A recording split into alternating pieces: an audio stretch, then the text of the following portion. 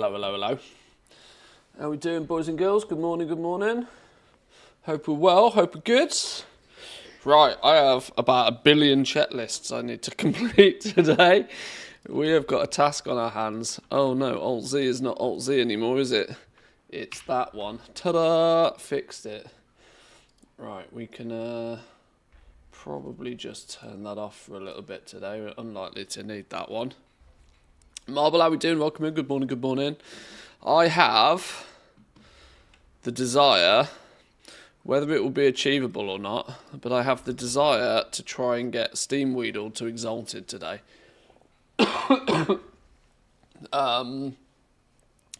We are a little under 10k rep away from doing it. I need to do the Urge to Surge at some point. So in about half an hour I need to do Urge to Surge because that's got 1,000 rep attached to it. We definitely absolutely 100% need that. But alternatively, we need to be doing all of the CHETT lists on all of the alts. And I think with enough characters it might be possible. That's my goal for today at least anyway.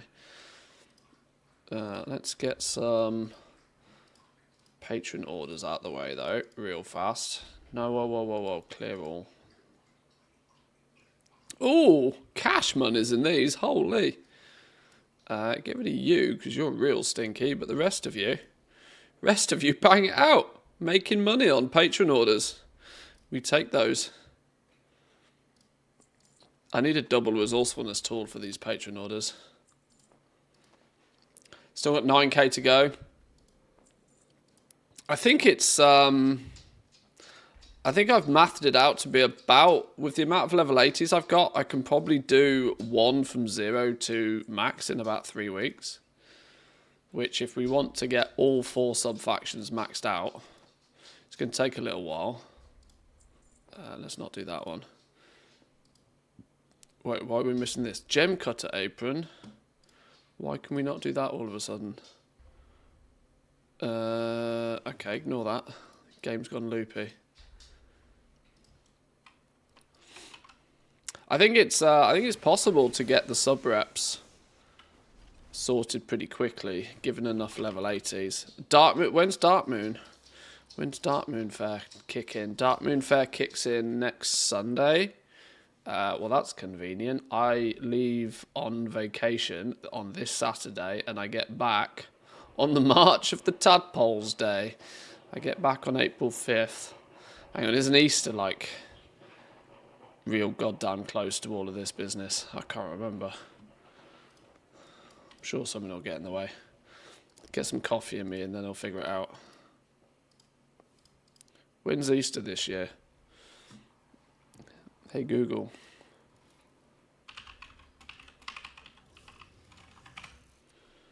April 20th? Oh, okay, that's not for ages.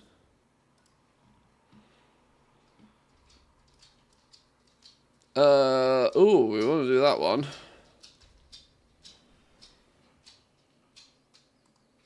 Get rid of you, get rid of you, get rid of you. Should we just do those? Do all of those. What do we need shopping list wise on that?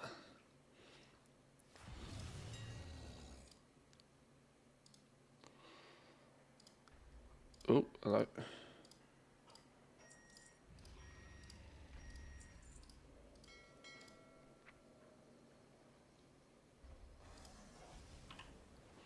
Oh, my poor bags.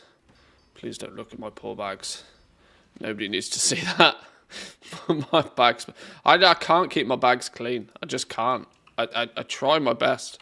No amount of micromanaging of bag space helps.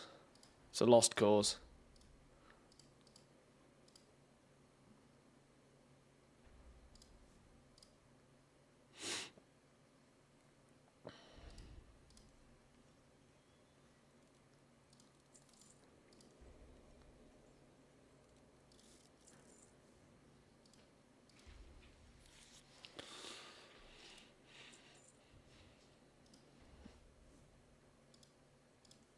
We'll do this one. Do we do this one? 100 gold. I don't really want to be spending quite so much. 30 artisan security though.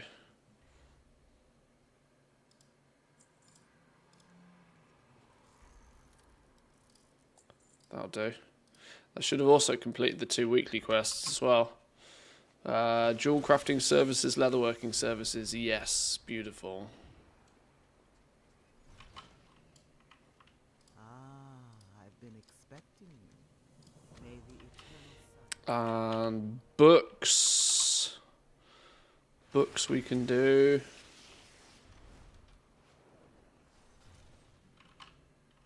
Have I done books already this week? No. I have calibrated my prices to be reasonable. Enchanting, inscription, jewel crafting, leatherworking. My directive has been fulfilled. One of you. Oh wait, hang on. What's? Oh, no. That's the one from the weekly quest.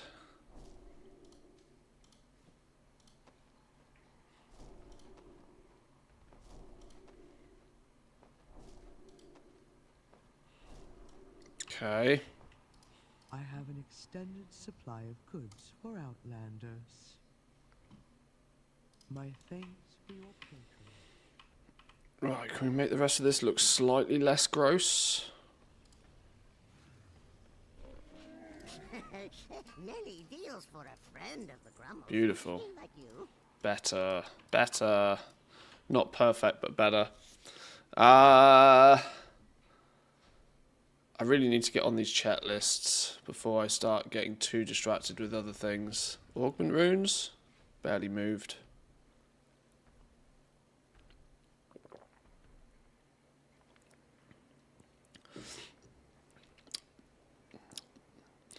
I wonder what's going to be the long tail of these augment runes this patch. Because I believe that there was a relatively steady flow of augment runes throughout all of Season 1. Because of people doing patron orders.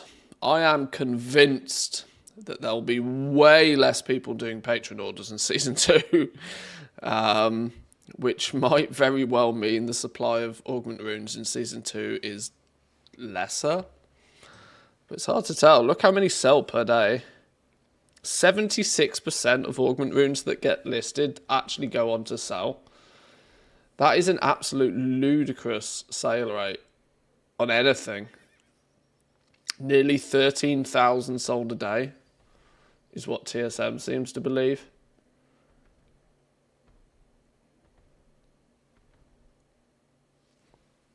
Damn.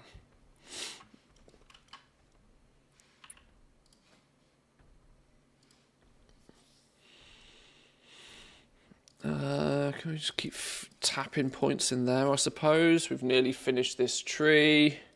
Jewel crafting trees full. Then it's just filling out the outer nodes, of which I don't really care about. So for all intensive purposes, 9 more points in jewel crafting, and I'm pretty much content. Leatherworking wise, we've still got 1 billion points.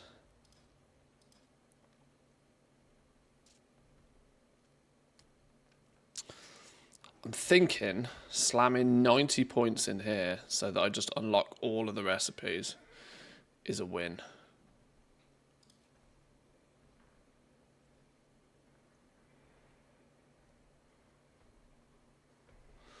Engineers, alchemists, tailors are starting to complete their skill trees.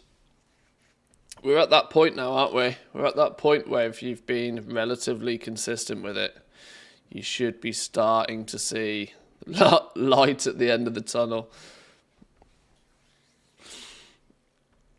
I just realised I was keeping points knocking about in leatherworking so that when I needed to craft something for my hunter, or hunters, plural, that I can slam points in wherever I need on whatever item I...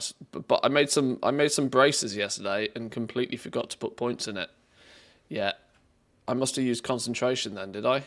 Oh yeah, I did. I just used my concentration instead, because what else are you using concentration for on leatherworking?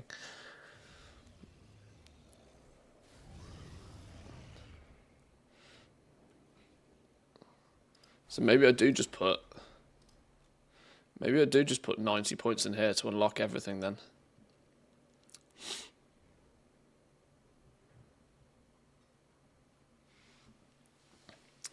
They killed 1115. All the gold opportunities are gone. Was the biggest thing after BFA legendaries. Now nothing. Haven't they moved the enchants to the helms? Isn't that what I saw last time? I've not looked into this in much detail.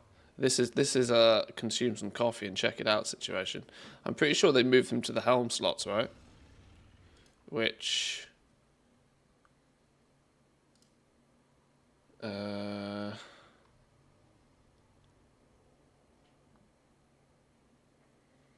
where's it gone? Corrupted weapon enchants moved to the helms.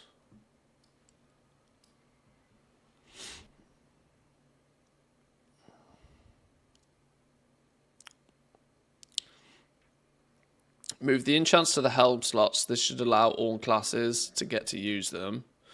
We did consider embellishments, but as noticed, balancing against the existing embellishments would still have some players and specs feel that the 11.0 effects are better and not allow them to partake. With this change, we're going to double down on the enchants being an extension to Heroic Vision's Revisited feature. Players will see a quest that now follows the introduction quests that will allow you to unlock the enchants. These work similar to the cloak quests of the past, where the second will ask players to venture further into the visions. Okay. The enchants are also going to be available for free on the PTR via Trinketor in the next build for testing.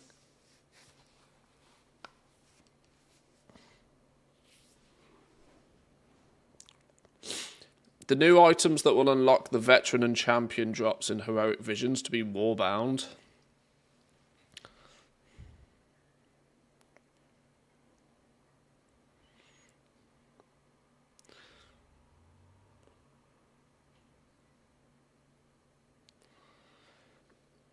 Oh, the new material, what was it? What was it? Black Blood or something was going to be a new reagent, wasn't it? Lesser Rune of Echoing Void.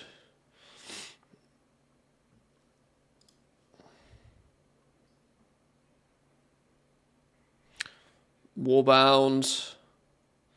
Damaging abilities build the Echoing Void. Each time it builds, Echoing Void has a chance to do da da da da da. Okay.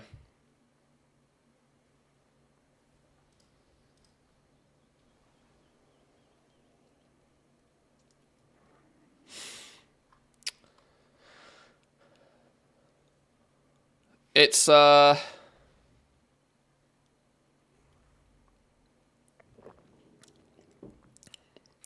we have PTRs though. That's why we have PTRs. You just collect the items, combine it in the bag so far, maybe it will change.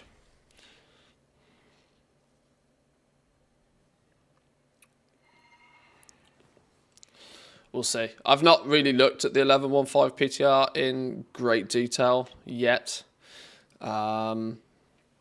Considering it's only a mid-tier patch, I was going to probably just take a look at it, a week or two before it actually goes live.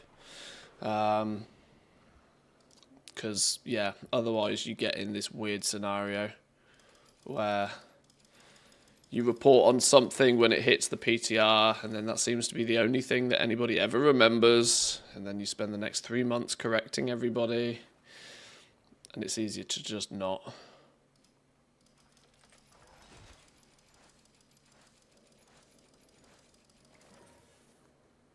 If we put 90 points in there, that should give me access to all of this.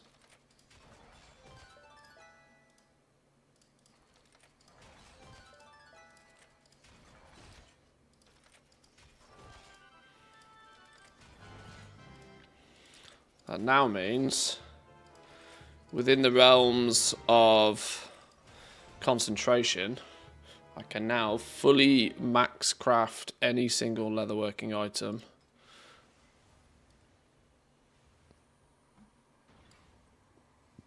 That's put me in a position where there's only 2 leatherworking recipes I don't have. Fan braces of deepening darkness drops from world creatures, also known as the auction house. Rook feather wrist wraps drops from the theatre event, or may also equally just be the auction house, right?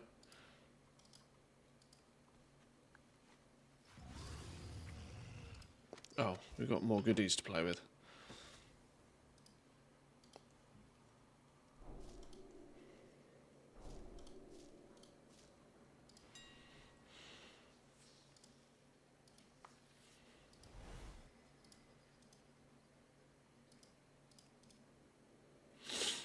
Wow, okay. Well, for 5k, we just buy it. I couldn't care less for 5k. 69k on the other hand. 70k for that bad boy. That might be one we fly around and fish for off a server somewhere cheap at some point. Not dropping 70k on a recipe this morning. Fan braces of deepening darkness. Let me check my...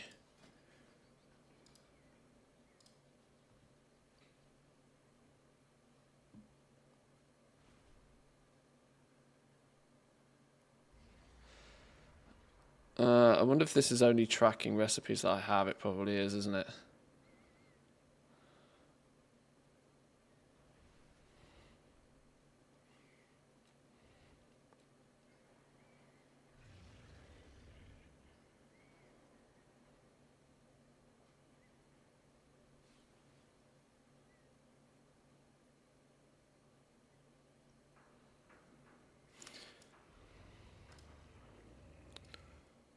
V for van braces. It's not even on my list. It's not even on my list. Gives me the assumption that probably nobody wants it.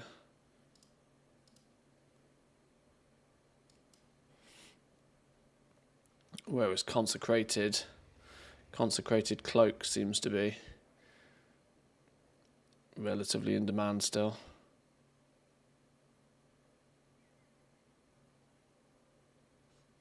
That said, I haven't really been lurking. Not really been lurking in the capital city for a little while.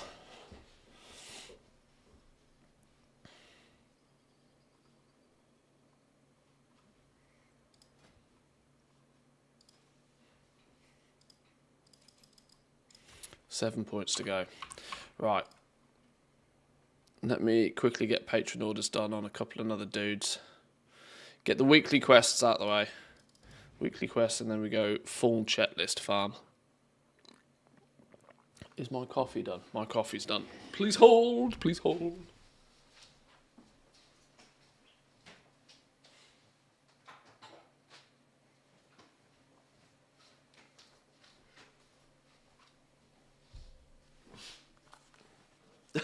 Chat's really difficult to read at the moment. You've all got like pinkish purple names on Twitch.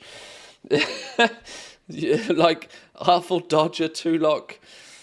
Both your names are in like almost identical purple, if not the exact identical. Bakoto, welcome in. Good morning, by the way. Slightly lighter pink, but all the names blur into one. Testing my colour. Well, at least on my screen, yours is white. I don't know how people change the colour of their name. Oh, well, it's green on one screen and white on another. Oh, I don't know.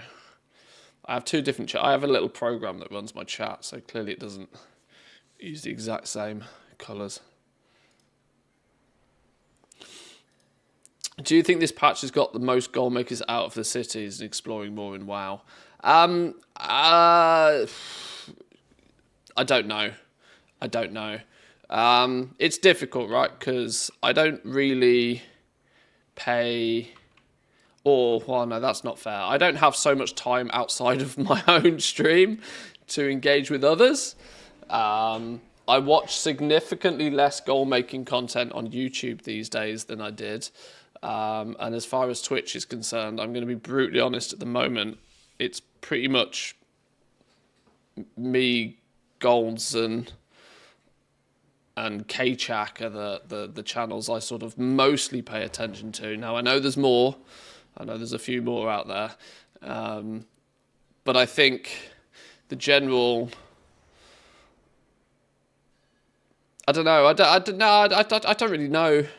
I'm trying to find some justification or apply some logic to my answer there, and I just don't have one. 0.1 patches are interesting because it kind of splits the men from the boys in a way, to use a phrase, in terms of the fact that every man and their dog gives professions a go on an expansion launch. In like the first season, everybody's having a go. And so there's huge amounts of people playing with the new stuff, leveling up their new professions. But by the time we get into season 2 or the 0.1 patch, just massive quantities of people are just like, yeah, no, done. Like, I'm not bothering with professions this patch. The quantity of people actually engaging in it drops like a rock. But the people who are watching streams, the people who are engaging with videos, the people who are like in Discord chatting about it and stuff, they're still sort of like, they're probably the more avid fans of goal making in general. And what they're doing is, you know, somewhat representative of the masses, or can easily present itself as representative of the masses. But actually, I think most players in the game couldn't give a damn about the professions at the moment, in any way, shape or form. Whether that be lurking in the capital city or whether that be just straight up just not caring. So I don't really know. Is this quest less ridiculous this week? We are the Titan's bedrock. 10 gleaming shards? No.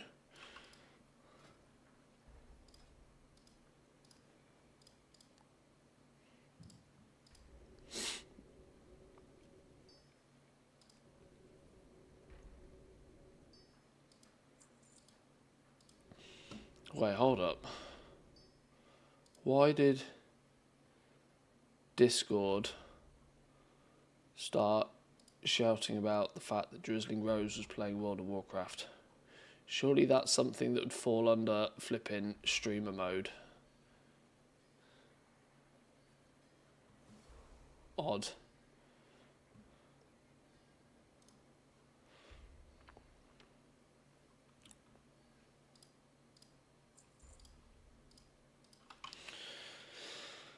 Lots of gold opportunities to make with this patch. This is only from one profession, 15 to 20% profit, maybe a little bit more considering concentration. Yeah, I mean, but you're clearly one of the more dedicated players to the cause, sort of thing. This was kind of my point, that any of us in here right now are not necessarily the norm. One thing I wrestle with a lot is that we goblins live in a bubble. Like, we are quite literally in a bubble. We surround ourselves with people very much like ourselves. We engage with, you know, people with similar interests. But we're a bubble. And it's quite a small bubble, to be honest. Much like how we sort of, how you see the assumption made so quickly and so easily that, oh, well, somebody will just go buy it off another server. Like, you forget that if you actually look at the game without lots of add-ons, or without the knowledge that websites like the Undermine Exchange exists, people don't even know shit's available on other servers. Half the players aren't even aware that there are like different prices on different servers. Or alternatively, everybody thinks every single server is completely different these days still. Like, most players don't know shit about the professions. And because we know an awful lot, because we've been doing it for years and years and years, or a bunch of us at least have been, you can get blinded to the fact that your average player knows nothing. Absolutely nothing.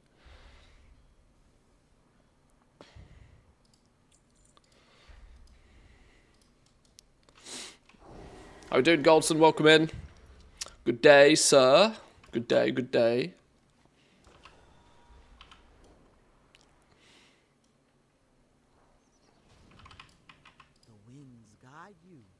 walk with the Earth Mother. I don't even particularly think the interest in concentration is that great. With season 1 pushing the numbers down to like low single digits per concentration, it will have caused an awful lot of people to just flat out ignore it. Now, obviously, that has meant since season 2 is launched, you know, Enchanting's doing flipping 20 gold per concentration again, but it is often the case that once you drop something, you tend not to go back to it. Unless there's a really, really solid reason to do so.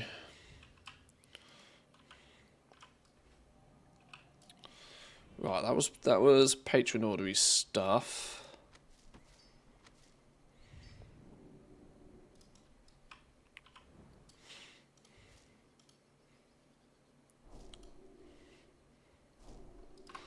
Let's rotate through the next crafter real quick.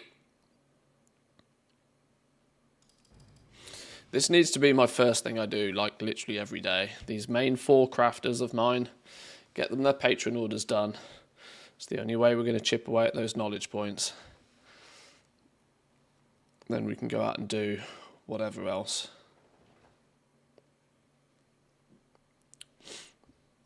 Holding my Delver's mats and undercoins until next patch and hoping the new recipes push the prices back up. Then it's just free capital.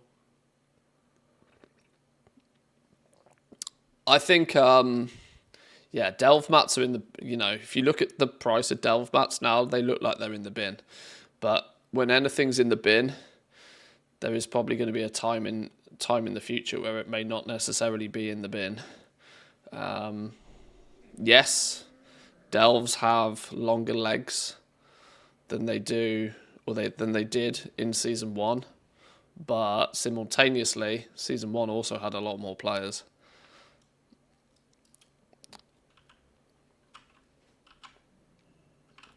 So we'll see what happens in, you know, 4 to 6 weeks' time if the delve mats start creeping back up again due to low engagement in delves again. I can't see any real significant reason why that wouldn't happen again. It might not happen quite to the same degree.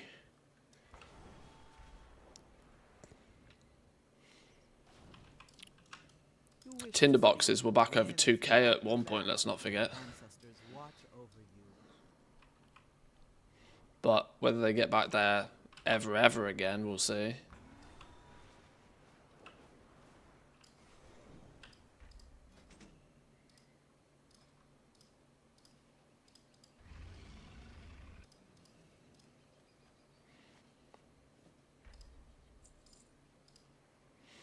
Wait, I'm running out of mats here.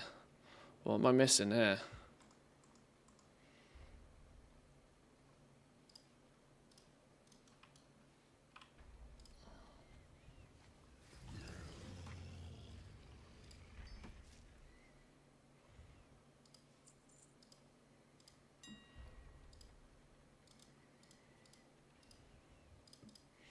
You're asking for quality 1 exquisite weaver cloth bolts.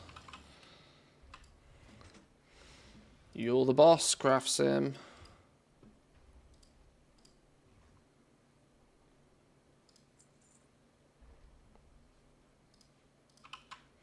Tailoring inscription.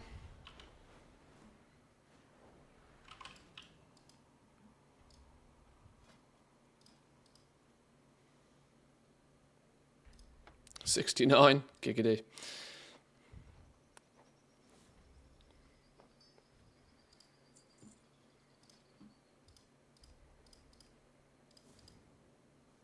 Ouch. How many inscriptions? We'll just do 1. Gets the weekly out the way at the very least. Welcome in, Senti. Good morning, good morning. Hope you're doing well. There was a lack of stream yesterday evening. Yeah, I used the opportunity yesterday evening to get a few bits and pieces done. With going away next week, I have some IRL stuff that I've needed to be doing. I kind of Got a few bits and pieces done around the house. Things that I just naturally put off. So by the time I'd done those and by the time I'd sat down, it'd already gone 8 PM for me. And I was like, you know what? I'm just going to sit and play The Division for an hour and relax. So, unfortunately, you're right. There was no stream yesterday evening, but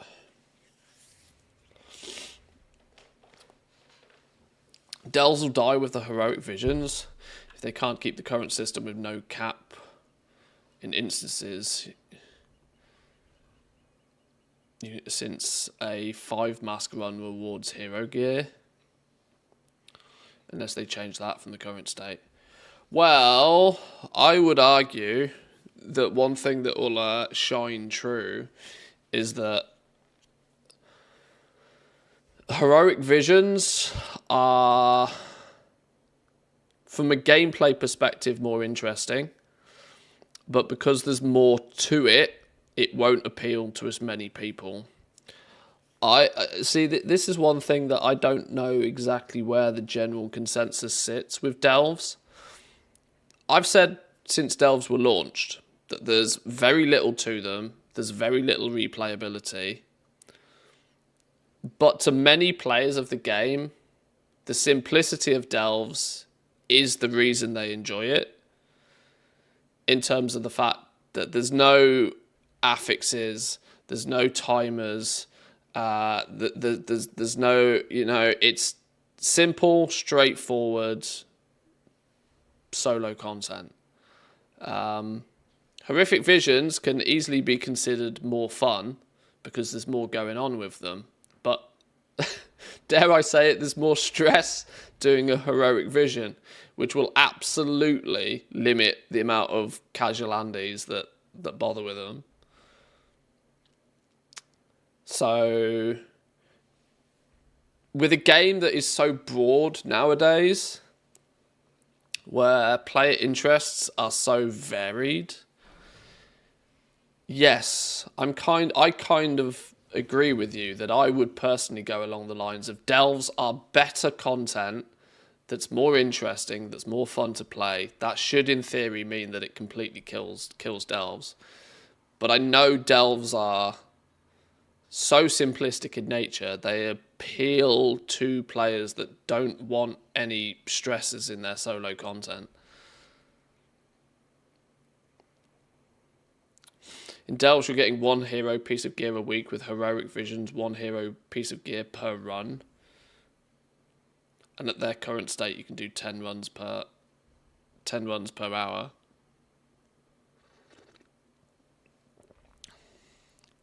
We'll see. I've not paid much attention to the PTR, so I'm just going by proxy of what other people are saying. So I'll trust you on that's the case. But as we've already seen with the PTR, they're changing it up a lot, which is hence why I'm also not wasting too much effort paying attention right now.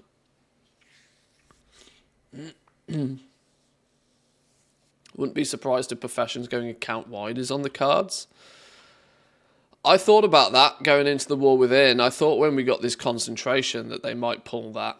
I genuinely did. I genuinely thought that in order to really make concentration an impactful aspect of the game, that they would make it so that you have a concentration pool that is warband wide. I really was at one point considering that should be almost the right way to do it. But the concentration pool would need to be bigger for them to do that. The concentration pool would definitely need to be bigger. You could have like a concentration pool of 5,000, for example, but have it warband wide. It would limit the effectiveness of, mass concentration crafting armies. But at the same time, it would give significantly more chance that actually just mass crafting something using Q3 mats is profitable. So it's kind of a balancing thing there a little bit.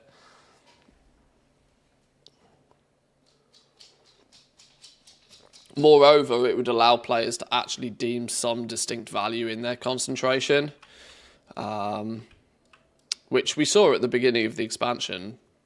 Players were able to quote-unquote sell their concentration, but look how quickly that just disappeared entirely. to the point where if you're not max and able to mass produce something, then your efforts don't matter. Nobody's gonna do an order with you anyway.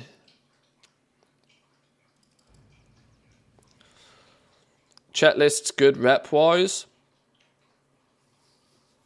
Well, every character can hand in a CHETT list, so if you've got a bunch of 80s, the first thing you want to do is complete the main one first, yes.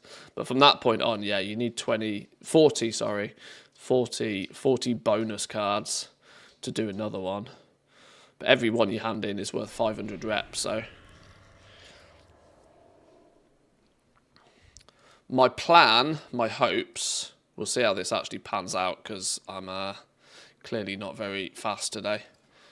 My plan is to try and grind out now Steam Weedle to Exalted. I think I've got it in me to get to Exalted almost.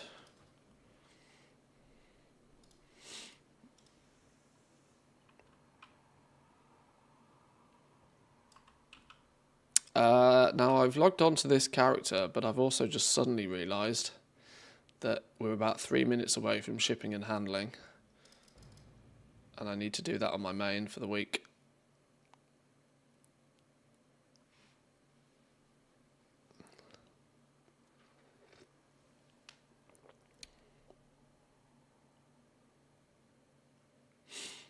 It's 500 rep per toon for the CHETT list hand-ins, by the way, not 1,000.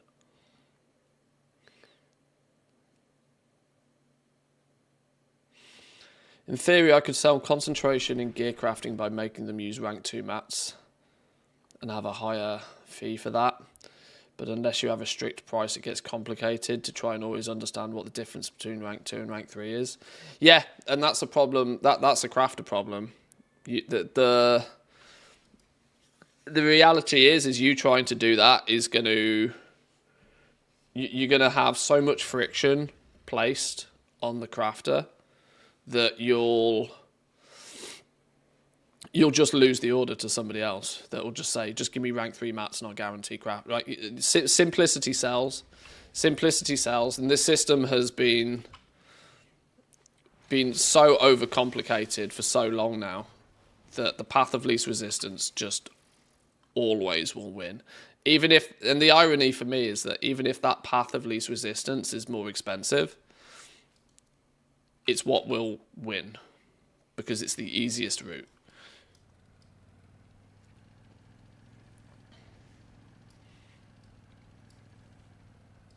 Now, you can be good guy crafter and you can start telling somebody, well, actually, if you give me 2,000 gold, you don't need to buy quality 3 mats. You only need to go buy quality 2 mats.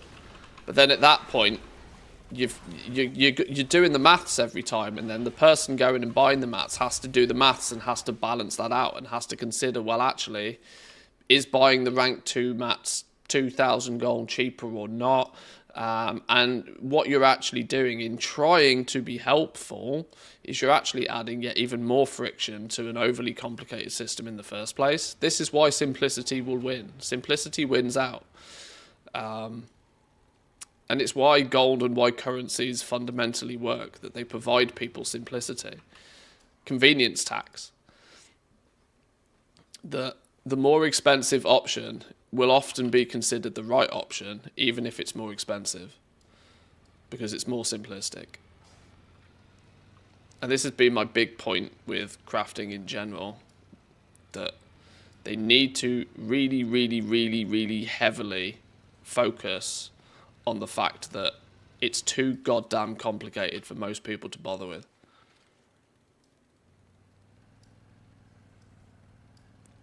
And there's far too many moving parts in it.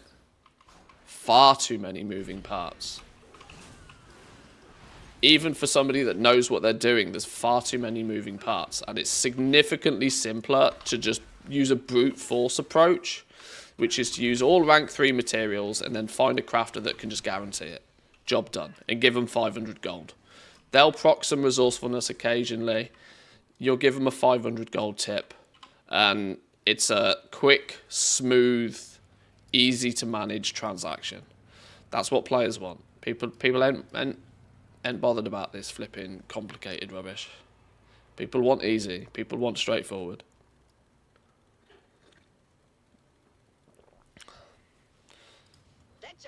Why isn't shipping and handling started? Why hasn't shipping and handling started? We're 31 minutes past the hour. Shouldn't it have started by now? Shipping and pricing. Surge pricing even. Time left, 15 minutes. Oh, now it comes up. So you need to get a box. You need to get awarded a box, right, to do this. So you need to be one of the like first 10 people to get an order completed. Otherwise, you're just fucked, right? Is that how this works? It feels broken that that's the way that it works, but I think it is. Right. So I was one of the first 10 people. And the reason I say the first 10 is because the bar never really often gets that far.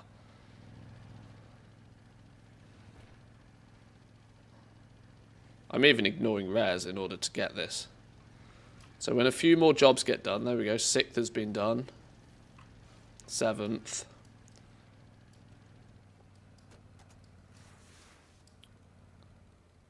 9, 10, there we go, box. Quest done. Log out. Can we get a few characters progress on this? Can you, in theory, then, maybe only get 2 characters per event? Because you have to get given a box. So if I log out here...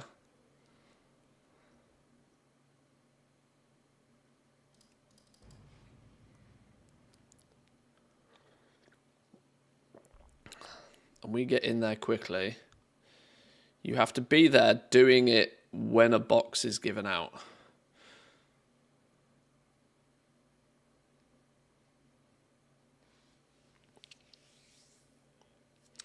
Good solution is to keep crafting orders for patron orders, and for the rest of it, just normal auction house.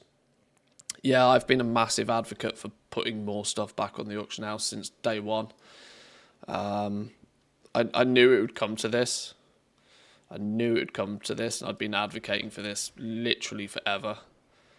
When Blizzard made nearly 50% of all crafted items bind on pickup, I knew it would just cause... I knew why they were doing it. They were doing it fundamentally to... they were doing it fundamentally to make sure that people had to use the crafting order system. I mean, they were doing dum-dum level shit, let's not forget. They were putting flipping... These rats are making a mess of our operations. No, that's a rat's quest. Get 'em out of our way. Defeating slimes. They were trying to put flipping potions and all sorts of stuff on the crafting order thing, just to absolutely 100% categorically ensure that people use it. And surprise, surprise, when you force people to use something that they'd rather not, it doesn't work very well. It doesn't go down very well.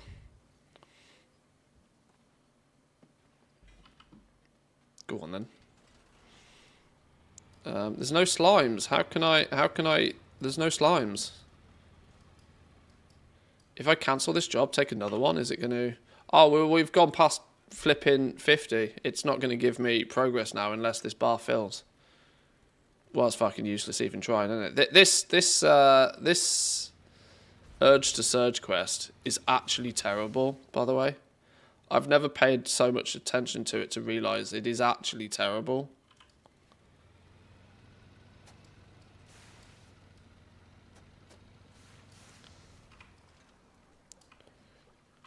If you don't start the event before this bar is hit, you've got to hope and pray to Jesus that it hits to 150.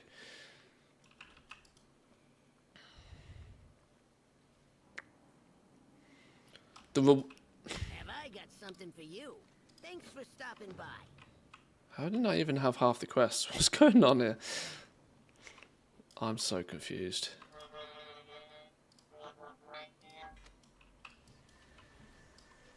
Let's just start banging these out, whatever they consist of. Ship it right, 10 deliveries.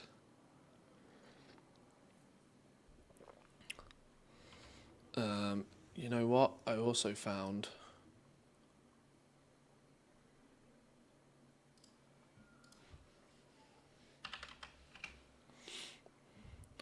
just to make our UI a little bit more gross. A little bit more gross than it already is. I don't think it needs to be quite that big. That's what she said.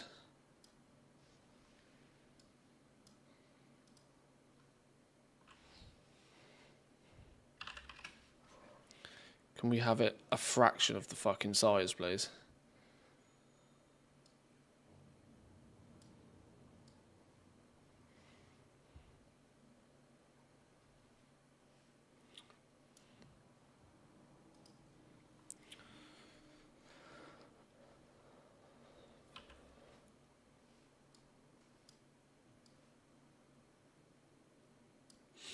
I don't really need both Silver Dragon and flipping... Oh, no one else gone.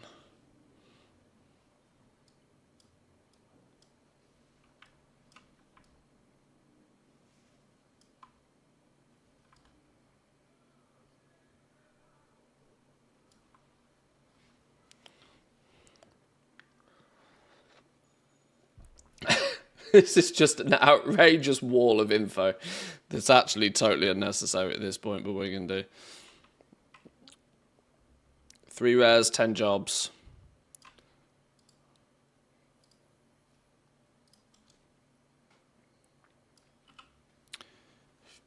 $50 turbo cans, drive around, 2 races. Can we do any races? What's the damage? I'll miss you.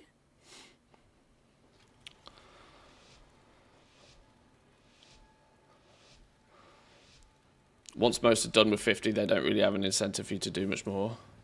Well, if you hit 150, I'd point out if you hit 150, and you do, if you get your 10 job streak within the time of shipping and handling, you qualify for a bonus reward, and that's where some of the pets come from. And the pets are actually pretty pricey. So there is actually quite an incentive. It's just Blizzard have kind of hidden it. And it happens so infrequently, people haven't really realised.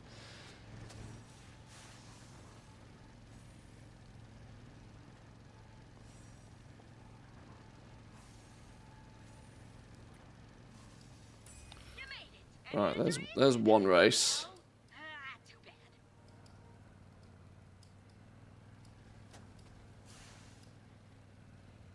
That job's just your style. Burn rubber, honey.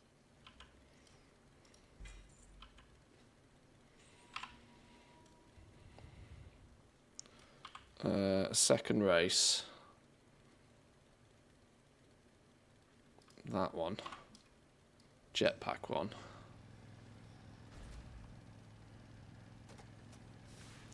Alchemy maxed out. You maxed alchemy now? This Nice. shredder with our newest anti-antifreeze. Tested out by icing down a few things.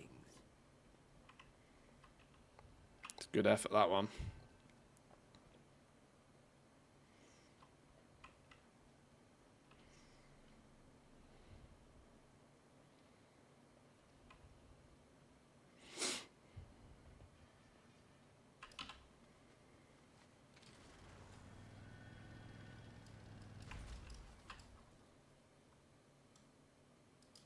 Well, well, well. Right, let's try our best not to crash.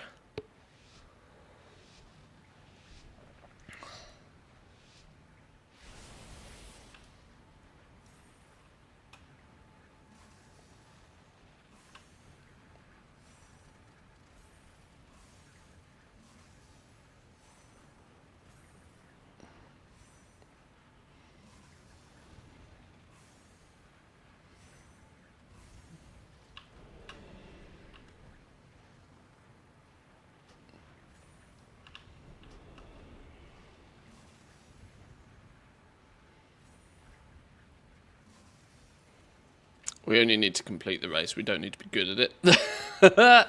Thank God. I hate these jetpack ones. Turning circle is about a mile.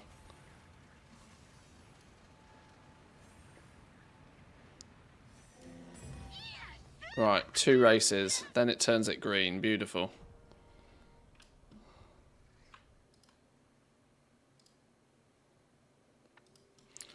Right, 50 turbo cans, a side gig, 3 rares. Right, we just need to kill 3 rares. That's a job that we should be on anyway. 3 rares should be easy business. Pick up some cans whilst doing. Find some rares. Slugger.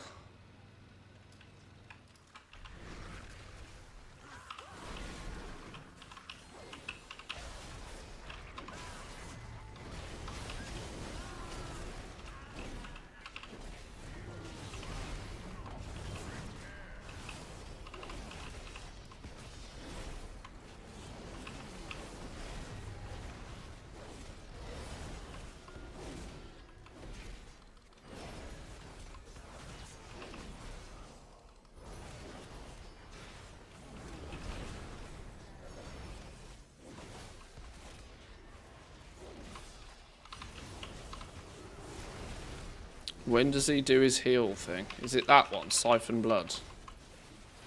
Okay, now he's dead. Nice. What's the best way you'd say getting chet lists? 2x4 fight. You multitask it with wombo combo it with doing the Dark Fuge rep, farming up the shit. What are they called? Market research. Hop in a 2x4 farm up here in the marina, and just kill as many mobs as your keyboard will allow you.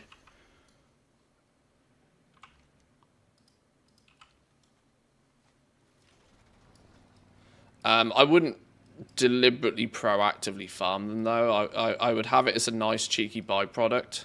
You will never believe the kind of chemical Farming the market research is probably your main task there, but the chet cards you get at the same time are just because you're killing lots of stuff.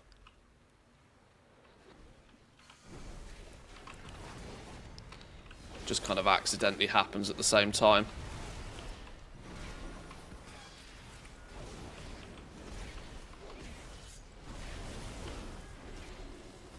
It'll cost you some resonance crystals doing that farm because players are going to expect you to be placing pylons down, and if you're spotted to not ever be contributing a pylon, there's a good chance you'll get kicked from the group.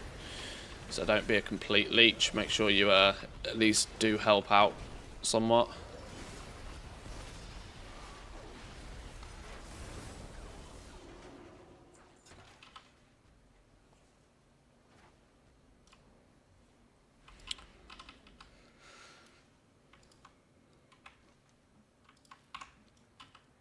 Let's go check Scrapbeak.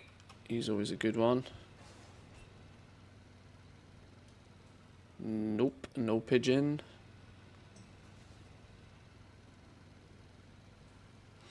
It sort of it links back once again to what I've sort of mentioned, that this zone has quite a good little gameplay loop.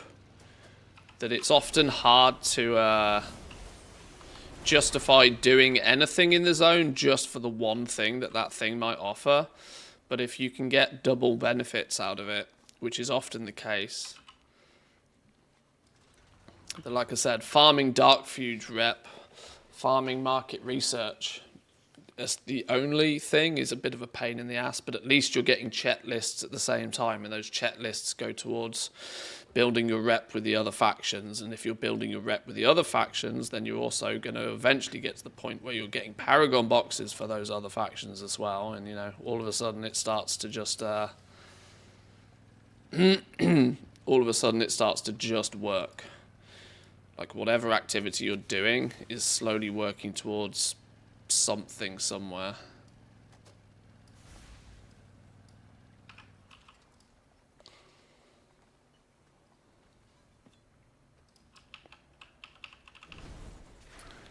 So yeah, it's a big the answer to most of the questions of how do you get the best out of this zone is play the zone a lot. Play the zone, do the things the zone has to offer. Those kind of altaholic world content completionist kind of guys are probably doing pretty well for themselves right now. Caffeinated day. Oh, absolutely. I'm tired today. I had the opportunity of a lie-in this morning. The wife is in the office today. She's had to go to the office, so she had to leave early. When she leaves early, it leaves me in charge of doing the dogs, but it also then gives me the opportunity to get up and do the dogs when is necessary. So I often take the opportunity for a bit of a lie-in, because most days I get up on her schedule, because she starts work at a normal time, like a normal person. I get up with her to help out, do stuff, you know. We make breakfast and sort the dogs together and whatever. But today was my opportunity for a lie-in. But that didn't happen when 7 minutes after she left the house, she rang me to wake me up to tell me that she couldn't log into Spotify and needed the password. I was like, all right, well, I'm awake and I'm up now then, am I? So my lie-in didn't happen. Not at all salty about it.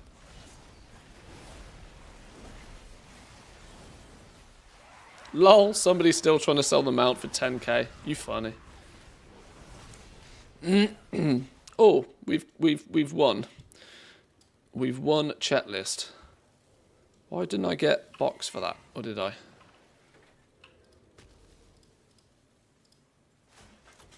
Right, now we go hand it in. Not paying you shit, Keck.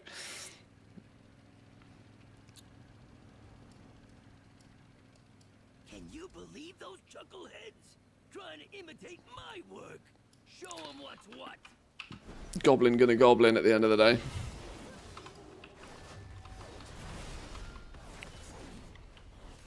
Disturbing my sleep for Spotify. Guess whose phone just went into silent mode.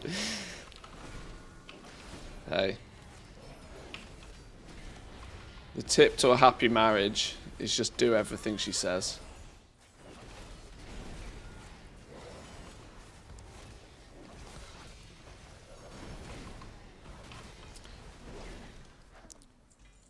Because as a guy, I can safely say I've not had any emotion, positive or negative, that's lasted more than about 15 minutes in my life. So if something your other half does pisses you off, deal with it. And in 15, 16 minutes time, you'll have probably forgotten about it. Because we'll have moved on, we'll have found something else to entertain us, to occupy our brain space that is usually very limited.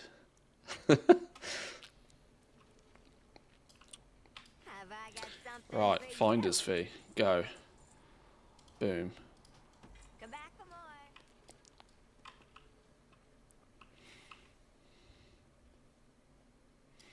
Right, next character, next CHETT list. Let's move this dude back to the hotel. These rats are making a mess of our operations. Get them out of our way. Welcome in, Haley, by the way. Good morning.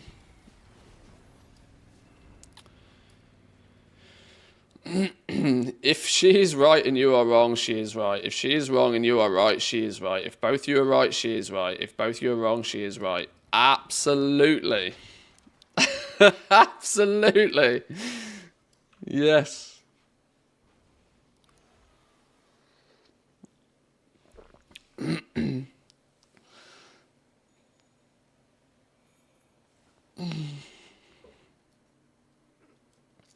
Life is all about compromises. Her compromises.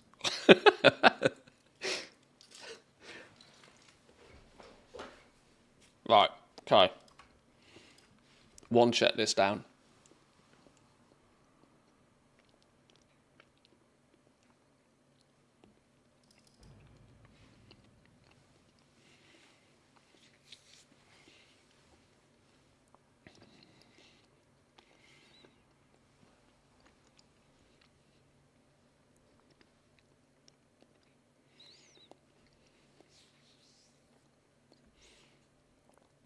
$500 rep with one alt for completing one CHETT list.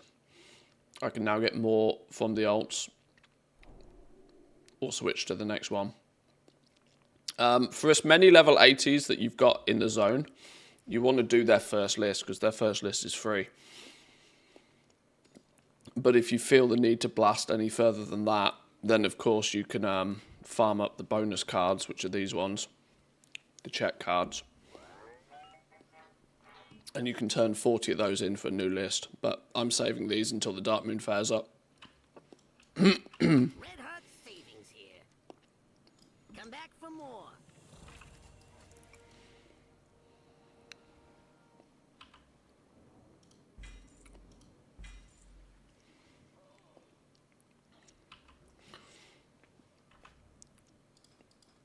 Right, 13,970. Those 30 points are going to be a pain in the ass, aren't they?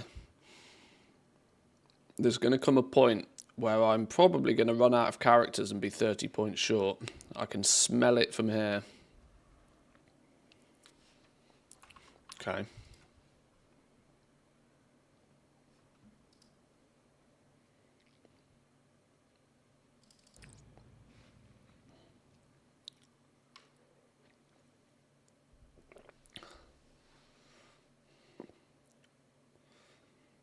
So many times I kill a rare and get fooled by that car part that is basically identical to the Mechanica. Yeah, I've seen that pop up on my screen a lot and gone, oh, every time.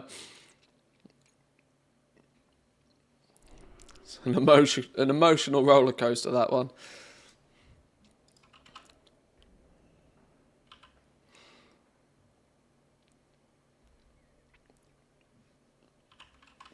Right.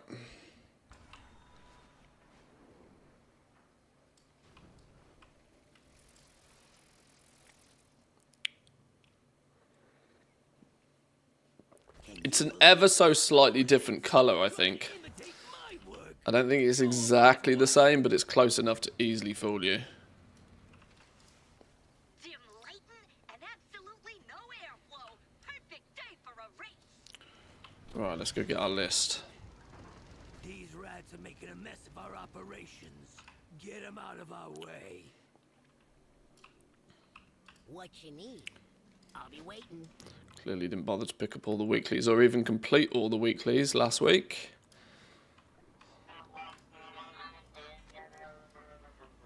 CHETT list.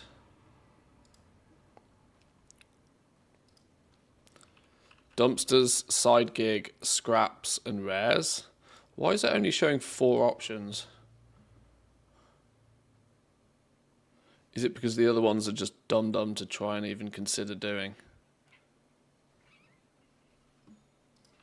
I need to have a look at the options on this week or to find out why it's saying that.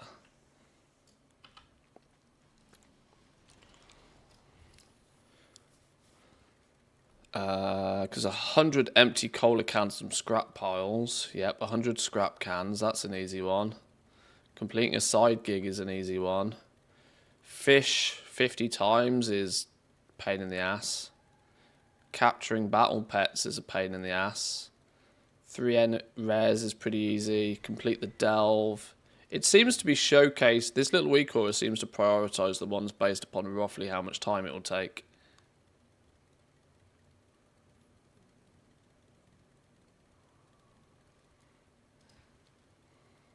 So for the most part, I might just believe what this tells me to do.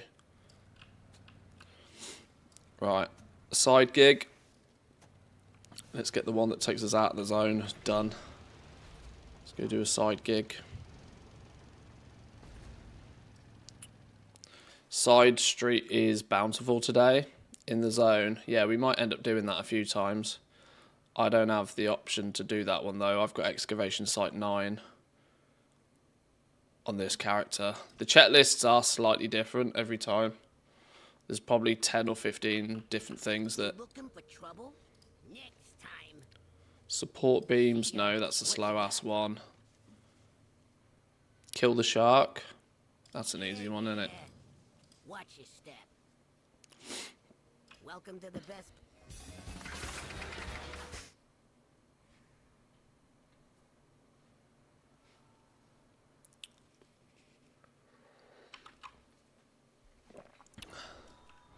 Right, come here, Sharky. Where you at?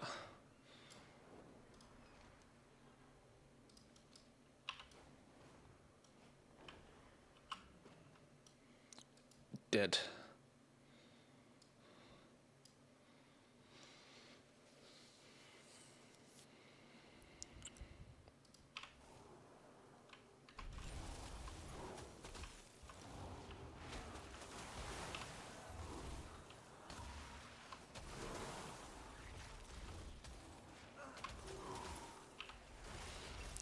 Eggs looted is the best today, I think. Eggs looted? What do you mean eggs? Wait, is it Noble Garden? Surely not yet, right? No, what are we talking? Oh, to loot the eggs. Oh, I see. Oh, I'm with you. Oh, killing that shark's a piece of piss, though. That is assuming he's up, at least. Yeah, you're right.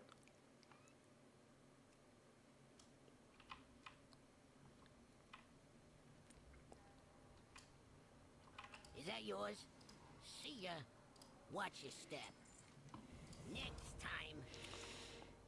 Right, 25 dumpsters. That's the one that might actually take a little bit of time. Finding the treasures. But we can do rares and scraps at the same time. We've loaded up this shredder with our newest anti-antifreeze. Tested out by icing down a few things.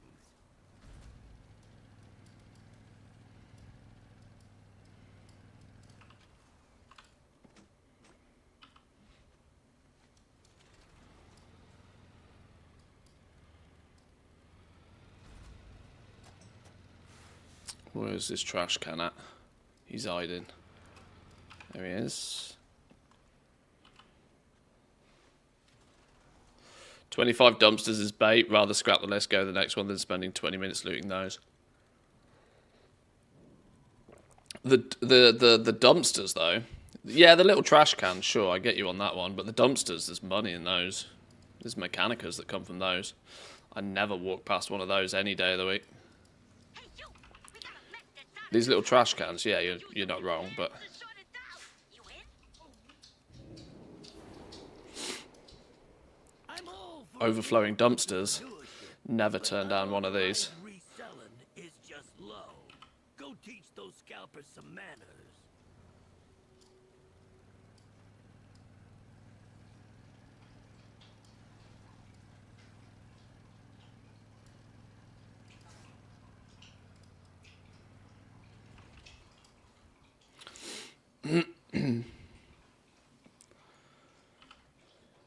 If the goal is to do as many characters or all characters quick, I'd rather not. Yeah, obviously it depends what you value more. If time is your absolute... Goblin's tragic oil In your scenario where you've potentially got 480 alts, yeah, I get it. I don't have that many alts. I have a finite amount of alts. If I spend a little bit more time doing something that might net me a little bit more value out of it, I'm going to do it.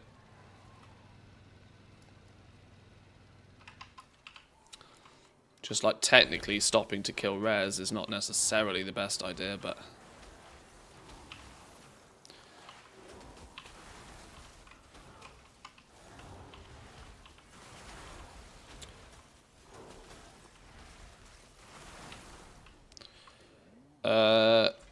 Where is the Mechanica god? You paid for all your Mechanicas. I'm still at 8. Never seen one out of a dumpster. You want to see my little list of my most recent Mechanicas? Take a look at how many times there were dumpsters on that list.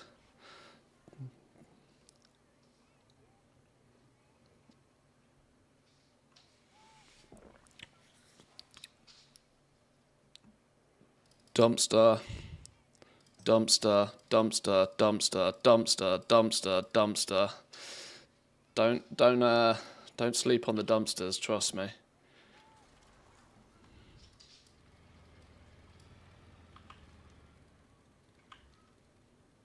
Scrap and a Galagio kill. If we're quick, probably not quick enough. Oh, beautiful.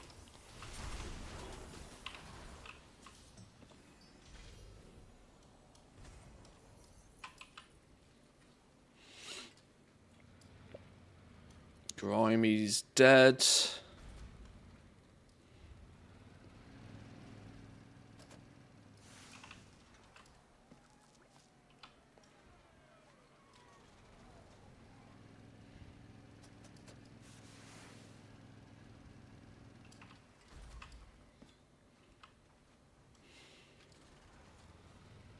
Do need to do some scrapping. Number 1 on the map.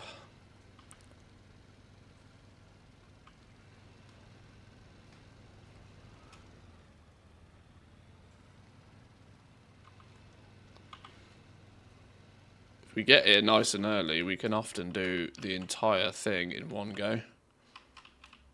What's shaking, pal? Whatever you find, you keeps. Get shoveling.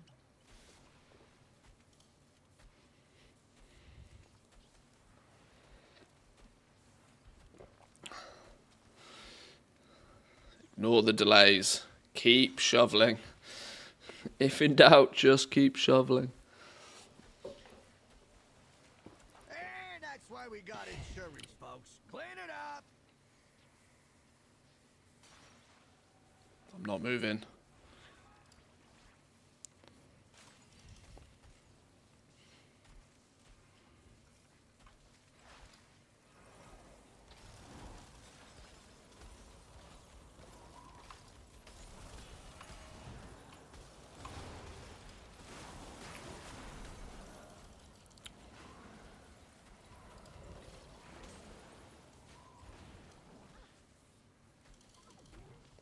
Wrap it up. I ain't spending more than another minute here. You're gonna Wait, how are you stop pew-pewing me now? safe. Get out of here.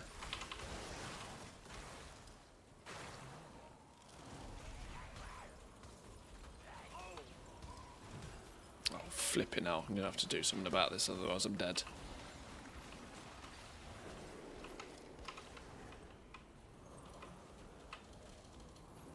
Okay, we got our scrap cans. That stop you? 25 dumpsters or 3 rares. I think I only need 1 more rare. I'll hang around for 25 seconds to get my box, though.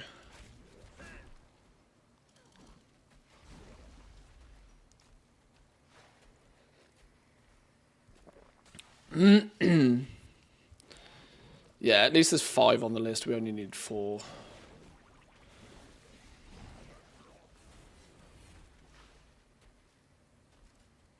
And time's up. Grab your gear and let's go. Yoink. Hey, vintage cola can.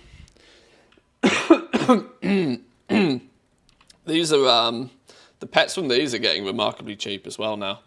No real surprise there, honestly, but the vintage cola cans will be a nice little next expansion. You know, convert them all into pets then. I pretty much need 1 rare. Can we get Chief, Gusto, Doodah, Dead and Buried?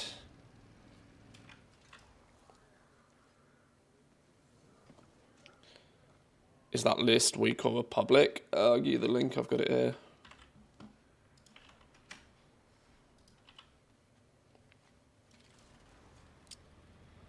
You will never believe the kind of chemicals people throw away. Get into that junk and cook up some free potions.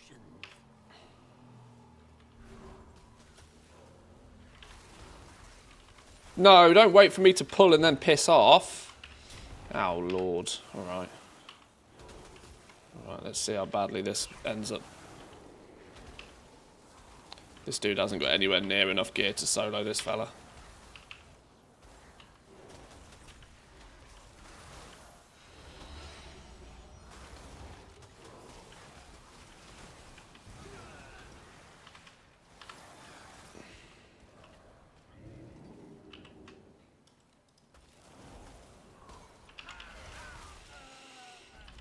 Yeah.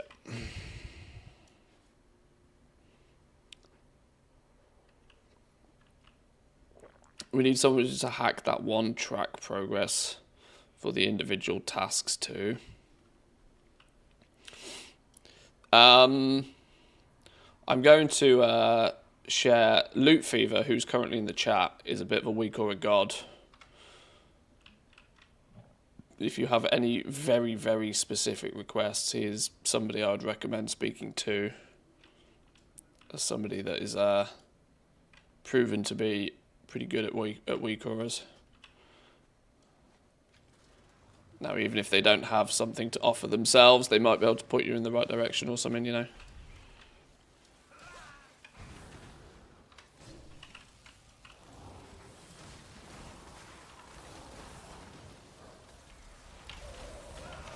Shit, was flipping hell. I hate my mage. I am no good on a mage. Playing Rumble and the Lich King released this week. Hearthstone 2, new expansion launched here, and of course, WoW. Not enough hours in the day. I'd have to agree with you on that one. I'd have to agree with you. There is not enough hours in the day.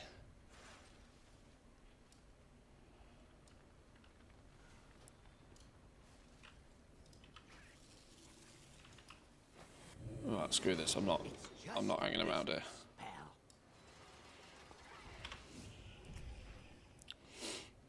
I just kill one more rare.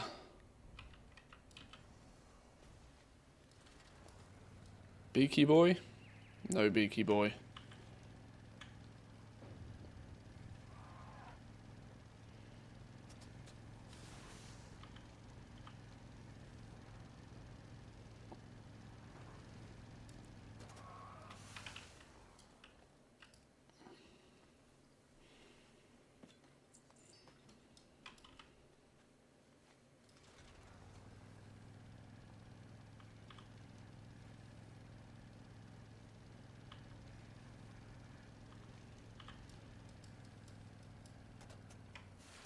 Oh, Tally's dead.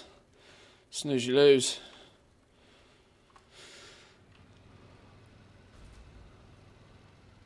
Rats? Any rats? No rats. No, rats. No, that's dark magic. That means Rats is dead. Yeah, Rats is dead. This rate, I should have done flipping dumpsters. Hang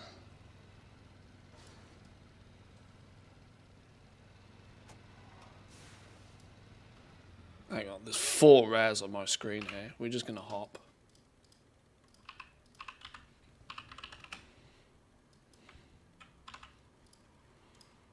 Hop till we find one. There we go. Oh, that's a fun one to find as well.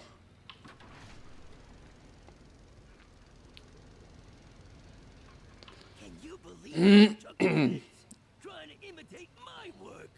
Show 'em what's what.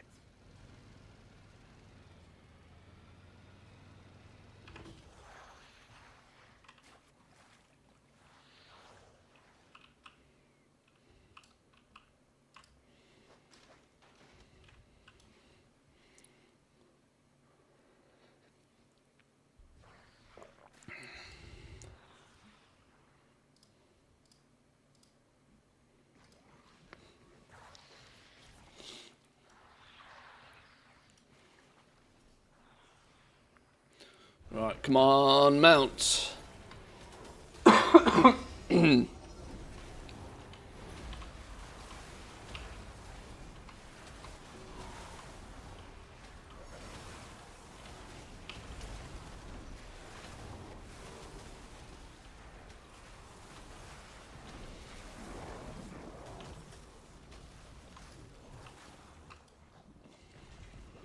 Never lucky. Never lucky. But that at least completes our list. We can go hand that in. Can you believe those chuckleheads trying to imitate my work? Show 'em what's what. And that is another 500 rep. Red hot savings here. Yoink. Thanks for stopping by.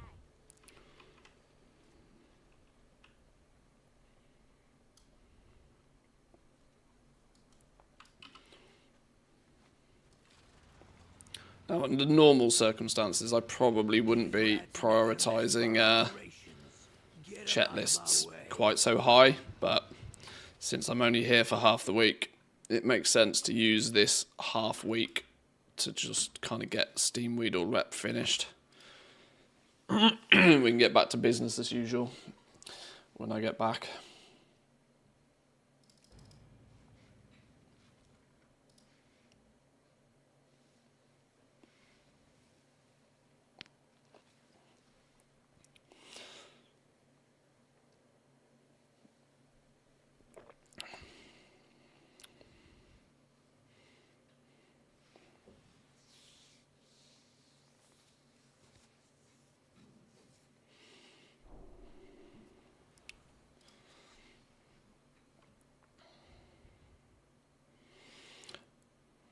I think I'll wait for the rep buff in 11.15 to focus on the sub-factions.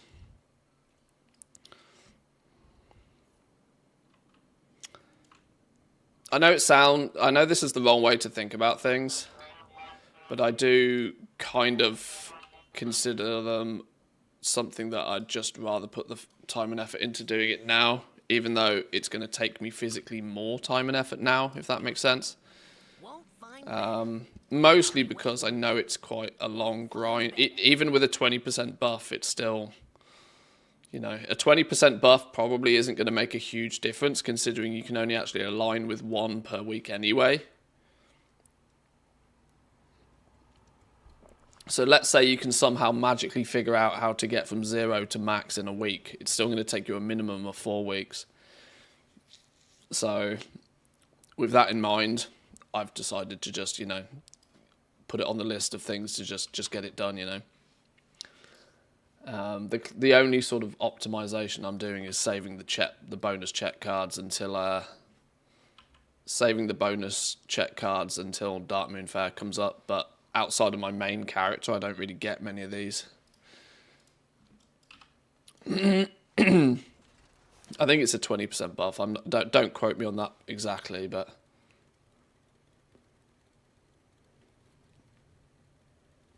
100% the war within rep buff. I don't think that's a thing. I don't think ever have they given us 100 double bubble on the rep. They might give you 10 or 20% buff, but I don't think it's 100.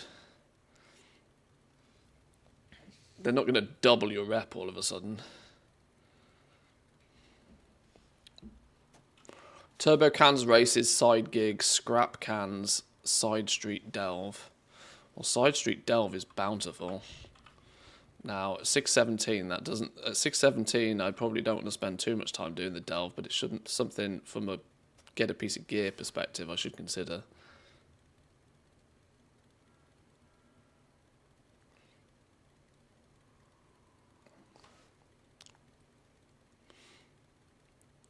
Running the Dark Moon Fair to grab the buff might not even be worth the time for the extra 50. Would need to do the math on it.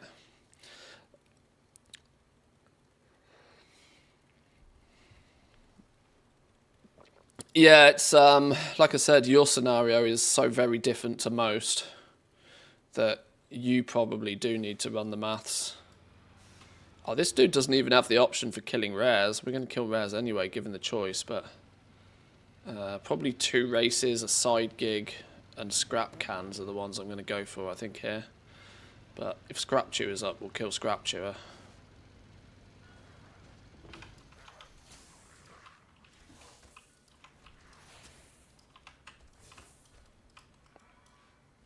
Where's my pet?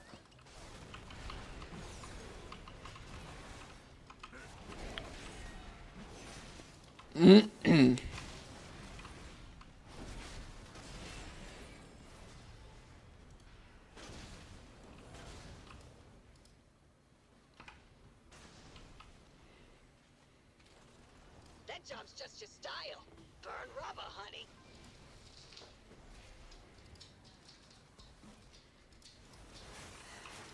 Oh, that didn't even work. Oh, wait, now hang on. Hang on.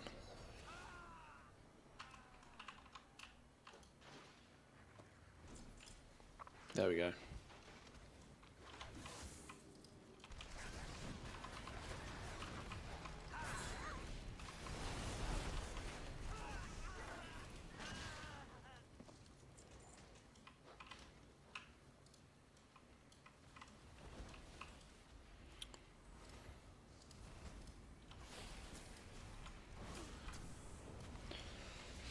Wins a mysterious fortune leveling and reputation event in patch 11.1.5.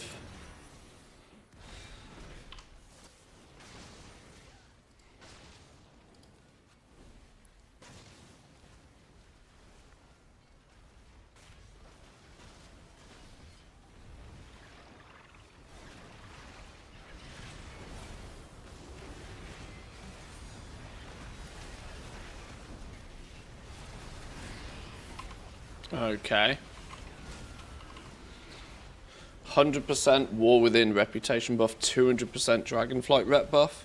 Quests and kills in the Dragon Isles and Khazar will reward mysterious satchels.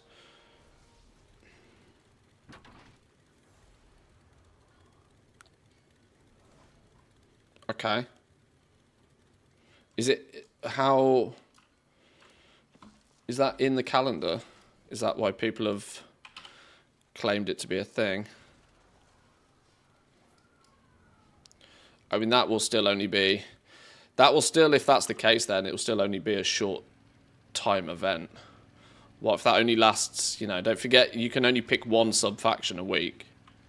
That might do you for one sub... Like, if that event only lasts for a week, or let's say it even lasts for 2 weeks, that's still only 2 of the 4, technically 5 factions.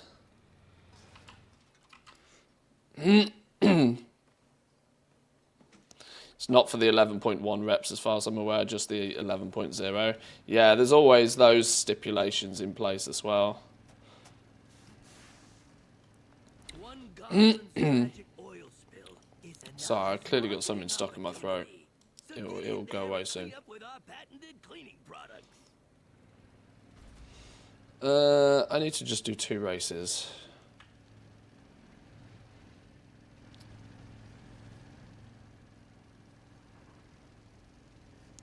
Let's go do this jetpack race. Where's it gone? Hey, you! We got a mech that's out of control here. Could use a few hands to shut it down. You in? We've loaded up this shredder with our newest anti-antifreeze. Tested out by icing down a few things.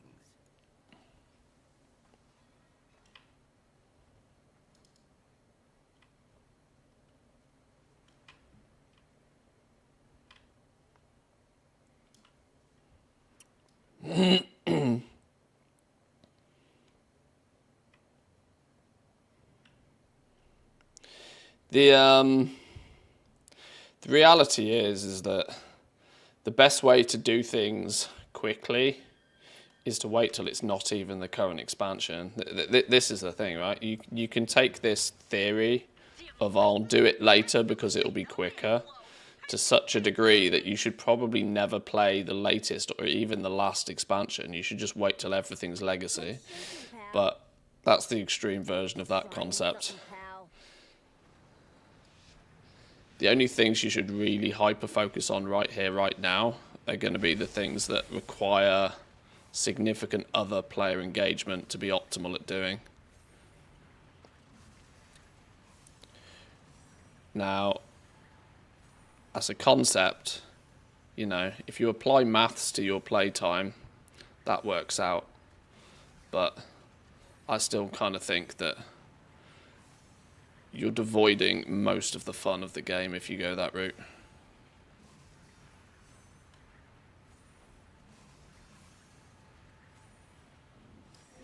There's one.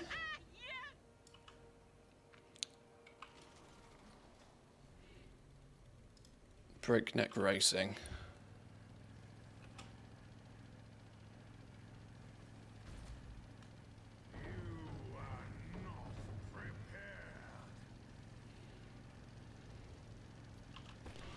We gotta go do Dark Fuge if he's up, don't we? Mess of our operations.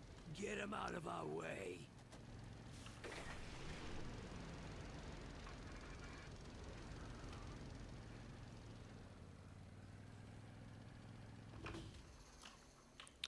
Right, hoppity, squishity, squishity, hoppity. One of you, one of you, one of you.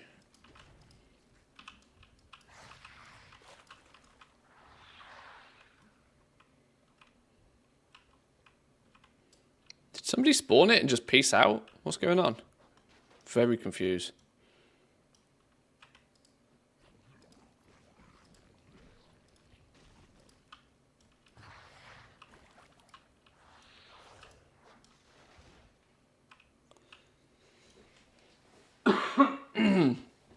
Dear Lord.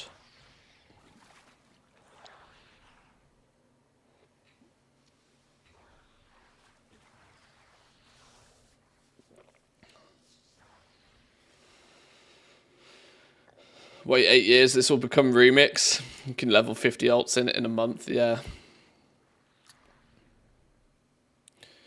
Do you get the big XP at the end of the bountifuls?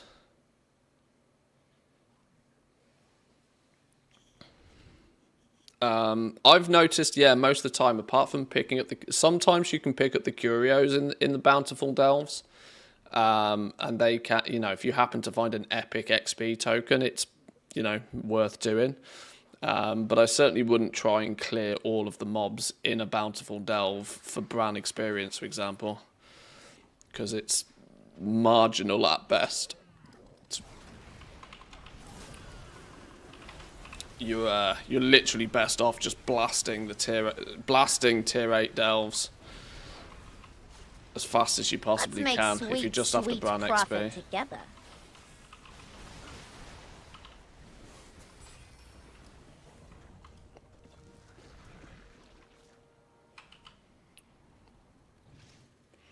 Right, let's go do that other race. Where was it? It was up here somewhere.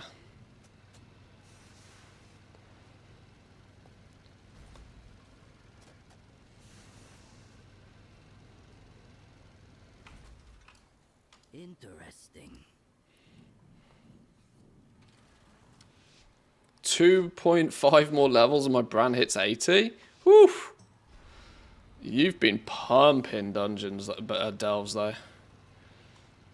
Didn't you do like 50 plus delves last week, you were saying?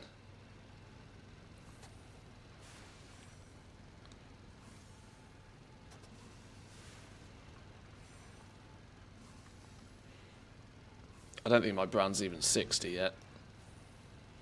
Big slack on that. Season 1 though, I didn't do a single delve on any character outside my main. And I only did delves as long as the very limited gear lasted. I gave myself the opportunity to see each story once. But after that, and after, you know, the gear stopped coming in, there's no replayability for me in delves unless there's a significant carrot on the stick. Scrapping and turbo cans will do it, won't it? Scrapping in turbo cans will do it. Scrap jobs up there.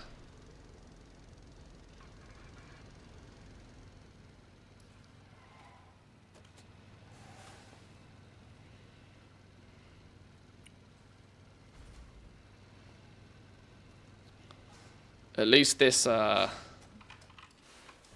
season already, I've done a few alts on my, a few delves on my alts even.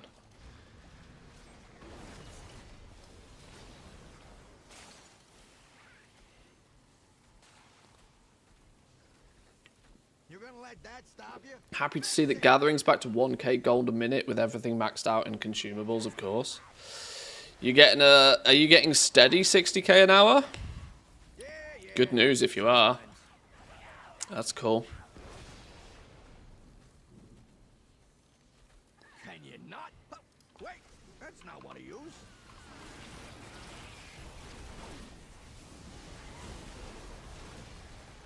One minute left on this one. Finish it up.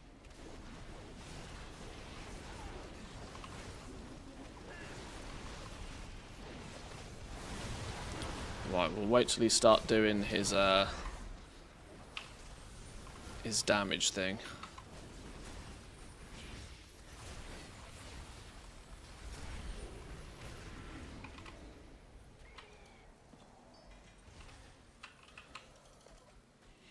I'm pretty convinced most crafters aren't even making anywhere near 60,000 gold an hour right now. When you consider crafters have the ability to mass produce things and have the ability to obviously turn over massive amounts of gold, but I'm in no belief that they're actually making 60k profit an hour. You'd have to be crafting and selling at least 600k worth of stuff, in my opinion, I think, right now, per hour.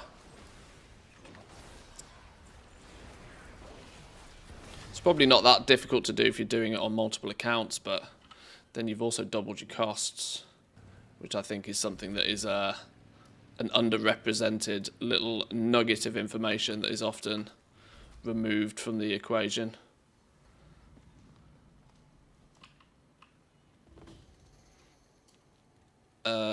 Where's the chum? Give me some chum. Or is that a can? That's a can. Is that a chum? Sea bounty. That's the one. Right, get some of that in me.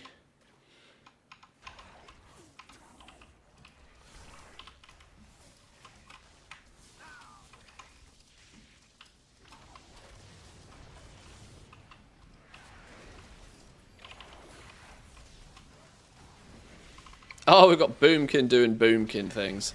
I have seen a huge amount of Boomkins recently. Boomkins seem to be coming out the woodwork. I wonder if it's Team Farmer who is just in the new zone trying this whole killing rare farm mechanica business. Boomkins are meta in M+ this season. Oh, are they popping off in Mythic Plus as well, are they? I mean, that will definitely help.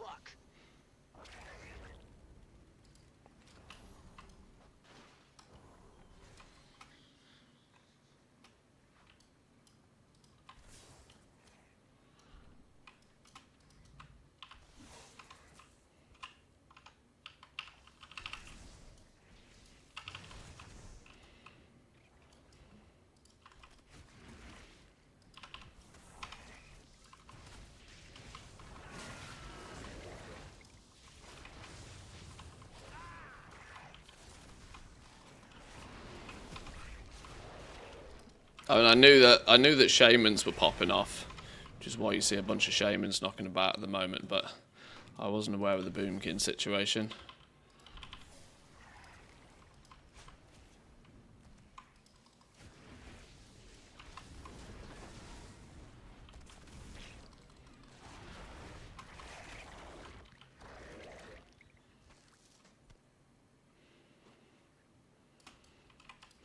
Wait, is nobody handing anything in this? I'm not doing this entire flipping event by myself. This is a pain in the ass event.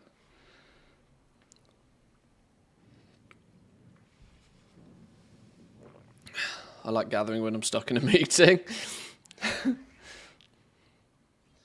You just need that NVIDIA eye tracker thing to make it look that you're always looking in the camera. while you're farming on the second screen.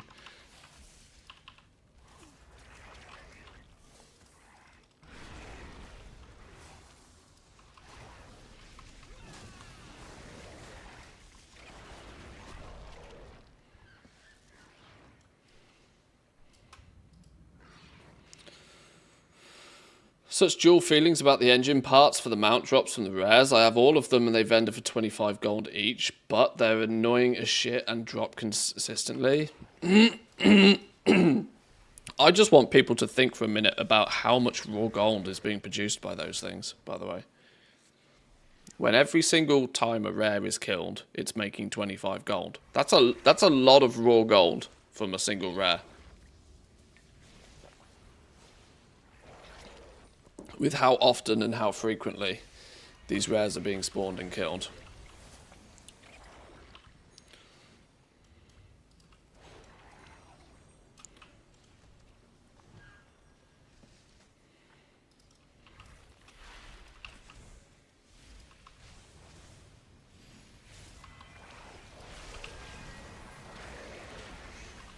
I mean, it's probably not any more impactful than, like, you know, your weekly boxes that give you 1,000 gold. But a weekly box giving you 1,000 gold is the equivalent of killing, what's that, like 40 rares? I don't know. Maybe it's not that much in the grand scheme of things, but you kind of forget the economies of scale on this sort of stuff. Gets a little bit ridiculous with how many players there are.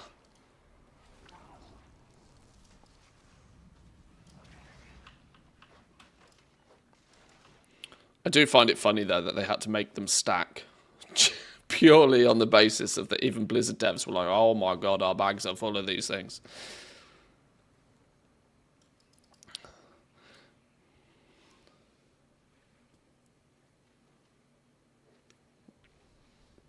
Equally surprised to see people posting them on the auction house for 25 gold a piece. I'm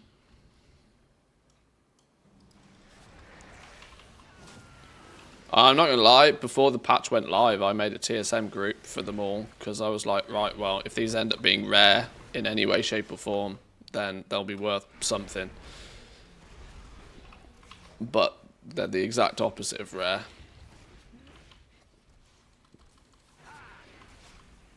They're just an annoyance. Ton of raw gold being generated, every trash can, every mob, every container, every rare. There is a lot of raw gold being made, that is for sure.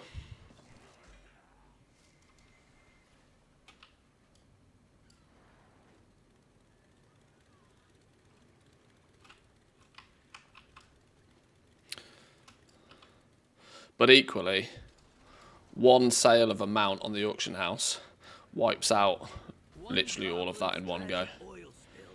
You know, the 5% auction house fee is the biggest gold sink in the game by an absolute mile. And the funny thing is most people, I think most players out there kind of forget or don't even really know it even exists. Considering everybody, when, you know, the word gold sink gets mentioned, everybody's like, oh yeah, repair fees are too expensive. Repair fees don't count for shit. Repair fees ain't doing nothing to the economy. Not a bean.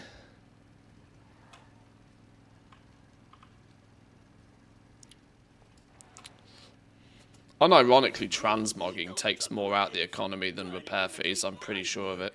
Show 'em what's what.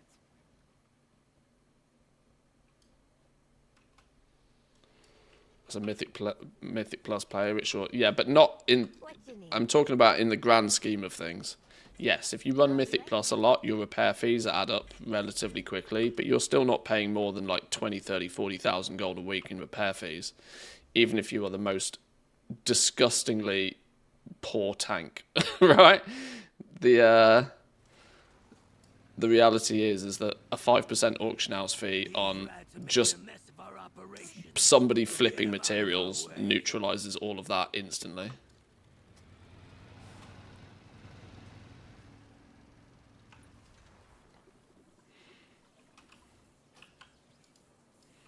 I can't not kill Nitro. Oh, Nitro's dead. Oh, maybe I can not kill Nitro. Right, another checklist done. Easy 10k repair fee per raid night. I mean, 10k is nothing. Somebody buys 200k of materials off the auction house. Boom, there's 10k out the game.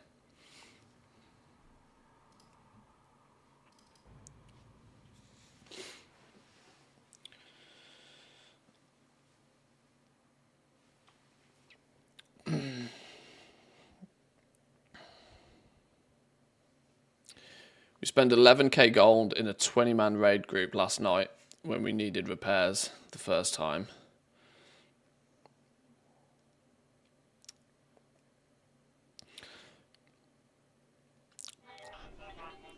No, I'm not looking at this from the perspective of like individual impact of what it costs. I'm talking about like the economy at scale. You think about all of the gold that is created every time somebody kills a mob and loots it, and it creates new gold. And then you consider that all of the weekly boxes that just give people 1,000 gold every time they complete them, sort of thing. All of that is, you know, that's the tap being switched on. That's the flow of new gold coming into the economy. But the other side of it needs to be all of the gold going out of the game. The one thing that most people point out very quickly is repair fees. But repair fees are probably a single-digit percentage of the actual amount of gold that's sunk out of the game. And about 80% plus of the gold that's sunk out of the game comes via the 5% fee in the auction house.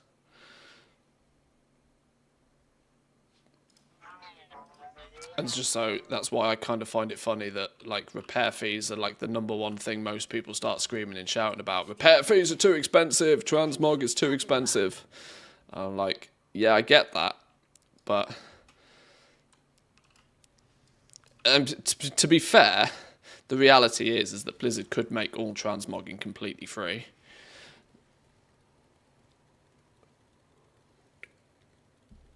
And it wouldn't make a blind bit of difference. But because there were some players out there that spend so much gold on transmogging their gear that it forces them occasionally to buy a token. So Blizzard will never do it.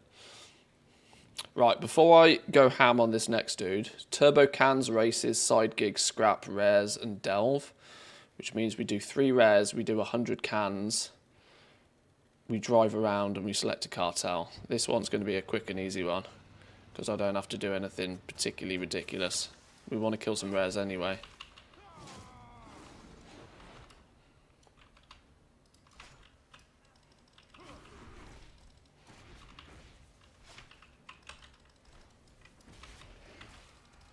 First rare down.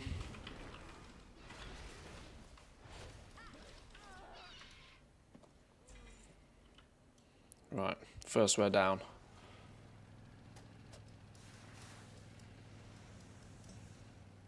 Going to take a quick break for 2 minutes, boys and girls. I'll be back in 2.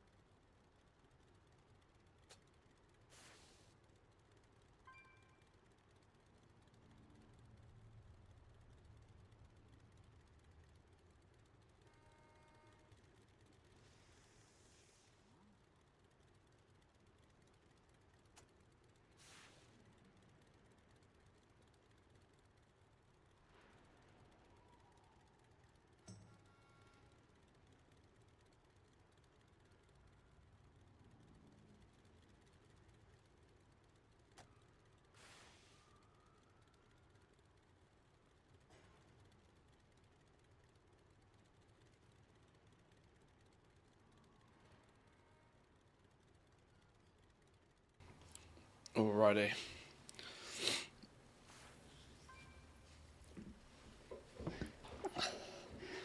Where are we at to? 50 turbo cans, 2 races, a side gig, scrap, 3 rares. Well, is that nitro up? Having nitro up would be a good start, wouldn't it? That's at least 2 rares on this dude.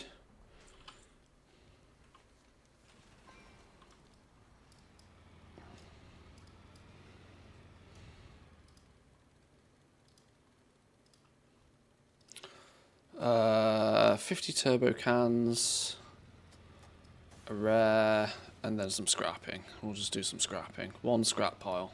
Sal is up apparently. This shredder with our newest anti-antifreeze. Tested out by icing down a few things.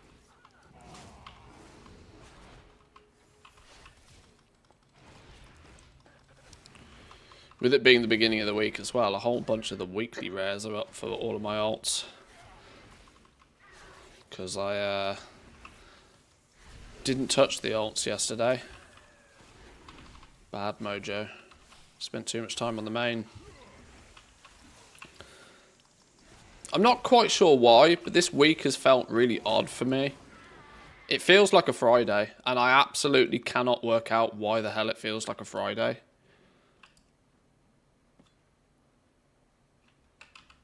And it's been, I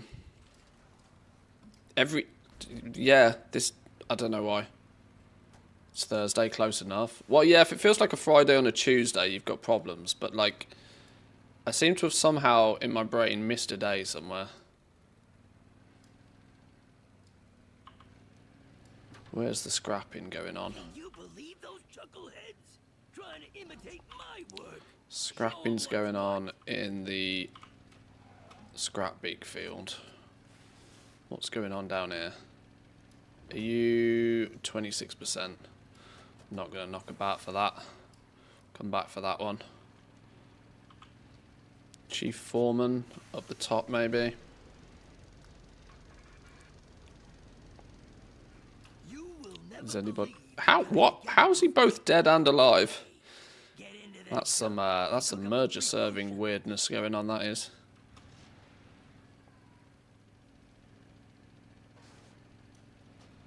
Pigeon's dead. Well, this is still up and running for a few seconds. Can I whack it like 3 times and get the box? That'd be fun if I can.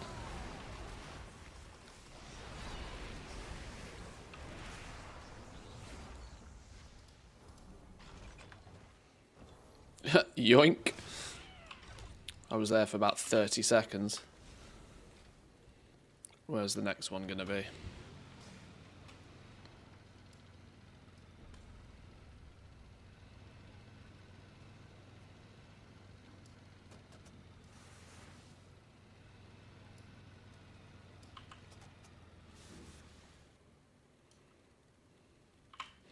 All the way back down south.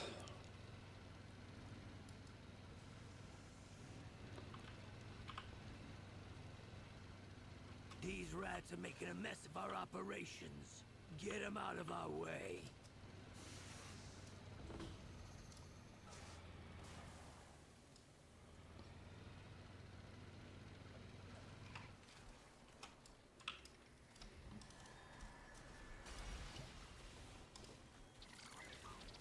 And that's why we got insurance, folks. Clean it up. Arrived 10 minutes late to a Zullian Tiger the other day. Those things are still probably gold capped, aren't they? Surely. Even to this day, I'd imagine. You're gonna let that stop you? Fix it! I mean, for good reason, though. It's a flipping Tiger. It's one of the coolest mounts in the game, without question. That's why we got insurance, folks. Clean it up.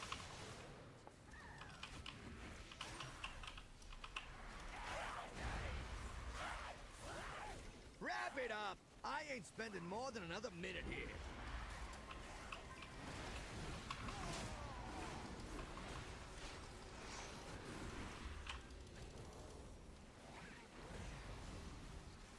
Somebody said that they spotted a Brutosaur selling for like 5.4 million or something the other day. Clearly must have been on some back-end server where there's about 3 players on. But it surprised me to see the Brutosaur not being gold capped anymore.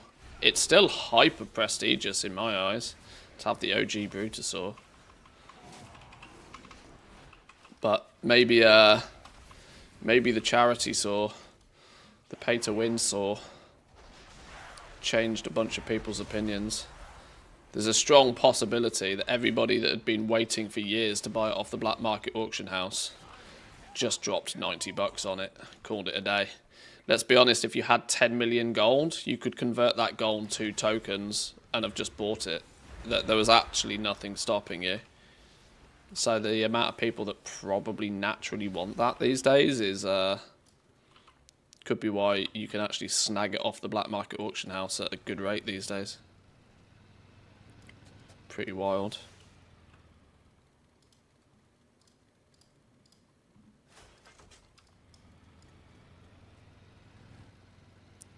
Somebody killing this rare.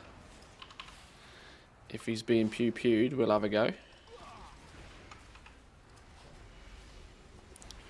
Only cost 2.2 mil or something. Yeah, that's it, exactly. If you had 10 million on a character because you wwere fishing for the Brutosaur for God knows how long, it was like Christmas come early. You just converted it to BattleNet balance, got a 75% discount on it, and went about your day. Best deals So I do kind of actually wonder how many people would consider spending won't find better. 10 mil off on the OG one. Is it now truly in the hands of like nothing more than super duper mega avid mount collectors? And if you're that willing to spend that amount of gold on something, surely you would have bought it way back in BFA. Because, dare I say, most true, proper, big-time mount collectors have probably played the game for a decade plus. I doubt there's many hardcore collectors out there that aren't very, very, very seasoned with the game. Would you consider buying the original Bruto for 5 mil? Oh, in a heartbeat. In a heartbeat. I'd still easily gold cap it on the black market auction house. No questions asked.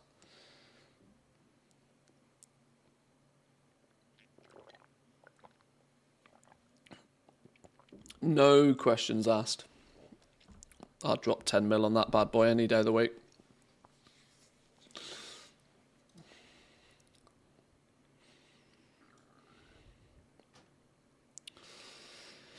New Bruto's way better than the old one.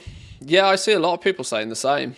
And I mean, yeah, the mailbox makes a huge difference, clearly. But, you know, the OG skin is, Savings here. the OG skin's kind of cool. Thanks for stopping by.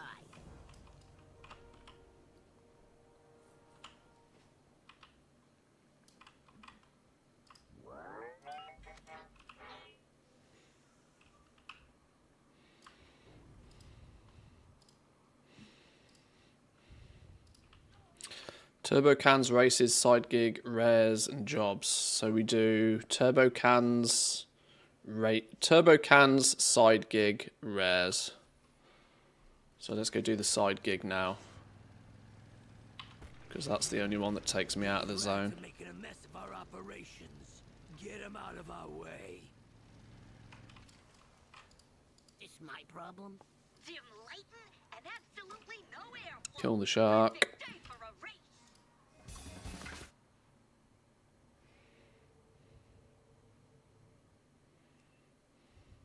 Still have the OG one bound purely for sentimental value.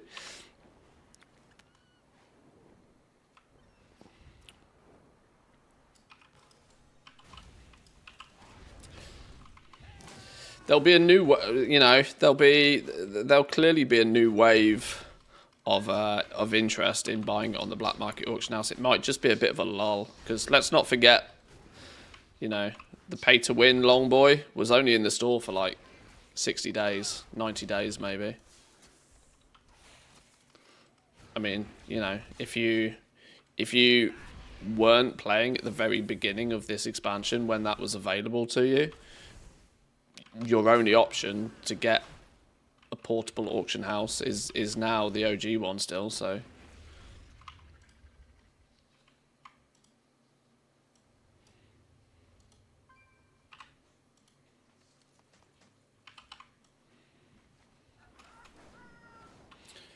What add-on do you have for the quest accepting window? It's called Dialogue UI.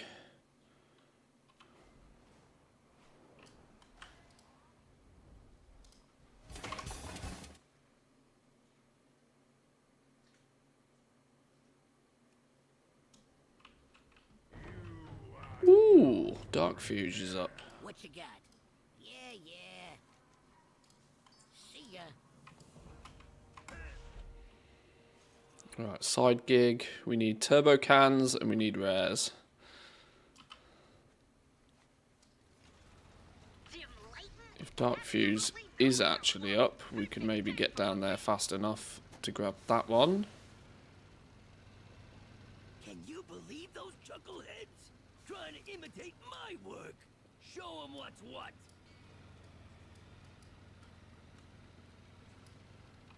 Are we late to the party? We're late to the party.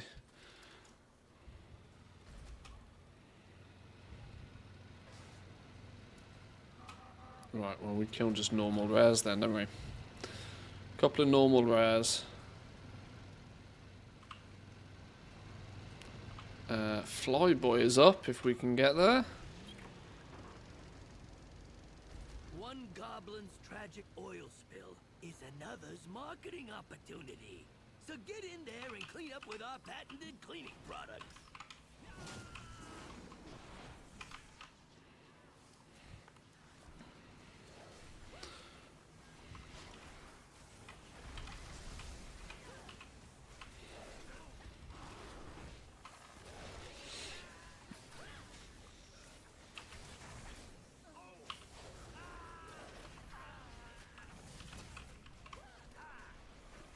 Prefer the old one when I'm about in the world, but prefer the new one for doing actual auction house stuff. Yeah, the mailbox is super handy, there's no lie.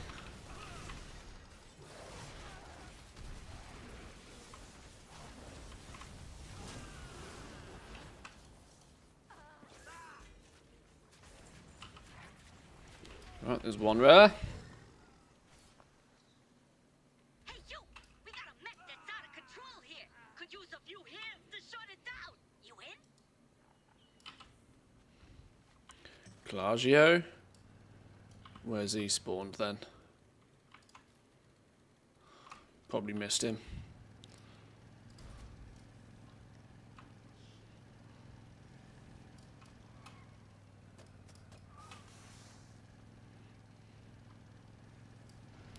A mount with a bank would be lovely, especially the warband bank. Just be goblin, mate. Just be goblin. You got a bank on a 5-minute cooldown. Easy mode. We've loaded up this shredder with our Just be a goblin. antifreeze. Test it out by icing down a few things.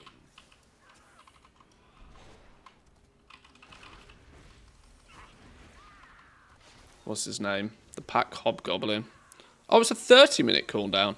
Oh, okay. Well, that makes a slight difference then. I thought that was only ever a 5-minute cooldown. I am proven wrong.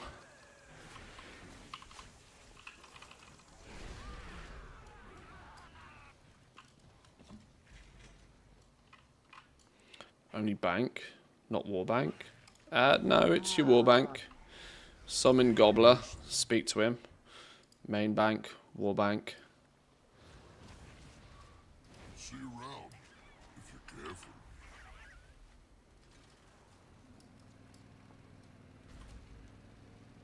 One more rare.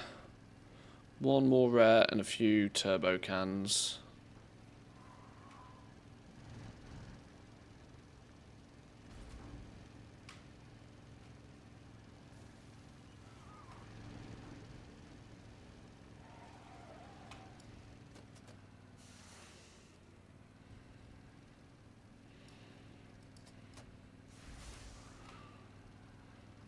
Yeah, the actual warband, what do you call it, is isn't that like a 2-hour cooldown or something ridiculous? I think it is. I think it's less once you've done something with it, but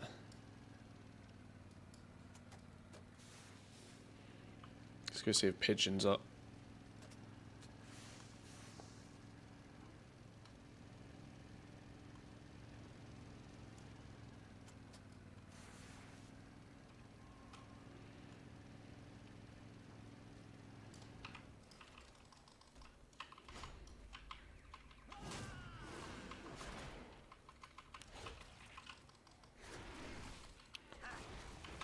Wow, playing a hunter with only 607 item level.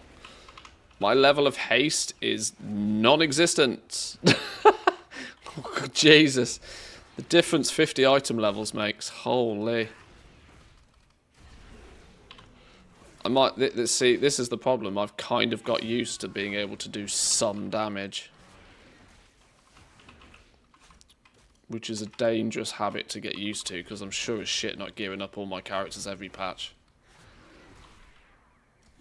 That can swing.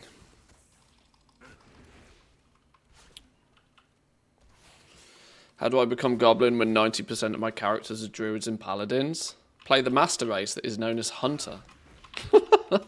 Hunter Master Race.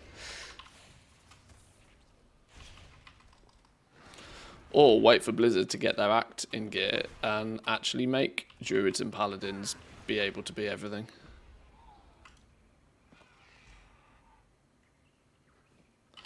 Right, 25 turbo cans or 2 races.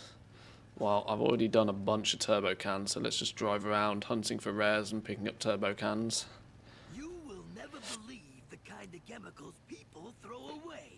We can't be that far off 50 already. Free potions.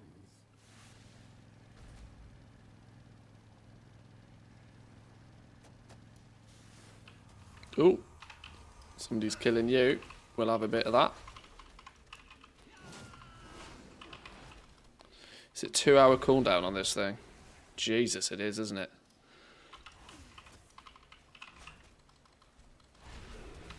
Yeah, so the Goblin Racial is already 4 times as effective, which is a big improvement in my eyes.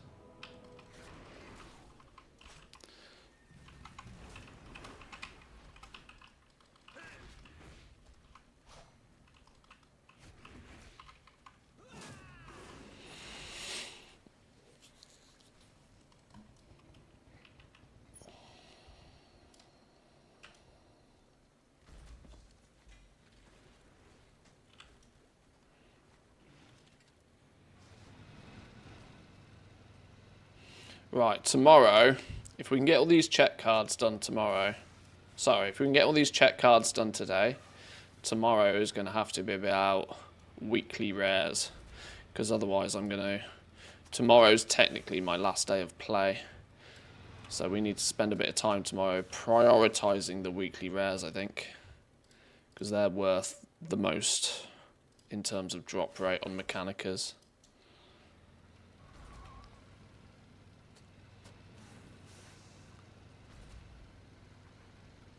I'll turn you in. Whoa, shit, nearly overshot. What you need? Another one's done. How are we doing rep-wise? What are we looking at now? 16,120. 16,120 out of 21k. 10 characters-ish to go and we'll have it done. Do I have 10 more level 80s? I think I do. You watch, I'm going to be like 30 reps short or something.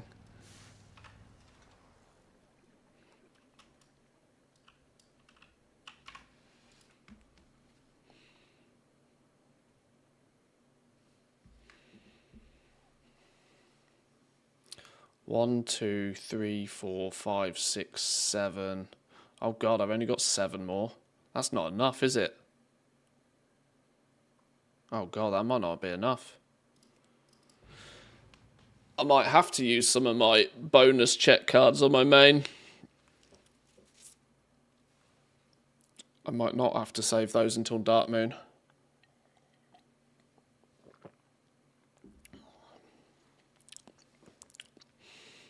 Running out of level 80s.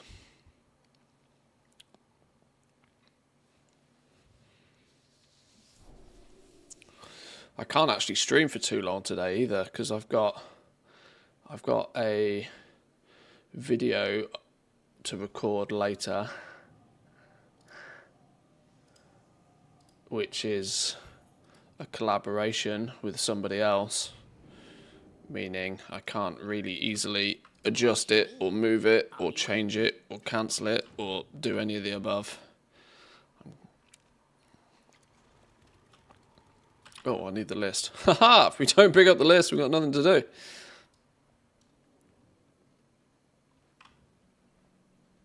Rares that you've killed can drop CHETT cards again, didn't know that. Yeah, CHETT cards are on a completely separate loot list, but by the looks of things. When we were sciencing, wow, have I just picked up like the absolute most tragic of tragic cards? I might have just picked up a real tragic one. Deliveries, fishing, pets, delve, 50 cans, or 25 treasures. 25 dumpsters, 50 cans, 10 jobs in the delve is what it's suggesting. They are probably, annoyingly, the quickest and easiest ones.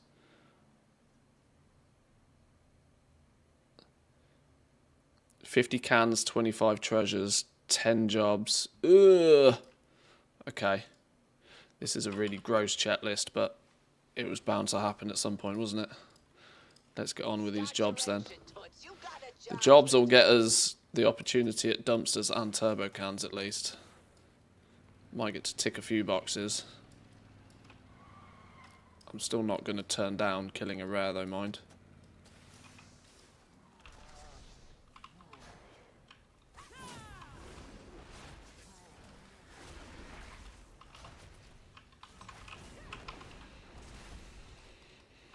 Yeah, when we were sciencing killing the renowned 6 spawnable ones the other day, I was getting a CHETT card off every single kill we did. So it's not, you know, by itself, it's not a great farm.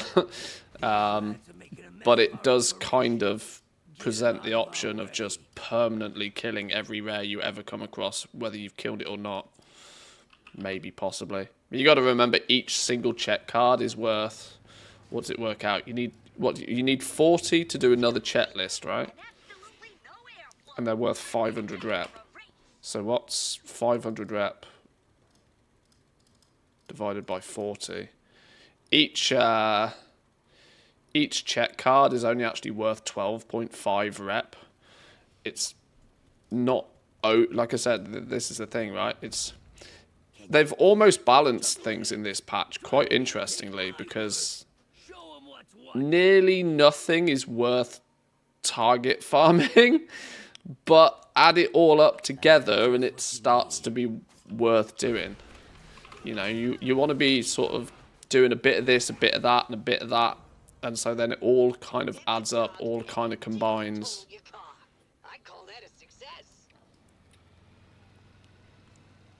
Rats can drop 3. It's true, actually. Rats can drop 3 because it's 3 individual mobs. Yeah, I'd noticed that as well. Swigs and Vivi are apparently up.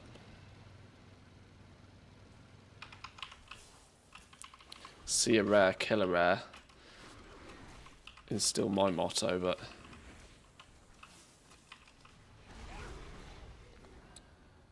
Do you do a lot of your goal making off stream? Just lately I see you do more content and talk about gold than actually streaming goal making. Killing rares is goal. Killing the rares is the goal. Playing the zone is the gold making. That's the thing, right? It's just a slightly different form of goal making than what a lot of people are probably used to seeing me do.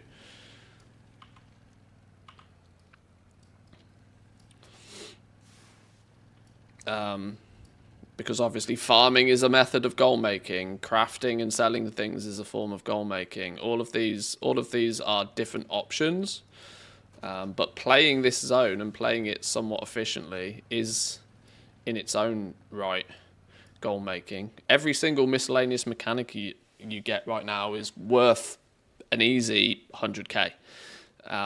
So if you can get a couple of those every day, you're basically doing a token a day. You can get 3 or 4 of those every day. You're literally getting an entire month of game time just by killing rares in the new zone every day.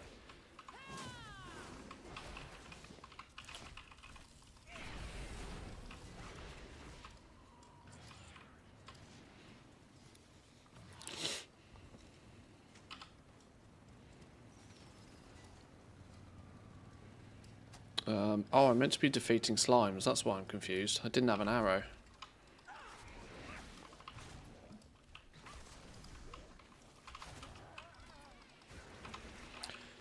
How many CHETT lists are you completing a week with your alt army? Well, I've got 4 plus 8, 12, I think 13 level 80s. So that's 7,500 rep a week just by turning in CHETT lists. plus the 3,000, plus the 3,000 per for the weekly quests, the big one-time weekly quests. So I'm getting about 10k rep a week with my modest amount of characters with the sub-factions. Or what is conveniently, and this is kind of my end goal, what is conveniently a Paragon box.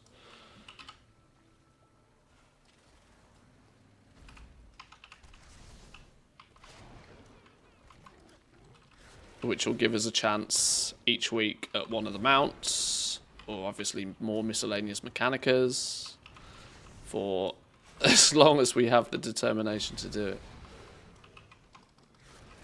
On top of, obviously, the rest of the stuff in the zone. I can quite easily see this being a zone that I might actually almost 100% complete on ATT as well, with the amount that we've played it. The difficulty might be is that I am not very incentivized to actually learn the mounts myself. I think they're worth significantly more to collectors than they are to me.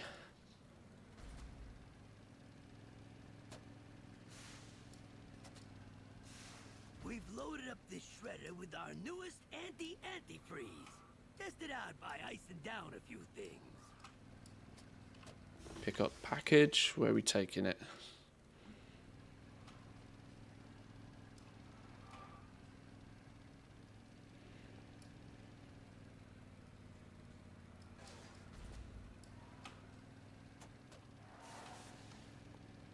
What job is this? Oh, is this only job 3? Holy, I forget how long these take when you're not concentrating on. Ooze on aisle 3.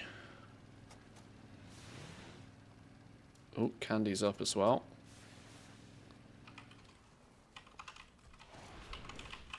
I think the Undermined Zone will still have life in 11.15, despite the fact that Heroic Visions will be out. Plenty of time, months to accomplish if you want everything in the zone. I think this, if nothing changes, this is a zone that will almost last forever. This has real evergreen appeal, this zone. Way more than Blizzard have ever really been able to particularly do. Because they've taken the opportunity to do some things that they don't often do. And they get called out on if they do it too frequently. But putting these sub-factions all having Paragon mounts in their boxes is going to mean that there's going to be generalized appeal for continuously playing this zone long after its natural shelf life. Plus the fact that these miscellaneous mechanicas can be converted into 6 pets and 3 mounts, which can all live on the auction house, means there's a potential goal-making opportunity from this zone literally forever and a day. Now, it might not necessarily stay in the spotlight like it is right now forever, but it will always be an option. You know, it'll always be something on the list. People who are willing to trade their time for something will always have to consider that, well, how much is a miscellaneous mechanica worth? How many of them can I get my hands on? Is it worth me spending time killing rares in this zone, or is it worth me going and doing some herbing and mining, right? You know, this is the value proposition question that players have to ask themselves. If I'm going to trade some time, do I trade it doing X or do I trade it doing Y?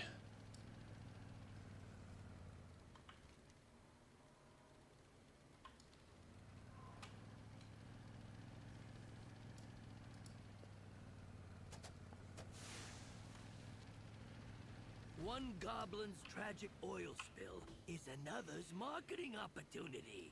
So get in there and clean up with our patented cleaning products.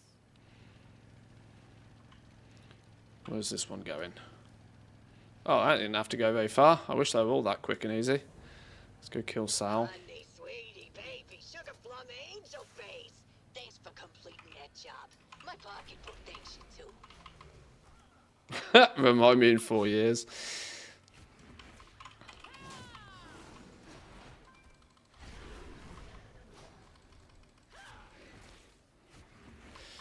It's kind of not too dissimilar to the to Nax, farming lamented Crusader pieces. How many people are actively thinking about running Nax on their alts every week for chances of those right now? Probably not that many. But the people that are still running Nax on a regular basis are getting a lamented Crusader piece every however long. And I would imagine that those who are also proactively still selling those things are making bank. It's just not in the limelight right now. Content creators, streamers like myself, are prioritized to focus on whatever the new current shiny thing is. But that doesn't mean you should forget the old things. And that's why I think this zone has long evergreen appeal, at least to gold makers and people who want to farm it and make a bit of gold, because there's I'm not going to be able to kill this dude solo, because there's, you know, there's some good options here. Yeah, we're going to piece out of this.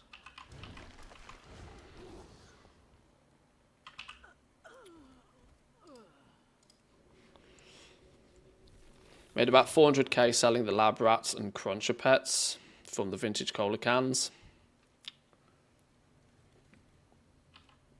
This is it. Nearly every little activity you do in this zone has some sort of value that can be extracted from it.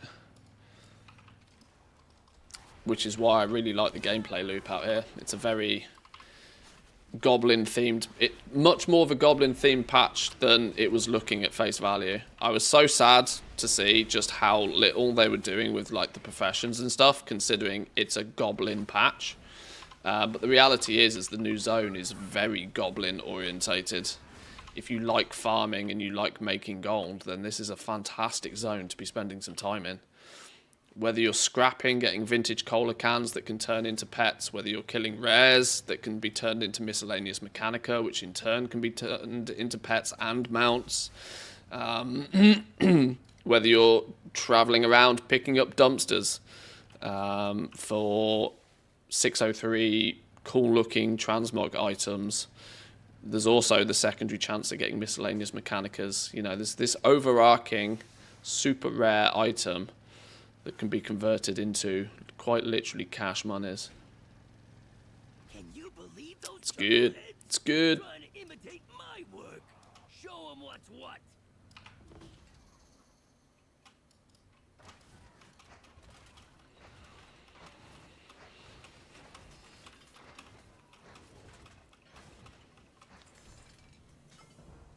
Dollface, honey bunches, you're my favorite driver. And just don't tell the rest of them I said that, okay? See if anybody else is killing Gusto. You will never believe the kind of chemicals people throw away. Get into that junk and cook up some free potions. Are you thinking about it? Ret Pally, are you thinking about it? If you're thinking about it, I'm thinking about it. You're thinking about it, we're thinking about it. Let's go.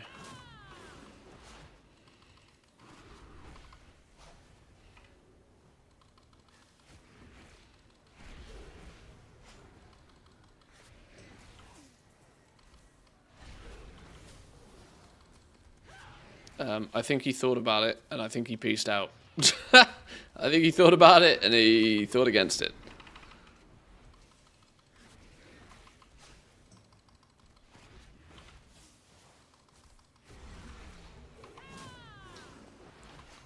I'm trying to keep my pet alive. No, dead. Paladin, it's on you for a minute.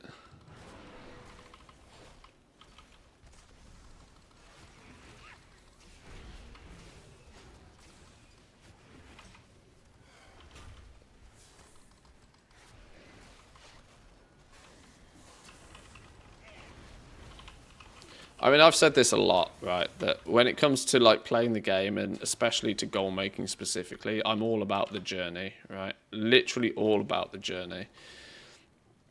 The mindless, repetitive, repeat this every single day to achieve a trickle of gold kind of thing bores the shit out of me so fast.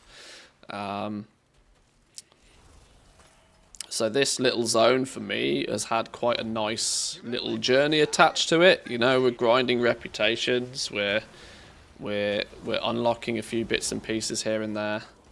The journey through the zone has been quite good. I do know, though, that once I've got these sub-factions all exalted, and then the only real reason I'm in the zone is purely to extract gold from it, I'll get bored of it super fast. But that's just my play style. I'd like to get in there, blast it for a while, milk it for a little while, and then peace out, and I'll go do the next thing. Whoa, that is a big one. Relatively flavour of the month in that regards.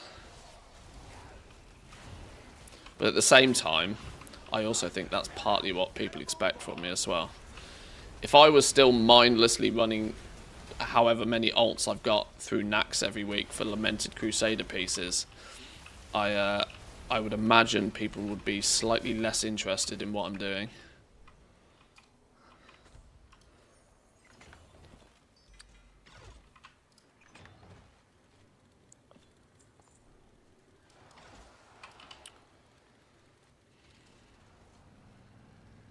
I've still only done 6 jobs. I'm really not doing these jobs particularly fast, am I?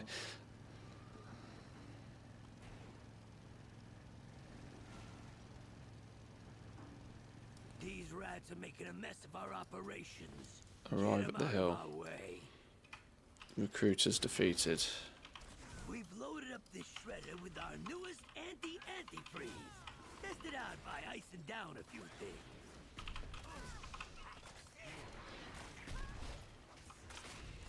Sold the asset mount for 4.5 mil. GG, my man. Congrats.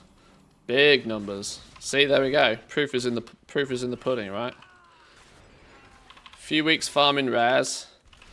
Probably had a bunch of fun doing it at the same time. 4.5 million gold richer. There are some people that have never seen 4.5 million gold. Not to mention, converting 4.5 million gold even into game time is like, you've just, you know, in the space of a few weeks made yourself quite literally a few years of game time. The real world value of that is pretty stonks.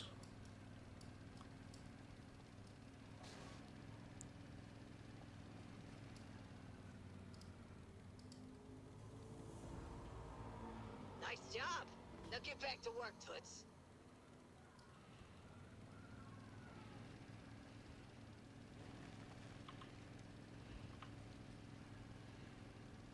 Where the hell is this package? We got a mech that's out of control here. Could use a few Uh-huh. hands to shut it down. You in?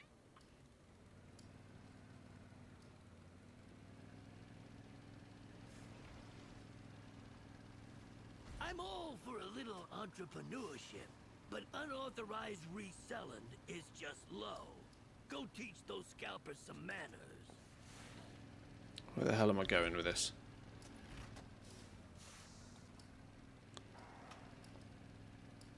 Is that number 9? Now we're going to have to do our mandatory sit down, right? Mandatory sit down? There we go. Mine went for 4.1.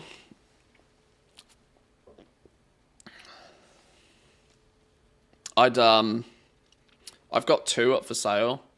I'm in absolutely no rush to sell them though. I'm not trying to be overly competitive on price either, to be honest. I'm happy to sit on the asset. You know, I don't have much desire to turn it into liquid gold as fast as I can, because I don't really need to. I'm aware right now, especially in the EU, that prices are being pushed down on these really aggressively, really quickly. And I'm in no rush, which is the nice advantage to have. Do I just blast through the delve on tier 1? Is that going to be quicker than finding 25 dumpsters? It probably is, isn't it? Normal weeks, I'd have probably completely passed on this CHETT list. But what item level are we? No, we're not doing it on 11. Don't be silly. I'm just going to do a tier 1. I'm just going to absolutely pump a tier 1 just to get it done. I don't need any.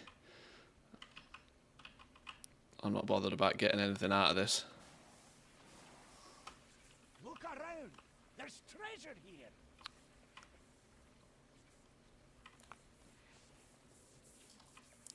What we've got to do, disrupt operations. Okay, this is relatively quick and easy one.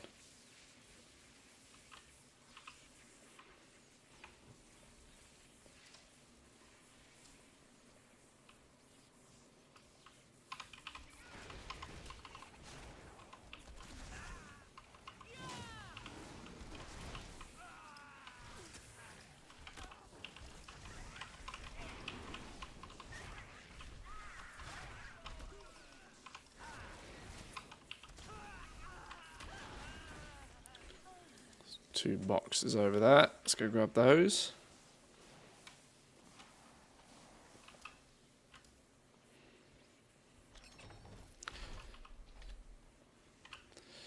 Kind of feel the same. Stupid that somebody went into this for so much effort to get 25 and then sell it for 2 mil.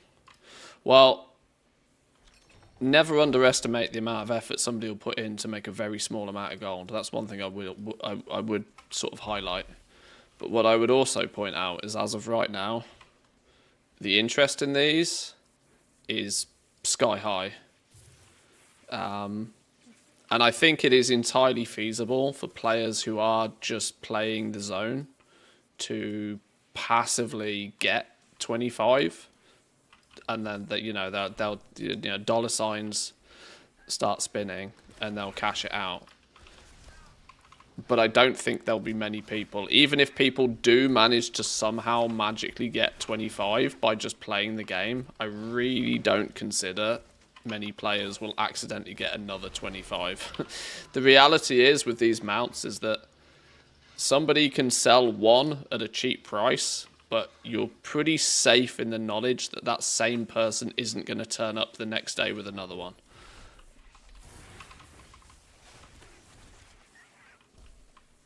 Now, that's not something you can usually say about farmable stuff, because the concept is if they can farm it once, they can farm it again. But it's probably taken them 3 weeks, 4 weeks of the most proactive play in the zone that player will ever have. You know, maybe their focus was on other things in the zone, right? Maybe they were trying to level the reputation. Maybe they were trying to level the sub-factions. Maybe they were trying to complete the campaign. Maybe they were trying to get some gear on their alts, you know? They were doing a whole bunch of stuff that's current, and it's now. They might have stumbled across 25 of these. They might even have put a little bit of effort into, like, getting the remaining few of them. They might have got, like, 15 of them and be like, what are these things used for? They take a little bit of a look into it. They're like, oh, if I farm up 10 more of these, then I can convert it into a mount. Oh, okay, cool, bang, get it done. But the reality is once they're finished with most of the stuff they wanted to do firsthand in the zone, the chances of them getting that second one is so slim. This is a market that's going to be pretty much long-term dominated by those that have multi-box setups, can farm them efficiently, and know what they're doing. Even way back in the day, like BFA mounts, for example. BFA mounts, you would just occasionally have random Joe that was out doing some flipping world quest and gets lucky and gets one. And that would happen, at least on the bigger servers, more frequently than you'd suspect. But the fact that you need 25 of a rare thing to convert into one mount, random Joe is not going to accidentally stumble across 25 of these things. And even if they do that once, the likelihood of them doing it a second time is super duper mega slim. So the long tail of this market is that you are going to have to figure out exactly what you need to do to farm these things. And you're going to have to put all your eggs in one basket to farm them, whereas most people who are desperate for gold and are willing to spend their time at a very, very reduced rate getting something that's valuable to somebody else probably will go with significantly safer routes. You know, even if you can make 10,000 gold an hour herbing and mining, I think people will probably take 10,000 gold an hour herbing and mining over potentially spending 25 to 50 hours killing rares across however long it takes that character to do that, depending on how many alts they have, all to risk it on the potential sale of one mount that is still then not guaranteed. It's the risk factor is so high with farming these for general players that it's going to be super duper mega off-putting. Now at the moment, when each Mechanica is easily valued at like 100k a piece, the gold in it is far too attractive. But it's flavour of the month. It won't be flavour of the month forever. But the difficulty spike in getting them is unlikely to really go away. Even when you're, because let's not forget, even when you're, let's say we go to the next expansion, we're in midnight, we're all level 90. You can basically one-shot the rares. That don't mean shit when there's only 10 rares up a day. You know, you can still only kill 10 rares a day and there's still a 1% drop chance on the flip-in things, you know. You could kill all of the rares, boom, boom, boom, boom, boom, quick fire them out. Wow, well, I didn't get one today. I'm going to have to come back tomorrow. It's still not going to be easy to hyper farm these things, even once we're massively overpowered and able to just one-shot rares.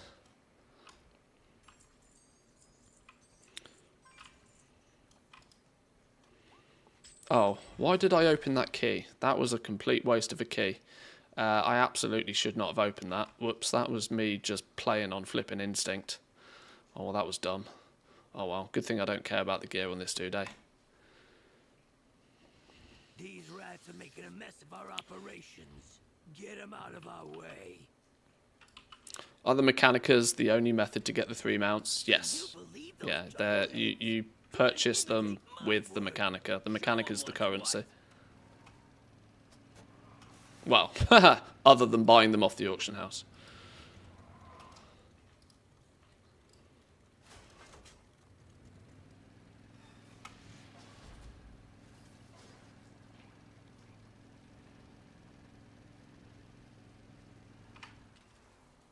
Right, that's another checklist down. Have I got something for you? Won't find better.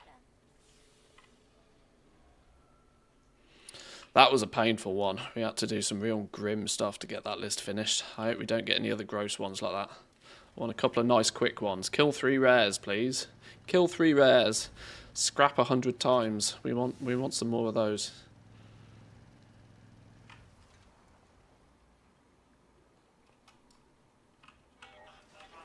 I'm thinking buying them for the collection might be better to wait. I mean, I don't know what the end value is going to be of these. I mean, that's the crystal ball question. But I suspect, at least whilst this patch is current, they will get quite cheap. For the reasoning that there is the most amount of people that are going to try and farm one up to sell it, while simultaneously there'll be the least amount of people that will be willing to spend the stupidly high amounts of gold that's being asked for them right now. But I still don't think long term people, you know, they'll sell for. I can't possibly see a world where they'll sell for much less than 2 million gold at any point, really, with the amount of time and effort it takes to get one. 2.5 million gold equates to 100,000 gold per Mechanica. You can farm the entire zone on 10 alts in a day and not even get like 1 or 2 of them some days.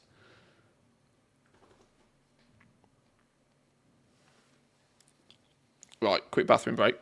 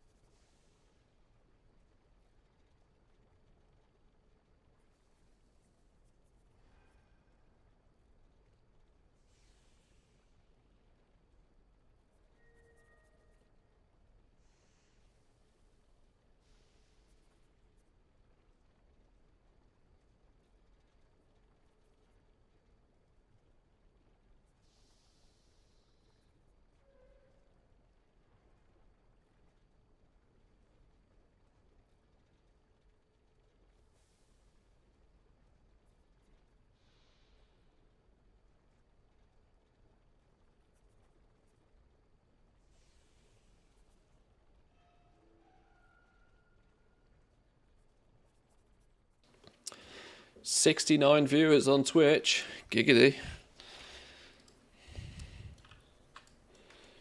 Right. This dude was clearly left from handing in the CHETT list last week. Let's go get another one. Also halfway through a job by the looks of things as well. Making a mess of our operations. Get them out of our way.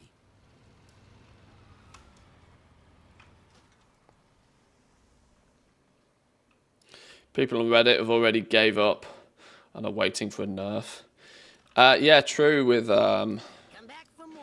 If you take a look at the Wowhead comments on the miscellaneous Mechanica, you can start to see that there's a growing amount of people that are complaining that they're too goddamn difficult to get.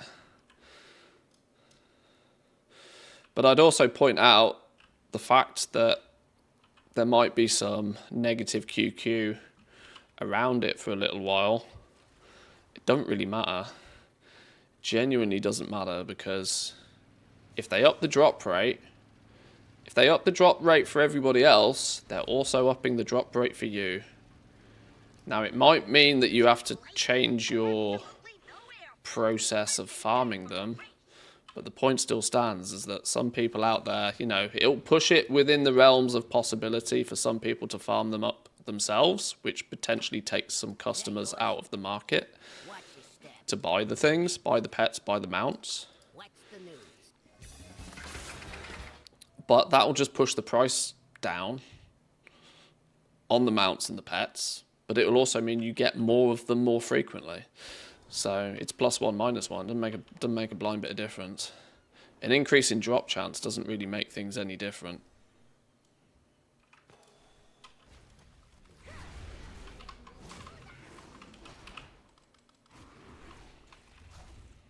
In a way, I actually think I genuinely think the entire thing could do with a bit of a bump in drop rate on these things, because as we historically know with anything, cheaper things are easier to sell.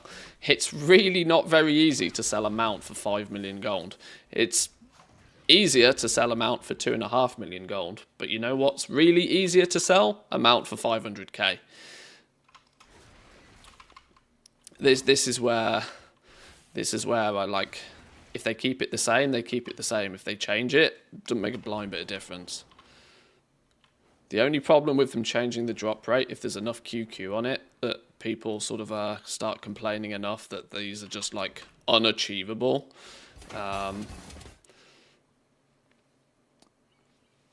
If Blizzard does decide to change anything for any reason, you know, if they up the drop rate for everybody else, they've upped it for you too.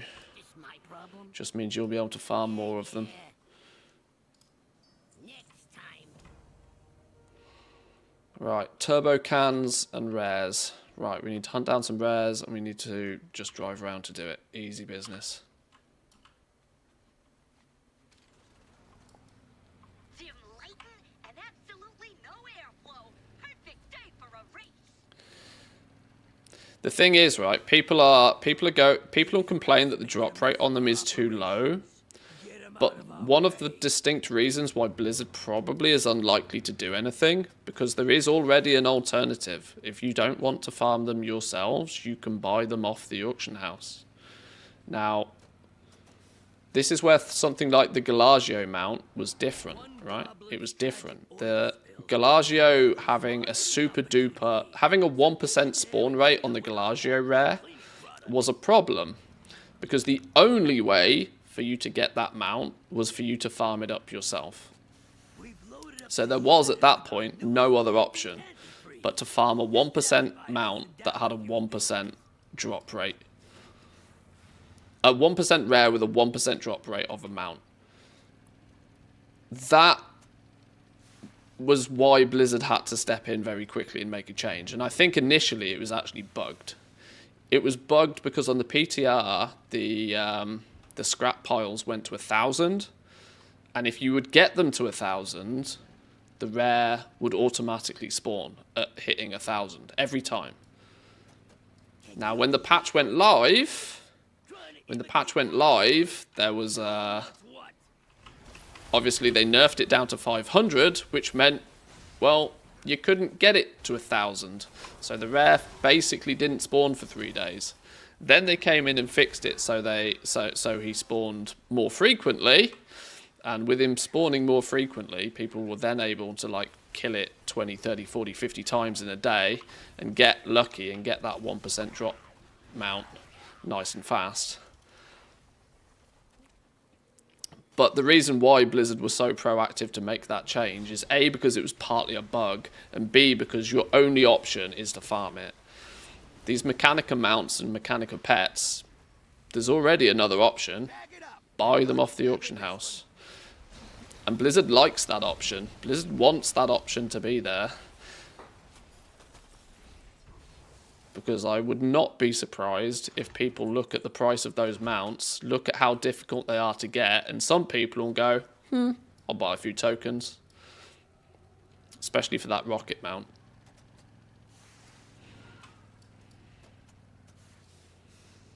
But the QQ on it will be that they're too hard to farm. And then when you suggest to those players that they can buy them off the auction house, they can say, well, I don't have that much gold, they're too expensive. Yes, they're expensive because they're difficult to farm. People are charging for the time and the effort that they put into getting it. And so quite quickly that feedback can just be basically null and void.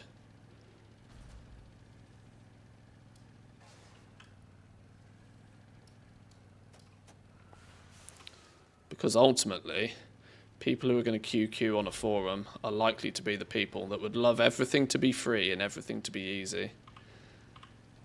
But then they'll also complain that nothing is prestigious and nothing is worth anything.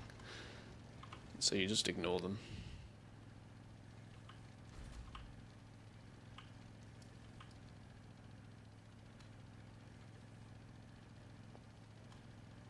You will never believe the kind of chemicals people throw away. Get into that junk and cook up. Somebody traded it to me the other day. I'm sure it's bind on pickup. Well, the mount, the Galagio mount, when you're in a raid group, it has the same raid distribution loot rules. So although, yes, it's bind on pickup, you can trade it to anybody else within that raid group. It's locked to that raid group, not strictly to you straight away.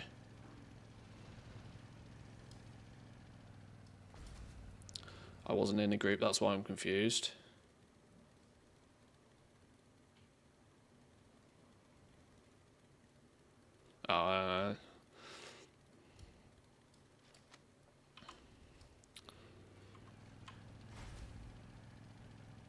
Why is there so few rares at the moment? What's going on?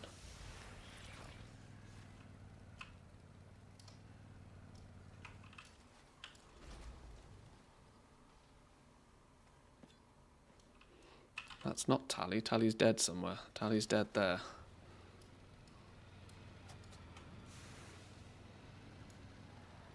Oh, garbage just spawned.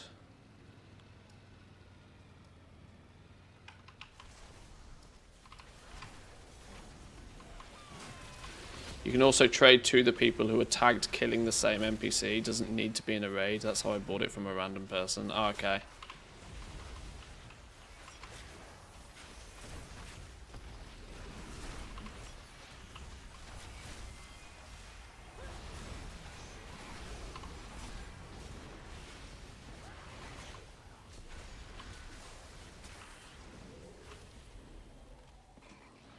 Pack it up. We're done scrapping this one.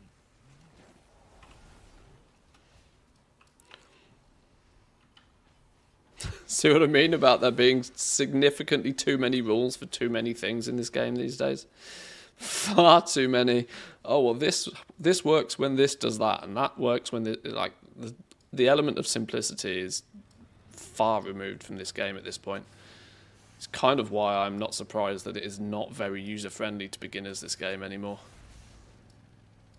If anybody wants to get into playing World of Warcraft in any way, shape or form, go play Classic. Play Classic for a while and then try and give Retail a go. Retail is so arcadey, and there's so many little niggly rules here, there and everywhere.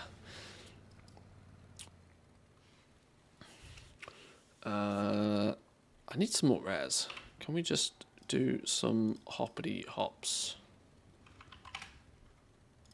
Hellfire, that's some smaller realm. Surely one of you rares is up. No. No, never lucky. Try the next one. Never even heard of that server. That's a good start. Yes, now we're talking. Love getting a realm you've never heard of. Strong chance you'll find rares on a server you've never heard of. When flipping Kazakh comes up on the list, or Taran Mill, I know that it's not much chance of finding anything, but...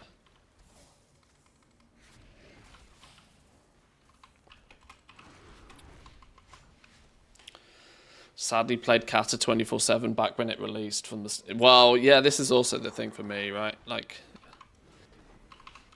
good part of why I've never really got deep into Classic particularly is because I did it first time.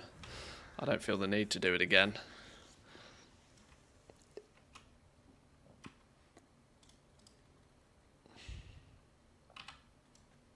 Ooh, Nitro. We'll take Nitro. That should be our last rare, hopefully. No, because he's not there. Oh, I bet he was on the other server, wasn't he? Flip. Flipping doodahs.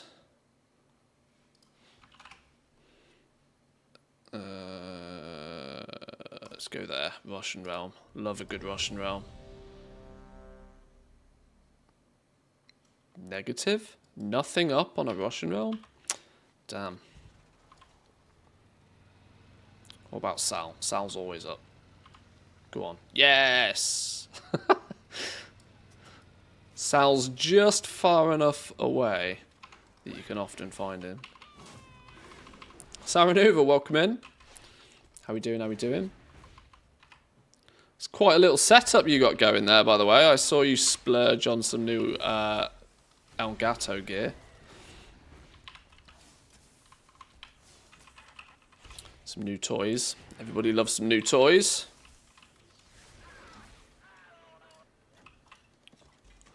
I need to give Elgato a bunch of money. I haven't got around to it though.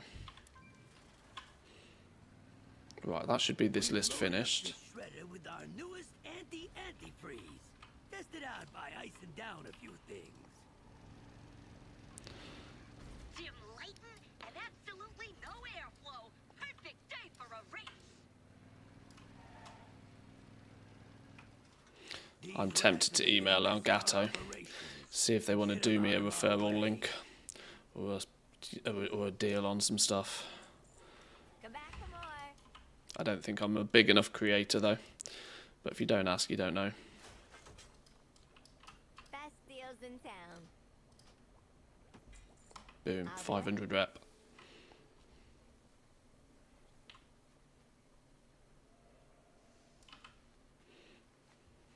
Not had anything for a while though. The wife has spoken. Yeah, tell me about it. I bought a 5080 graphics card last week. I'm I'm refilling the husband point jar. Right, that dude is done. Next one.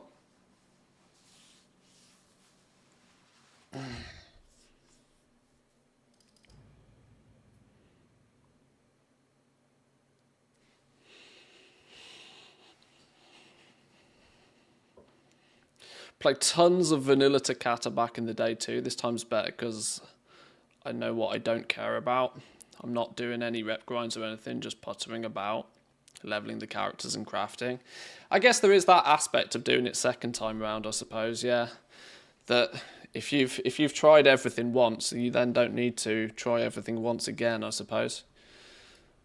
Just extract it for the value you take from it. I'm like that with films, to be honest. I know that sounds like a strange crossover, but the first time I watch a film, I can finish watching the film and I can be, okay, well, that was a cool film and all, but I don't think I know what happened. Like, quite often this is the case. I don't know if it's just dumb brain or what, but I enjoy films more the second time I watch them. Way more. This is why going to the cinema for me has never been a big thing. Because the first time I watch a film, I'm just like, I'm trying to wrap my head around flipping characters and plot lines and all of this sort of stuff. I like that concept of watching a film a second time, roughly know what's happening, and then I can relatively quickly, well, I can actually relax more and enjoy it more, if that makes sense. As weird as it sounds. Right, side gig. Side gig's an easy one. Dim lighting and absolutely no airflow. Perfect day for a race. Watch your step. Yeah? Keep.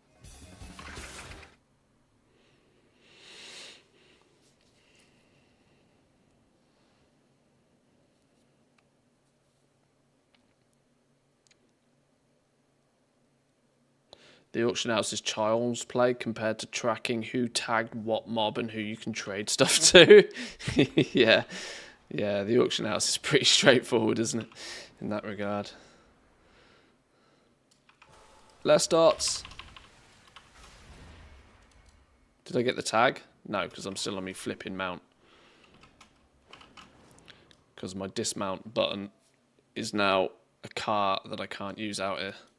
Right, we'll wait for him to spawn again. Same with books. Can't take in a book the first time because I'm trying to remember everything instead of enjoying it. Yeah, I guess it's the same. Yeah.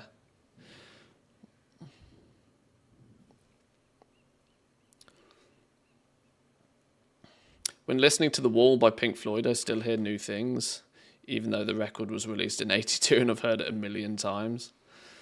Maybe I'm not the only one then. Maybe I'm not complete dumb brain.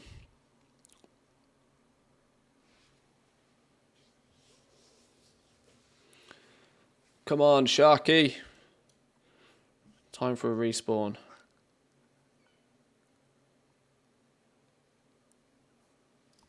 There we go.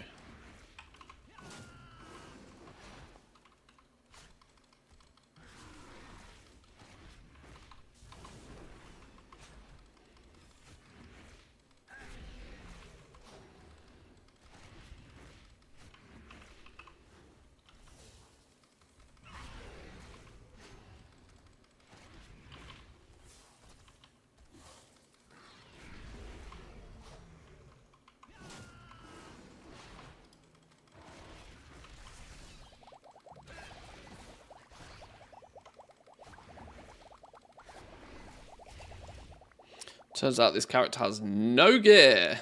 Okay, that's why that took forever.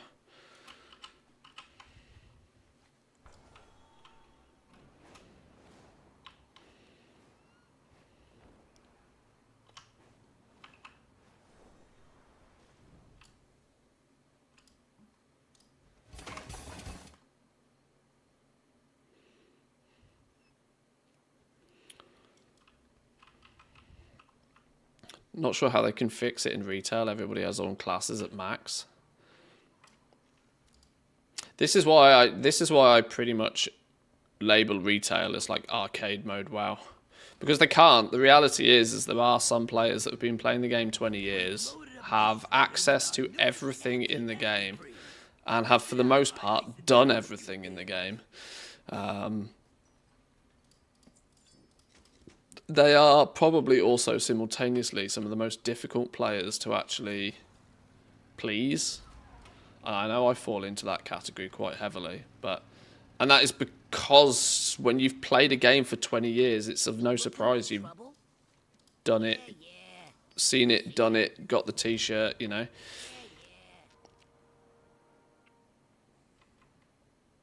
I don't really think there is much of a fix to that other than just continuously churning out new stuff.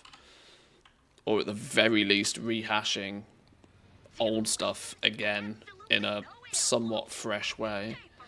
Which seems to be there.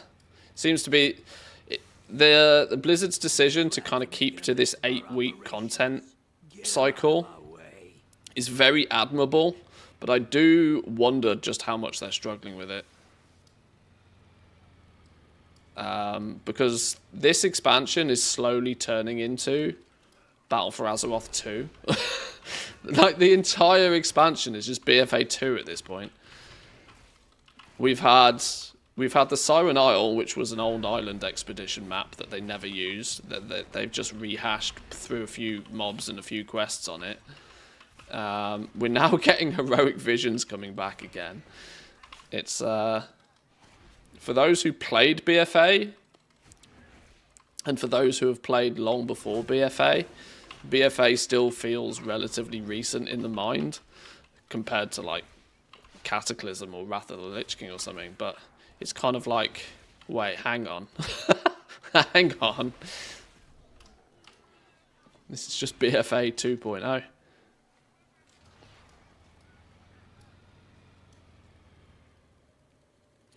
Which, doing things like they did with the Siren Isle, for example, I don't really have any objection to. Because, to be fair, the only reason you'd know it's an island expedition map is because, you know, it's been data mined and, you know, content creators told you so. But the that's not necessarily rehashed in that regard. But I worry about these new visions, that they're just going to be the same as what they were in BFA. And I don't have any idea how they're going to try and tie all of that into the story. Or even if they should try and tie it into the story. I don't even know. Maybe they should just lean into the fact that, oh yeah, we're just redoing this. Just have this, play with this again for a while whilst we work on 11.2.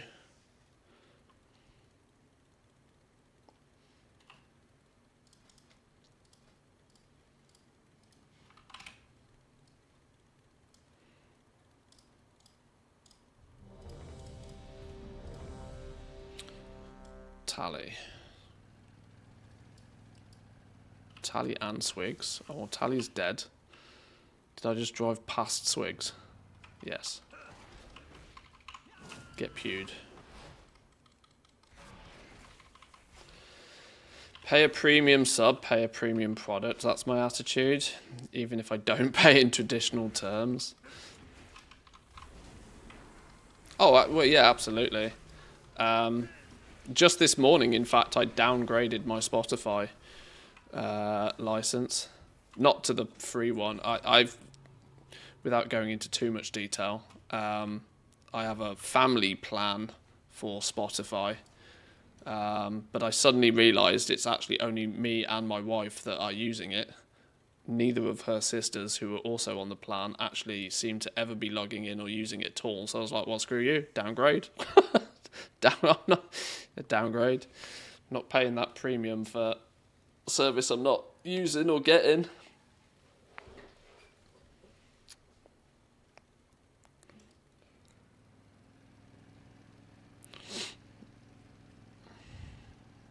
Lady Dozy, welcome in. Good morning, good afternoon, whatever it be.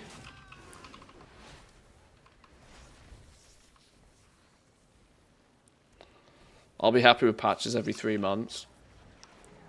Yeah, I like the... oh, don't get me wrong, I love the fact that they're keeping up a relatively consistent schedule of new stuff. My concern more so than anything is, what is it doing to the devs? Surely the devs are just slowly getting cooked. Because one of the biggest issues in game development is like crunch, right? When something is about to be released and there's a deadline for something to be released, there's this kind of like, you know, they just get battered. These devs get absolutely used and abused. And I can't help but feel World of Warcraft, at least retail, is in permanent crunch mode. Absolute permanent. There's, you know, if something's not just come out and needs to be hot fixed and dealt with, there's something else on the cards.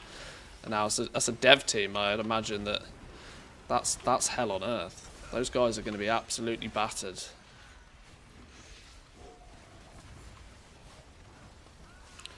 Now, they have claimed that they have the largest dev team that they've ever had, probably to help counteract that exact fact, but it also then means you've got many chefs, you know, many chefs working on the same thing, and is probably why we see an awful lot of like copy paste. And clearly one person designed the system, one person implemented the system, and then one person is hotfixing the system, and all three parties involved are not really communicating great with each other. It's the teething issues of scaling. Could use a view here to shut it down. You in? We need turbo cans. That's the last thing I need to do on this, dude. Right, drive around, pick up some turbo cans. This shredder with our newest anti-antifreeze. Test it out by icing down a few things. Side gigs, rares. Side with the cartel, it's default. Yes. Pick up some cans.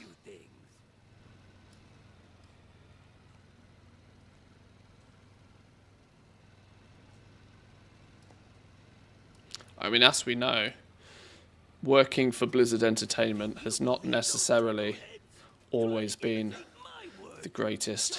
It's been a bit of a roller coaster. We are at least led to believe over the years anyway. Being in what feels like they must be in near permanent crunch mode. It's going to have long-term effects on those guys and girls. I mean, heck, if you're paid well enough, then who cares, but... Perfect day for a race.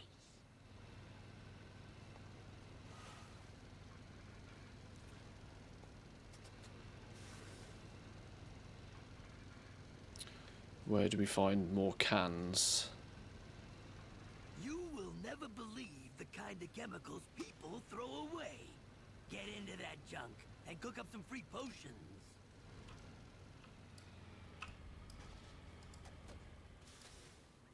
Ta-da! 3 cans. Boom.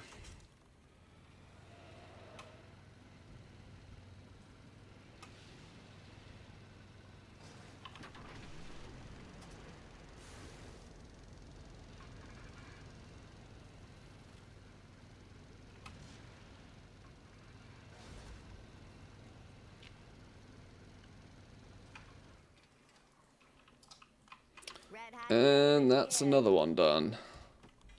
Won't find better. How far have we got to go? Ooh, we're getting there. 7,600. 17,600, sorry.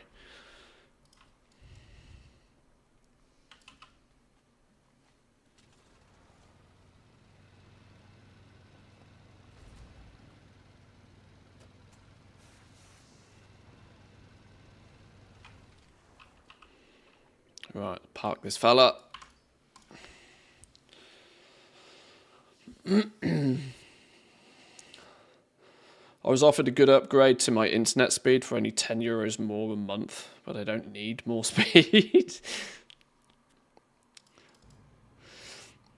Well, we are kind of fortunate that internet in Finland is just epic from the word go.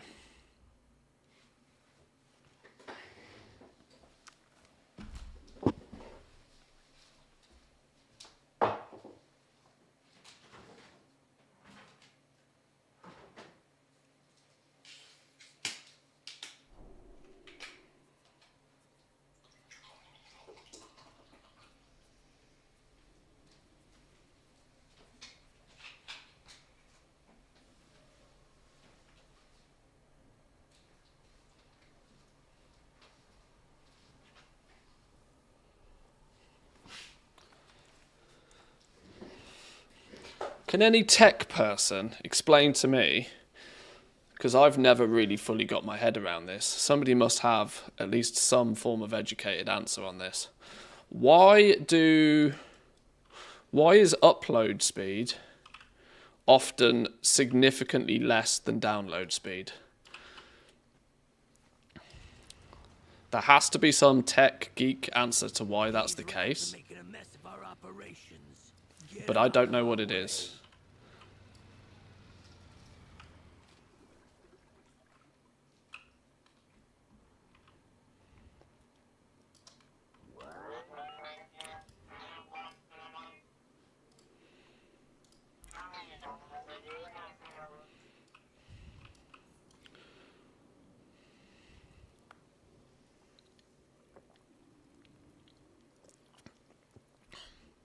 asynchronous connection. Most of the time upload gets lowered to increase download. Most internet connections, cable or DSL, are asymmetrical, meaning they're designed to prioritize download since most users consume more content than they're uploading. Upload speed is then lowered to save bandwidth and infrastructure costs.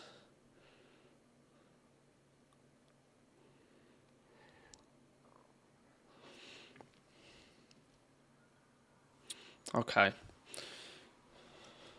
That somewhat explains in a bit more detail. I mean, I don't have that problem. Like, I have fiber and it's gigabit up and down.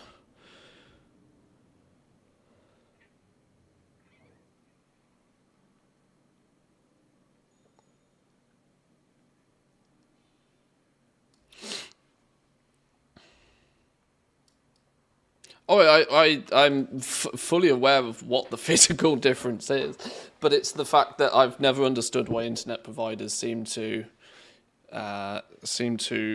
most of, or at least should I say, the more basic internet provider plans are usually like big number download, and sometimes they don't even tell you what the upload is. But like now that we live more in a interconnected work from home kind of world, you know, video calls are the big thing that requires people to actually start thinking about upload. I must admit, until like I started doing YouTube or streaming, I didn't really think about upload particularly. But now everybody is somewhat thinking about upload due to the fact that, you know, you jump on in a Teams meeting or something. I imagine it like a highway. 6 lanes are available. They allocate 1 lane to uploading and then 5 to downloading. Yeah, I guess that's a good way to describe it.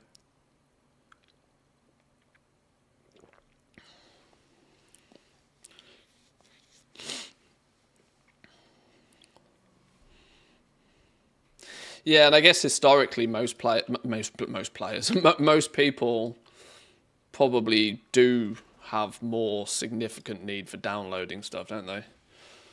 Whether you're like streaming Netflix or whether you're, you know, downloading a new game or updating your Steam library or something. I guess it is very heavily focused on download rather than upload.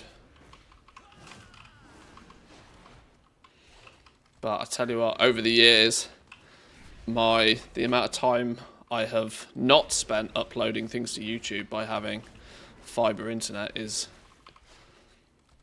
massive.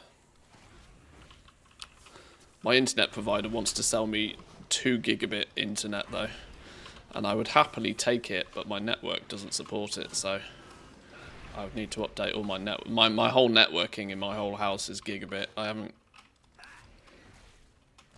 haven't felt the need to upgrade. Oh no, this dude doesn't even have rares on his list. Side gig, dumpsters, 10 jobs, and the delve. Oh god, we got a bunch of dumb ones on this character and all, haven't we? Oh, that's a real stinky list again. We got to do the delve and we got to do 10 jobs. Really? 10 jobs. Side gig is easy. Enemies in war mode, fishing, collect pets, or eat 25 dumpsters. Oh lord. This is a gross one. Right, well let's get the delve out of the way. Can you believe those chuckleheads? Trying to imitate my work. Show 'em what's what.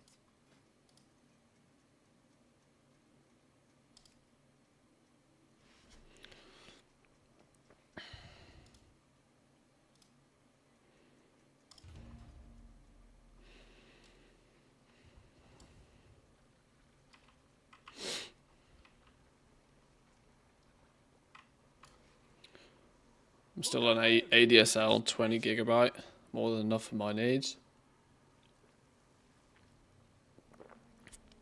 Or 20 meg.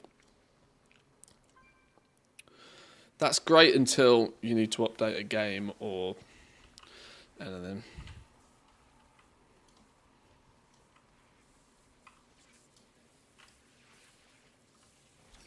a week to download a new expansion for EverQuest 24/7. I love the degenerate things we used to do with super duper mega slow internets. Downloading an MP3, you'd go to, yeah. I remember as a kid, you'd set somebody, an album to download, right? Napster, you'd set an album to download, you'd go to school, you'd come back and 3 tracks had downloaded. You'd listen to those 3 tracks to at least double check it was the right fucking album. Then you'd let the rest download overnight.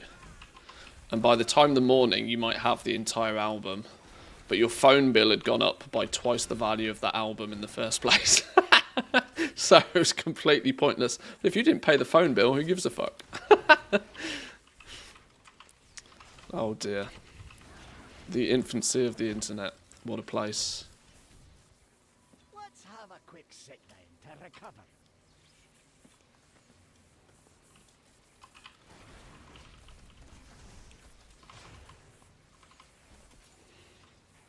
Split into 7 RARs, takes a whole week to download it. Yeah.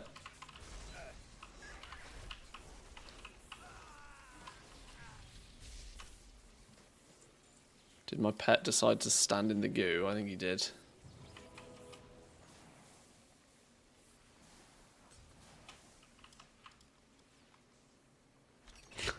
And 10 viruses later. True.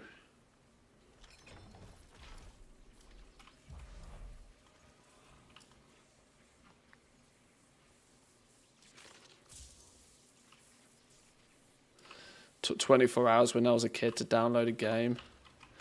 If it takes 24 minutes, I start getting annoyed these days.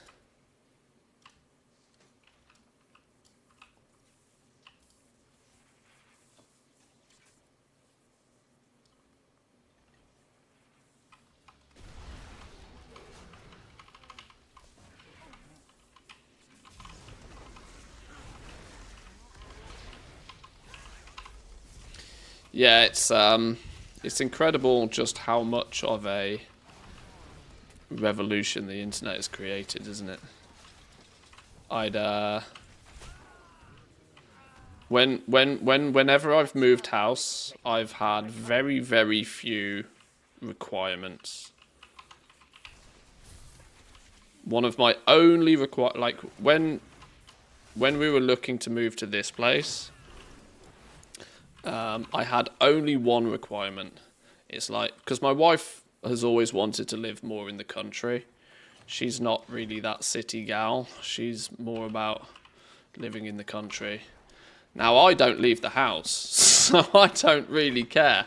But I have only 2 real simple requirements. That we are at least within walking distance of some civilization. I do not want the closest supermarket or store to be a drive away. And it's got to have fibre internet. Outside of that, she can pick the house, she can pick the location, I don't really care. So we settled on a nice happy medium. We are in a small town, but we are close enough to a local store that you can go get your bread and milk without it taking up a significant portion of the day. But also I've got the fibre line runs down the road.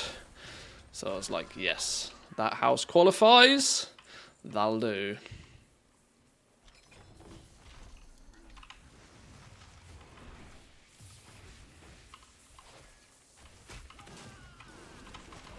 They'll never be using that move.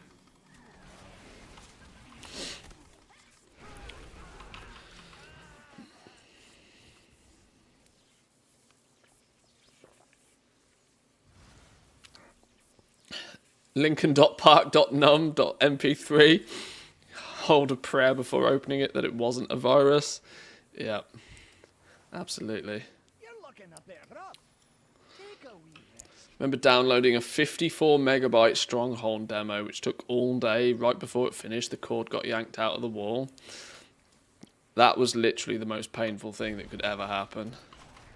somebody in the phone rings and somebody dares to pick it up. You're like, no!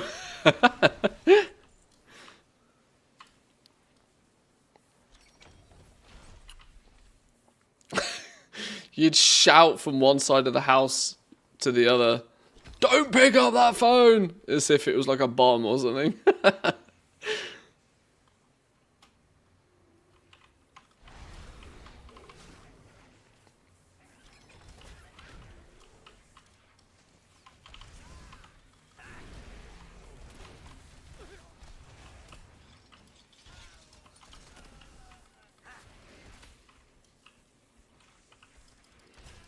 Give me the goodie bag. Give me the goodie bag. There we go.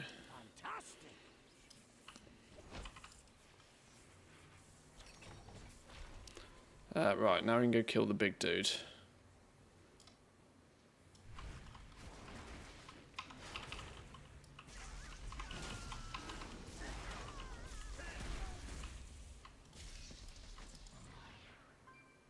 What's this thing that's following me? I don't even know what that is.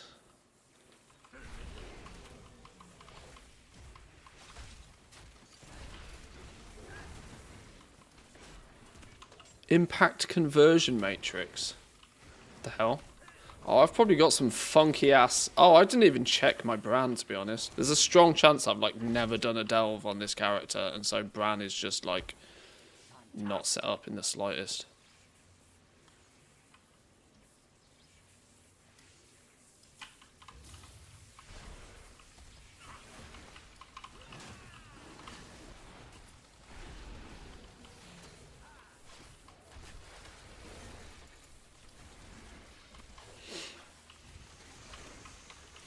I used to stealthily unplug the actual phone from the socket, making it look like it was still there. You on the internet again? No.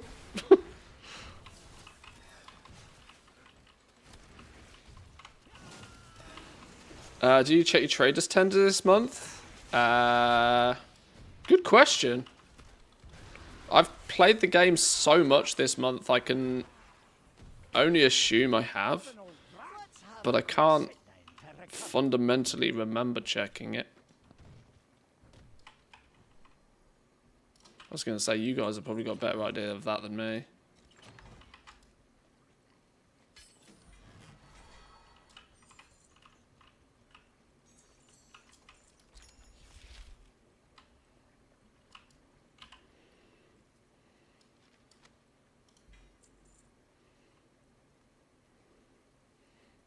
It's actually an upgrade.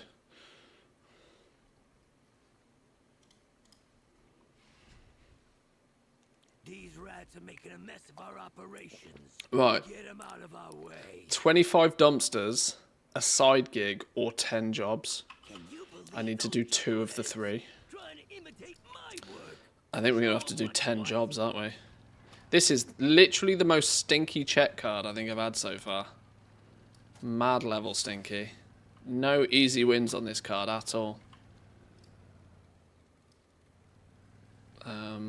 Is that actually thwack? Can we at least get a couple of rares killed on this dude at the same time?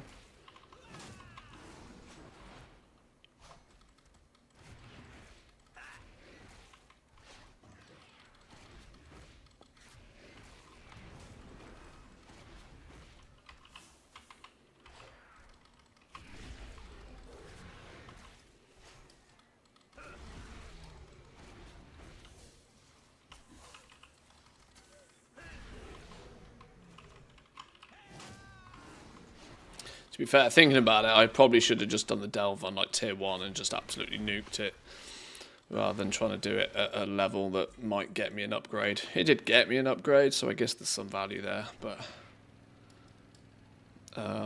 if I'm going to do 10 jobs, I need to start doing 10 jobs, don't I? Oh. Got your engine, Toots. You got a job to do. Right, let's focus and get these banged out.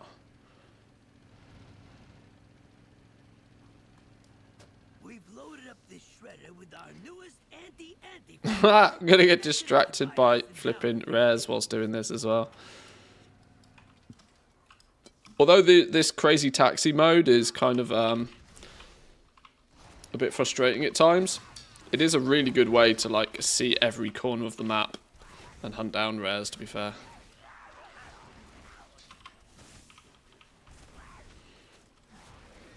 It just doesn't have it's the one little event that doesn't really hold much value to it outside of doing it purely for a weekly, which I've just realised I don't actually appear to have. Maybe I should go check I've at least got the weekly.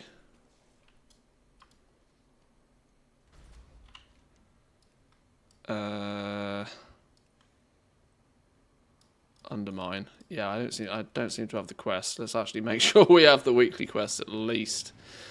Extract some value out of doing this.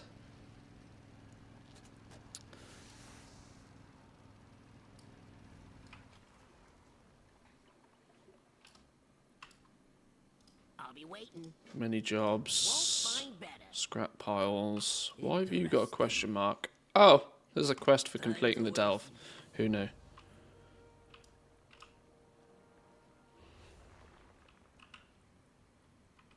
That sigh was somebody that did not want to do 10 jobs.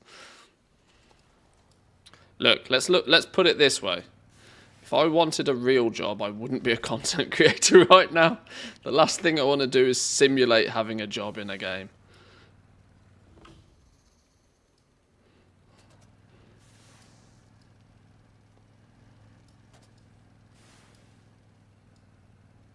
Hey, you! We got a mech that's out of control here.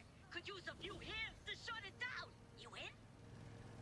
Oh, I got pins and needles in my legs somehow.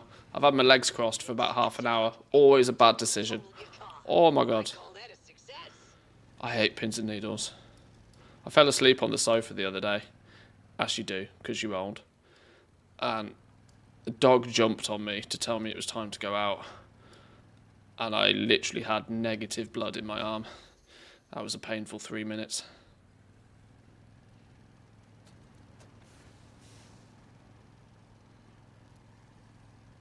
Cool story, bro.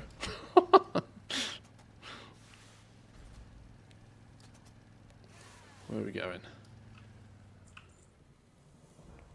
Good job, Dollface. You made sure I got my cut of your tip, right?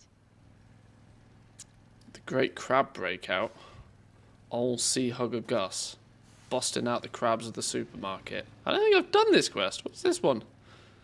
Oh, no, you just have to go in and speak to people, don't you? Oh, okay, it's got nothing to do with crabs. How you doing, pal? 1, 2, third person, fourth person. Who we chatting to? You? How you doing, pal? I wonder if there's a streamer simulation game. Oh, there is. There is. Traffic tickets. There's multiple streamer simulator games.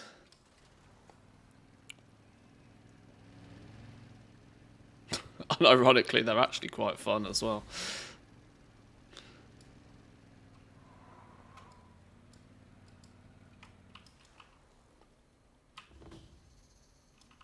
Slay the monster under the rug.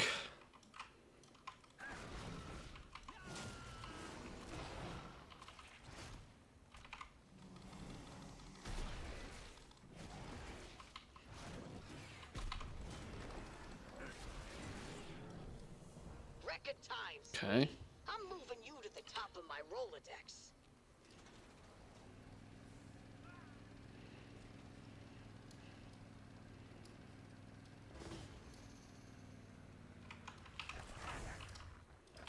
Defeat people. In that case, tag a bunch. Hope we don't die.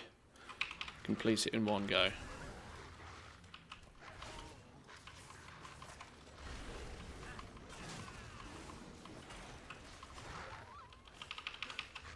Oh shit, I've just realised my... Okay, yeah, okay, that failed miserably. Please hold. Suddenly realised my my don't die button's on cooldown. Oh god. Oh god. Get off. Pet do pet things. Get off. Oh lord. I balls that up big time. Ah, it's gonna have broken my job streak.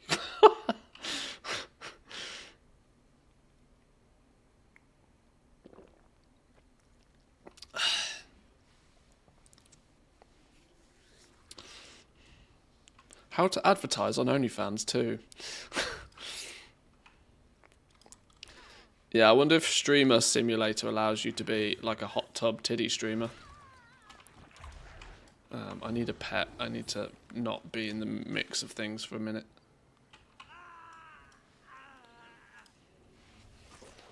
Shouldn't be streaking in public. That's also true. We should get that under wraps. Your pet is not dead? Well, pet do pet things!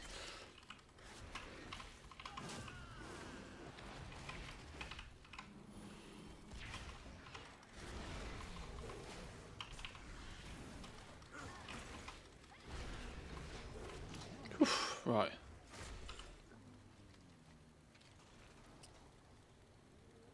Time to work, sugar. Ready, set, go.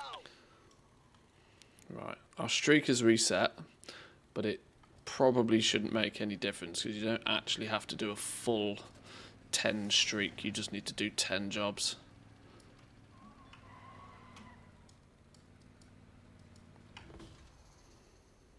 Vibes are wrong. Do crystals. There's even a game about digging holes. So funny. I don't know what my Steam library says, but I think I've probably... Oh, it's not even on Steam, is it? I think I've probably put 30 hours plus into Power Washing Simulator. Does it even say? 1.4 days? 24... Yeah, I've put about 30 hours into Power Washing Simulator.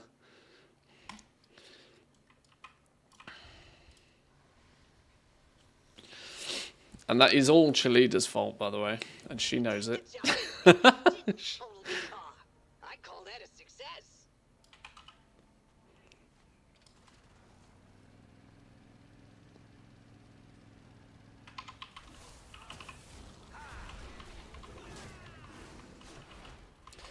The game that will teach you how to be a streamer, get naked and still be within the rules and guidelines on Twitch. Art and Hot Tub Simulator now out on stream, on Steam.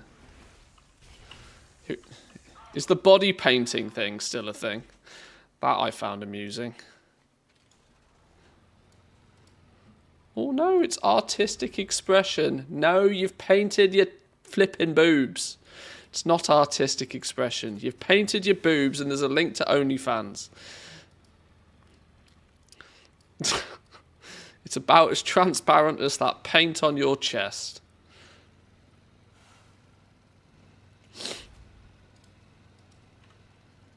Unbelievable.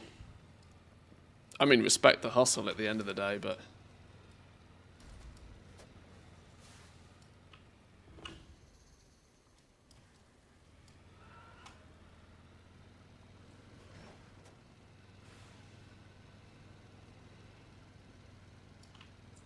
Good job, Dollface. You made sure I got my cut. Wasn't... Correct me if I'm wrong. Wasn't she either part of Method or was she Sko's girlfriend or something at some point? Get into that junk and cook up some free potions. I know the name, but I can't quite put a face to it.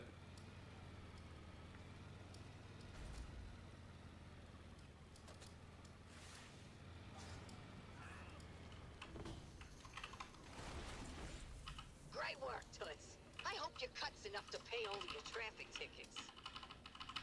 Why can't we get in the car?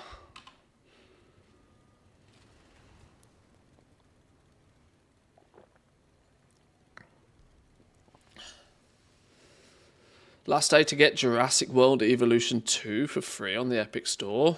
That means I have to open the Epic Store. That is pretty good value though, I'm not going to lie.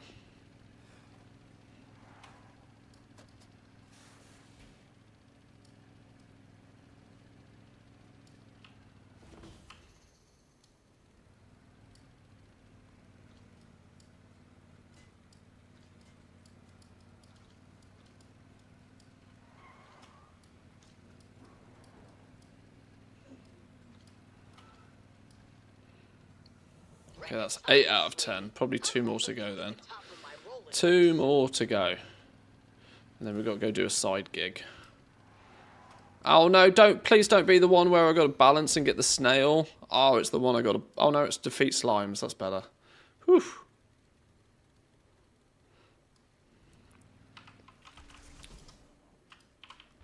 Saving the snail off the pipe is another one that drives me insane. Because I always fall off the pipe.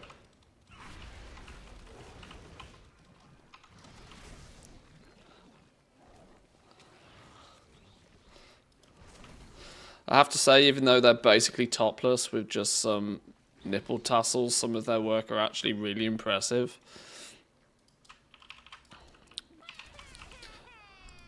Sure. Sure.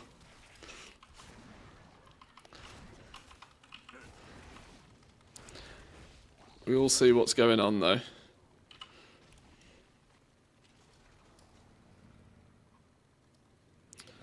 Don't be under any illusion.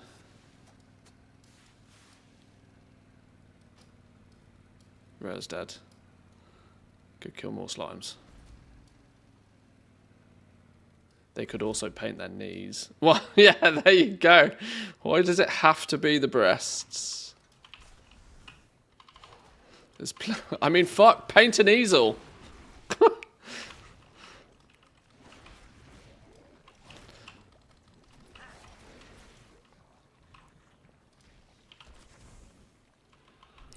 Go paint a church ceiling or something if you want artistic impression. I don't get it. I don't get it. Like the whole hot tub, you know, hot tub artistic impression booby streamers. I don't get it. Like, do these people not have access to other websites readily available on the internet? I don't get it.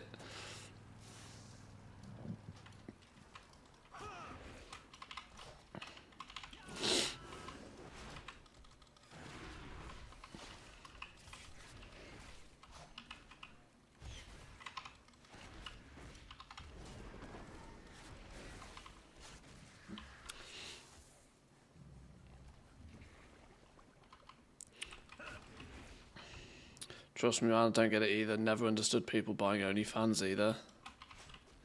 Now, there's a weird thing about OnlyFans that I do somewhat sort of understand. It's not that far differentiated from... I mean, I have a Patreon. Let's not forget, right? In a way, it's a value transaction to a degree. I somewhat in that regard, you know, if you have a favorite creator, then financially supporting them, sure, but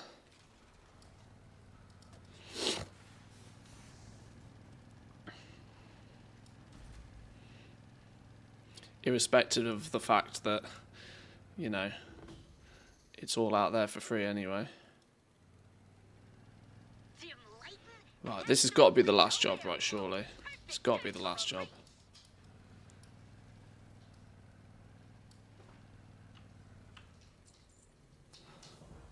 Dollface, honey punches.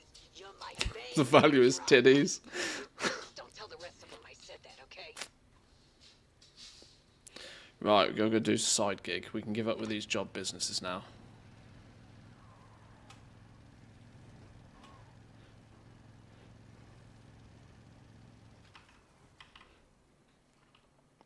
I mean, I guess it's a little bit self-explanatory, really, in a way, isn't it? To any females listening right now, of which I am aware there are a few, I hope this just goes to show that men are very simple creatures.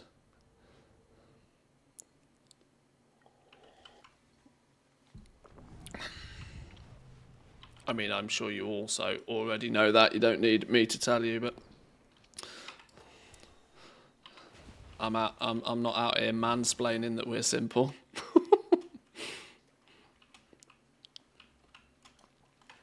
Right, where's this shark at?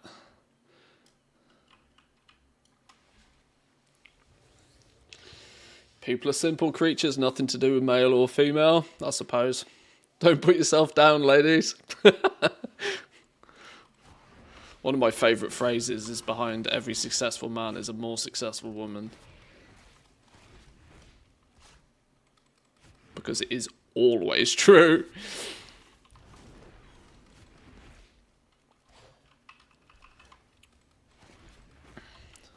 So what you're saying is that there's a hot tub tier coming to the Patreon. Gotcha.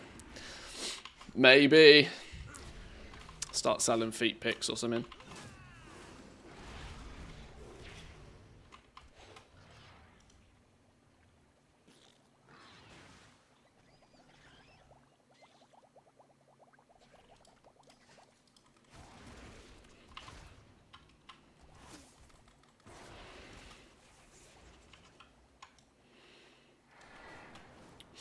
It's all about the power of imagination. I really do not want to compare it to books, but the mechanism is the same. We imagine things that the author has left out on purpose, letting us recreate our own versions of the events or whatever. So yes, girl parts are special. I suppose. A sauna tier! Oh, now you got the Finnish brain on the go. Now, now we're thinking. Move over saunas. Move over hot tubs. Saunas are in town. What you got? Next time. I can't imagine goblin sauna is that attractive though.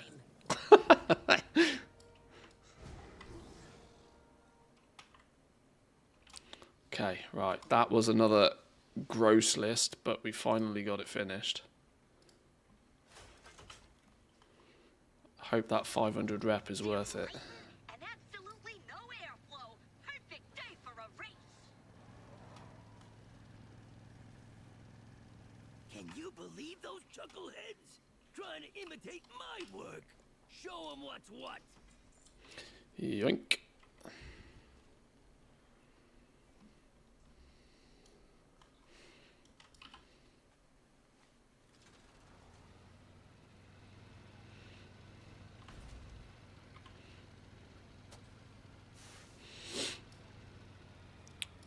Fun fact, me and my ex used to sell our shoes on eBay many years ago and would get tips for quote-unquote requests.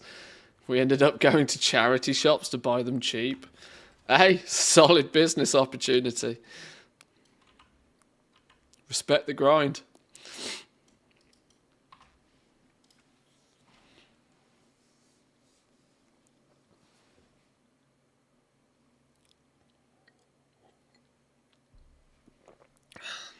Right, I got 1, 2, 3 characters left. And I am pretty sure I need more than 1500 rep. So I'm at the point where I need to start contemplating how we get this done. Have I finished all the world quests, maybe?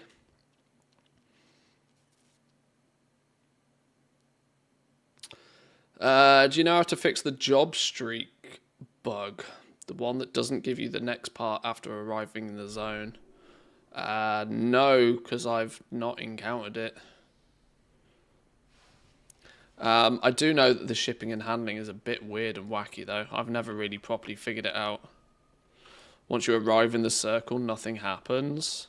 Oh, I've not had that before at all.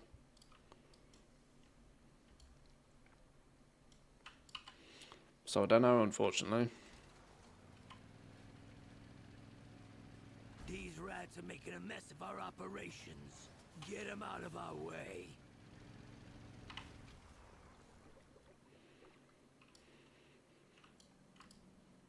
Come back for more.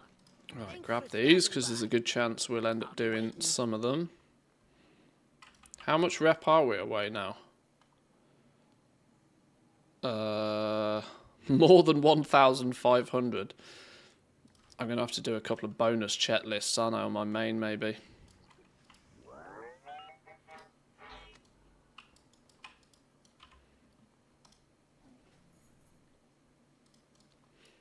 Dumpsters, races, scrap cans, jobs, and the delve. Oh, this is also not a great one. Oh, 2 races is not the end of the world. 2 races is probably the least gross one on that list. 2 races, scrap cans. We've loaded up this shredder with our newest antifreeze. Test it out by icing down a few things.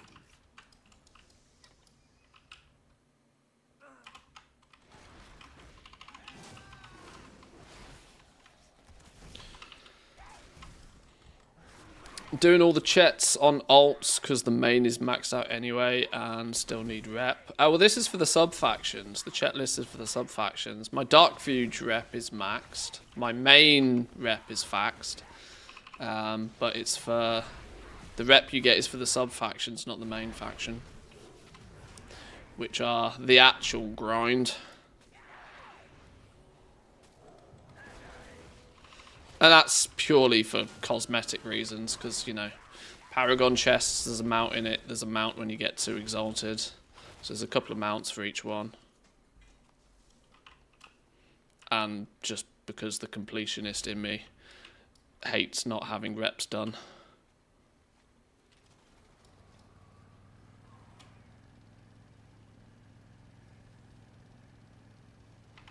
Dim lighting and absolutely no airflow. Perfect day for a race.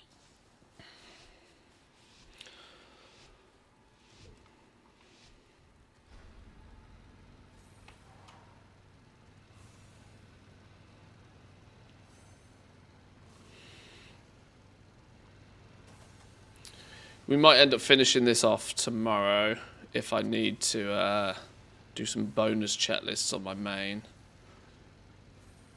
The bonus chet lists, I've not actually picked up a bonus chet list ever because I've always been saving them. Do you still get the choose a cartel one? Do you still get the one for free? I wonder.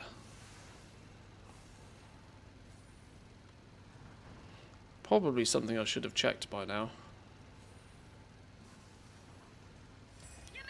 Right, well there's one race.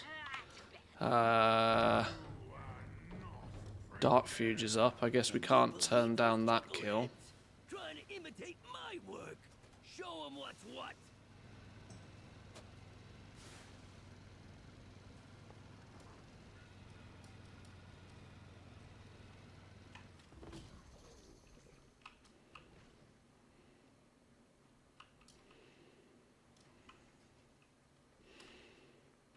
Somebody start it? Nobody here?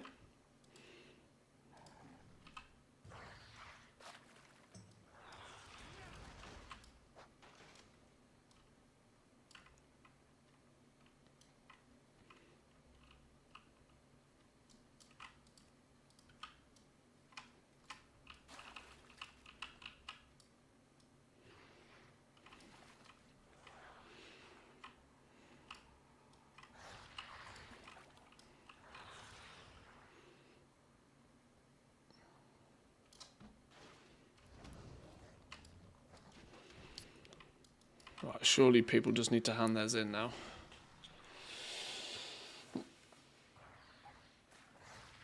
I mean, do them on alts because there's no gear benefits on the main anymore. Or are they repeatable on alts? Well, your first check card you get for free every week. Whereas the second, third, fourth and fifth and so on, you have to turn in 40 bonus cards to get. So at least do the free one on all of my alts first. And then if I want to push any further, I can.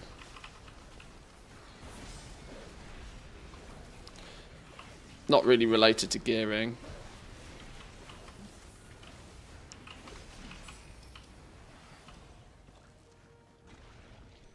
It's why I kind of feel bad for the people that don't have lots of level 80s or are not willing to play this zone a lot. The rep grind for these sub-factions is actually monstrous. With, like, if you just a single character, you basically get, let me do the quick maths on this, you get 1,000 from each world quest, and then let's say a bonus 1,000 from the world quest. Sorry, you get 1,000 for each weekly quest, and there's 3 of those. And then you get, let's say, give or take, an extra 1,000 from the world quests. So you're basically semi-soft limited to about 4,000 rep a week.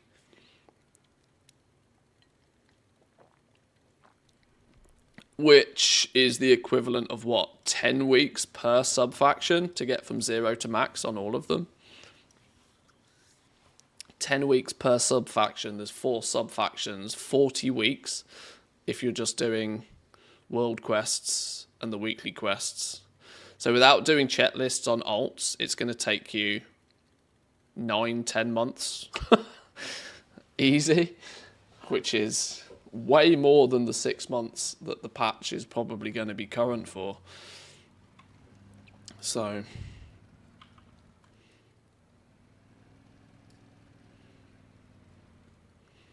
I need to do another race, don't I? There's that one up here.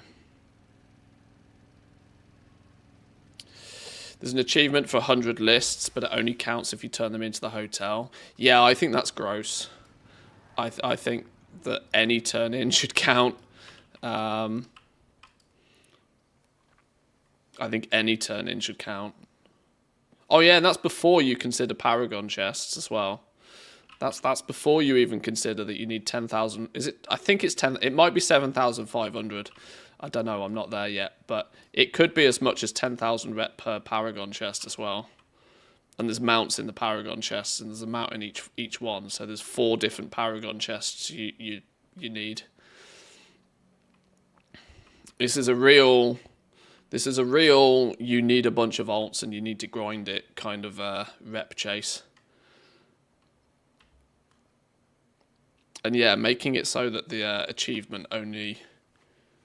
The achievement means you have to turn them in for Valor Stones, and as we know historically with Valor Stones, most players get to the point where they absolutely don't want Valor Stones, so the only reason they're going to turn them into the hotel is to work towards that achievement. And that's 100 turn-ins. That's either that's one character doing 100 weeks. They've whoever was in charge of the tuning knobs for this zone is clearly a bit of a grinder, because they've made sure that there is many months of stuff to be doing unless you're hard abusing many alts. And this early in the expansion, it's not really safe to assume that people have lots of alts yet. Lots of alts is usually an end of expansion adventure. Most people go through the first patch with like maybe 2 or 3 characters to level 80.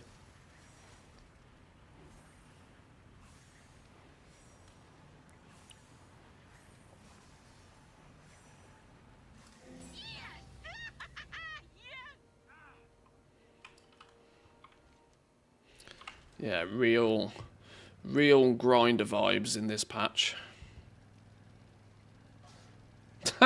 I've just realised what I said. That's not. I'm not talking about the dating app there, by the way. Oh dear. Real grinder vibes. Yep. Bit of a Freudian slip.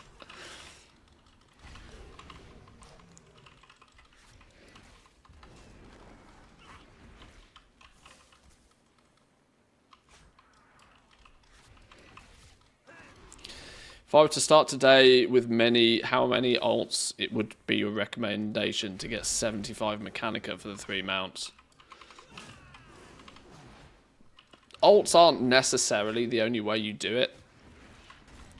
The point is whichever way you do it, it's going to be time intensive. That's the main thing, right? If you've got the alts, you can use the alts to kill rares, and killing rares is arguably the more straightforward approach, I tend to think.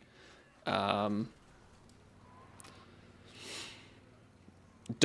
mean, you could drive around all day on your realm just picking up every single dumpster you find. You could do that entirely on one single character. At the moment, you could realm hop, so that you never need any more than one single character in the zone, and you could probably get all 75 of them within the same amount of time as it would take you if you had lots of alts killing rares every day.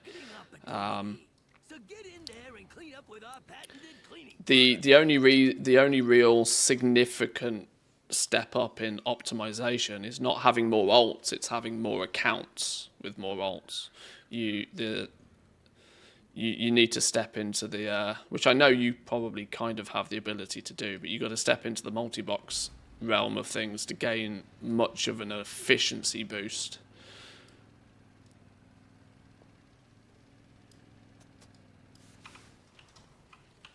This dude is dead.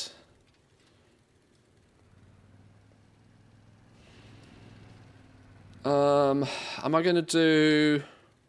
Oh, I'm going to have to pick one of the gross ones, aren't I? I'm even going to have to do the delve again. I'm going to have to do 10 jobs again. I think I'd rather do the delve again than do 10 flipping jobs again. 100 scrap cans, though. We should probably bang that one out. We can do that in one go if we get there early enough.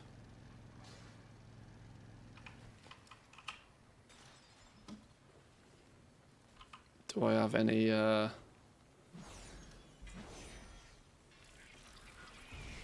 I don't have the bonus things on this character.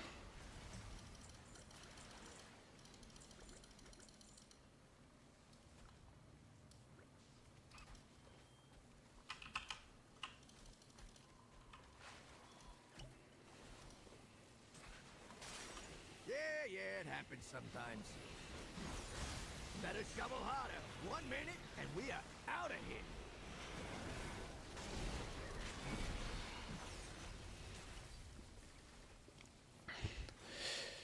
Yeah, I mean, Kachak's approach at this to where he's stacking 5 accounts.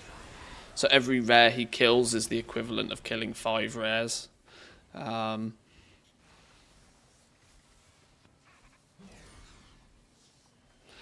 of went through all he'd learned from grinding the one account for 10 to 15 minutes, told him to clip it and ship it. Yeah, I should have clipped it and shipped it, you're right.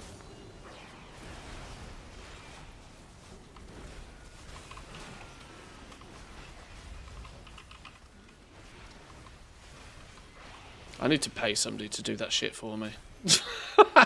If I'm honest. That's the approach I need to go with this. Alright, nothing good left in this pile. On to the next one.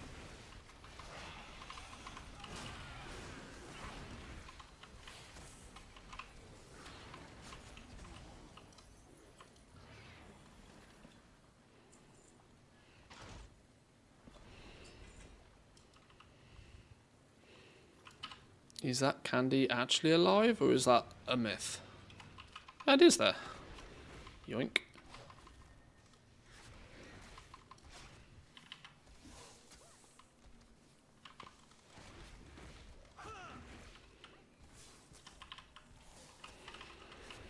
Yeah, I mean, you are right. I do kind of need a bit of a follow-up to my initial pay attention to miscellaneous mechanicas video. If nothing else, something that I can point people to and go, here's a 10-minute video on all the ways you can go about getting them.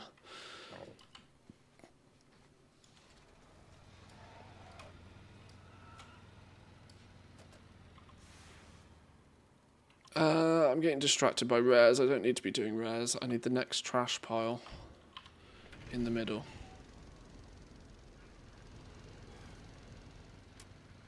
These rats are making a mess of our operations. Get them out of our way.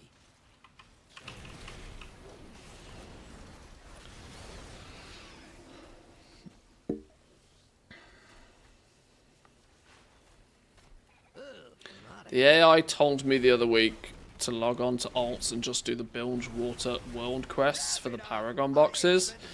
Yeah, AI is dumb.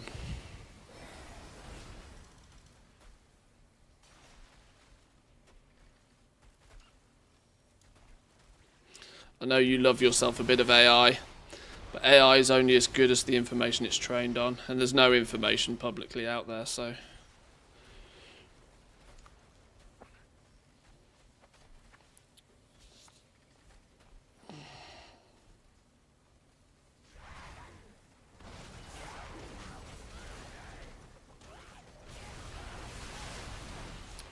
Hey, 100 scrap cans, there we go. Dumpsters, jobs, or delve? Dumpsters, jobs, or delve? I think the delve is probably the play, isn't it? Just do it tier 1, just blast it, get it done. That'll get another chet list done. And time's up. Grab your gear and let's go.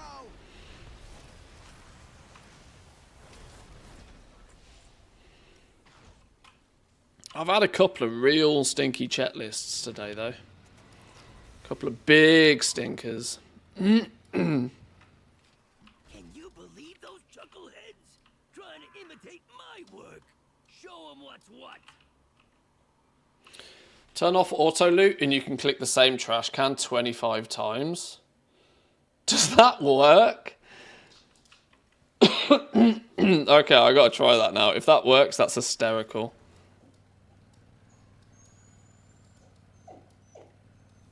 That's A-tier Blizzard coding if that works.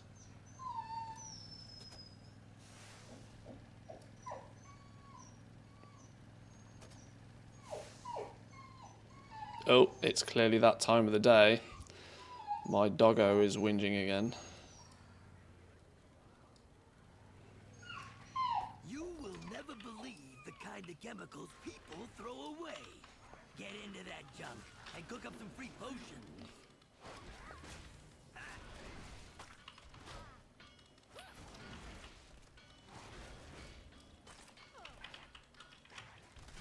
Clockwork doggo. Absolutely.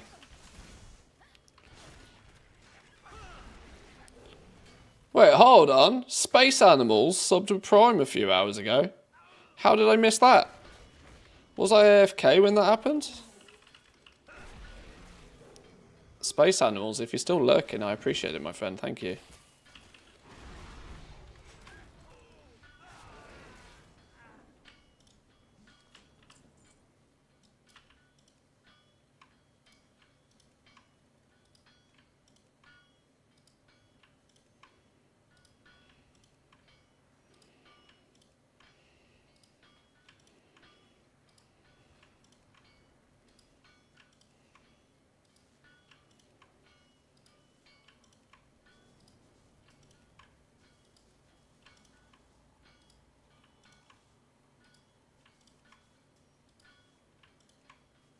$16, $17, $18, $19, $20, $21, $22, $23.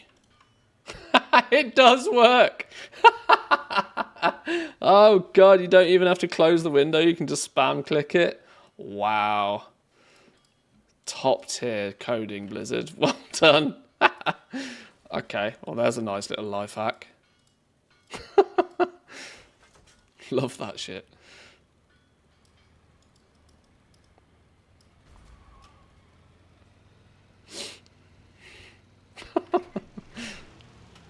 Reported for clever use of game mechanics. Ban me, Daddy Blizzard.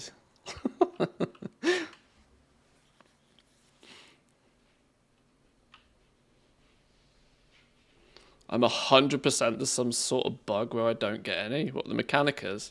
Not one in 2 weeks. 2 characters killing most of the What you need? rares daily. Come back for more. Do an hour running around doing nothing but dumpsters. Realm hop, do dumpsters. You'll get one every couple of hours, practically guaranteed, doing dumpsters. Not a Frogger, yeah. 18,620. I'm like 5 turn-ins away, aren't I? I'm 5 turn-ins away. I don't have 5 level 80s. I've mismathed this somehow. Either I've mismathed this, or I'm missing 1,000 rep from somewhere. Have I done? Did I do all of the? Did I do all of the quests on my weekly quests on my main? I wonder.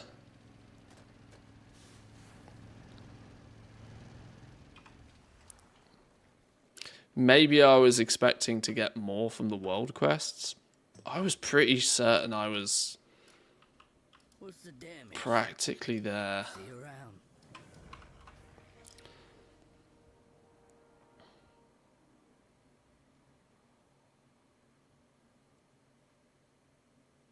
I've got 2 characters left. That's 1,000 rep. 1,000 rep on these 2. Let me check I've actually done all 3 of the weeklies on this dude. Have I maybe not done the side missions, maybe, possibly? I don't know. Back in a minute.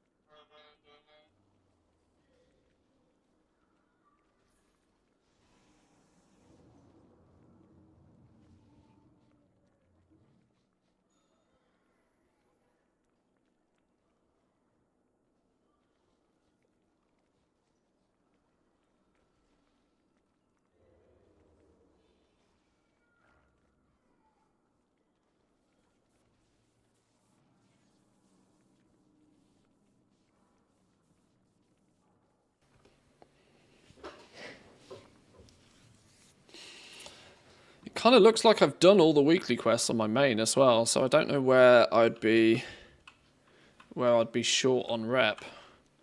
I cleared the map of world quests. Have I done Slam Central? You've completed the weekly quest in this area. Yeah, I've done the Slam Central weeklies. So yeah, I just must have bad mathed it somehow.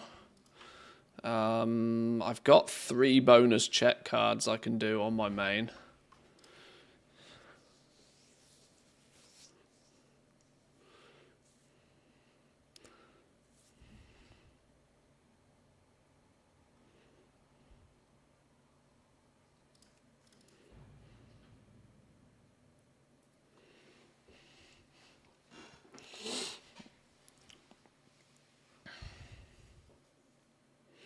Do you have your contract for the Undermine?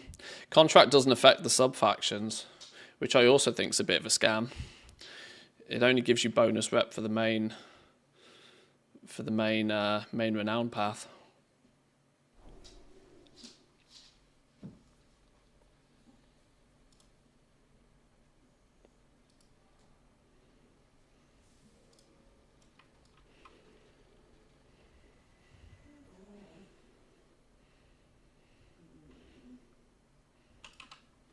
Right, let's go grab this one's card. Let's pray for something that's not gross.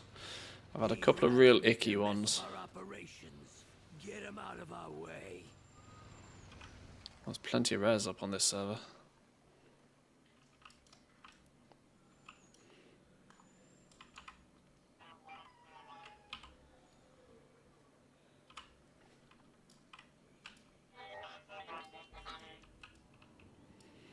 Dumpsters, turbo cans, scrap and rares. Okay, well we can do that then.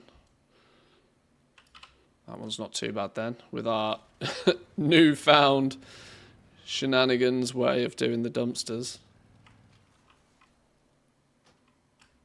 Where's it gone? Where's he gone? I was on the other side of the wall.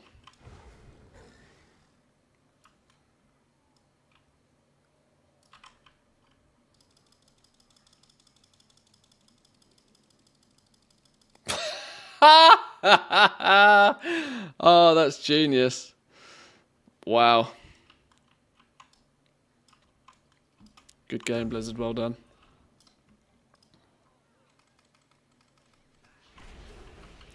I haven't even done the zone enough to interact with chat. Renown 13, I think, for chat. Pretty sure.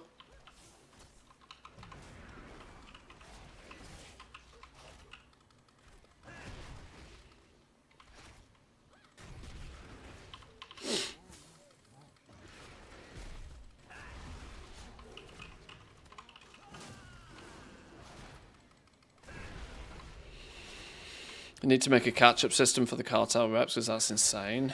Well, there's rumours circulating that there's a rep bonus coming in 11.15, but that's still like a month away.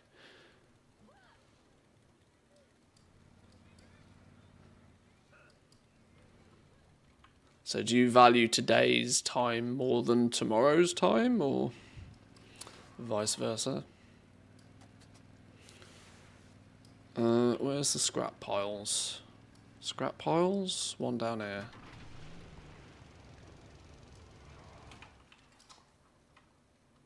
What's shaking, pal? Whatever you finds, you keeps. Get shoveling.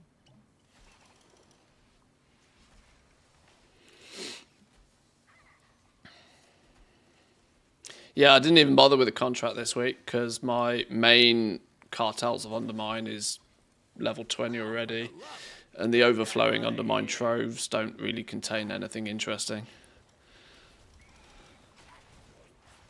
Or, well, I say that, I've not had anything interesting out of them. No Mechanicas, no bonus mounts. I've only had a couple though.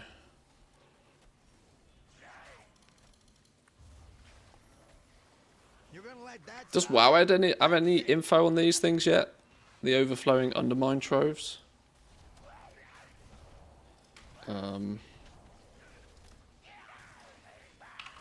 Overflowing Undermine trove better shovel harder. contains one of 7 things. Yeah, Wowhead doesn't have. Wowhead's only got 10 points of data on them so far. So yeah, Wowhead doesn't even really know particularly what's of interest in these yet. Because there's clearly not that many people who both have the add-on and have also got to Renown 20.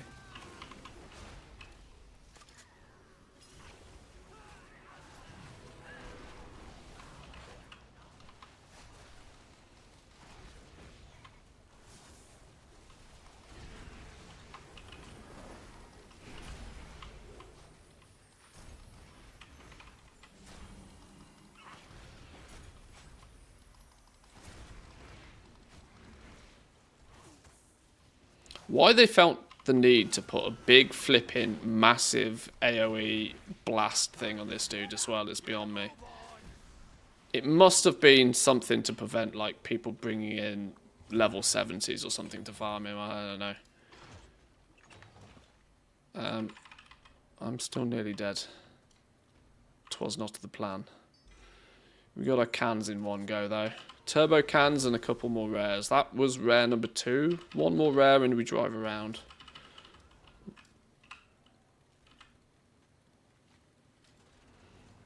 One more rare and a bit of a drive.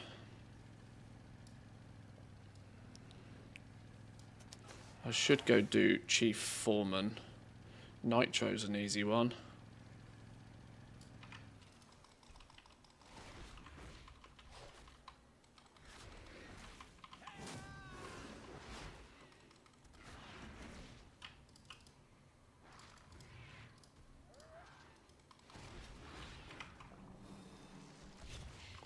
Completely lost my chat list, disappeared from my bags, didn't hand it in, just went whoosh.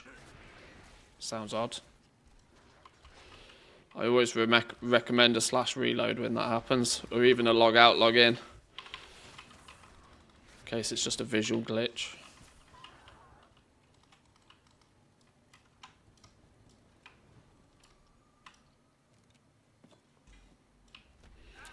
Well, that's 3 rares. Now we've just got to drive around for a bit on this dude.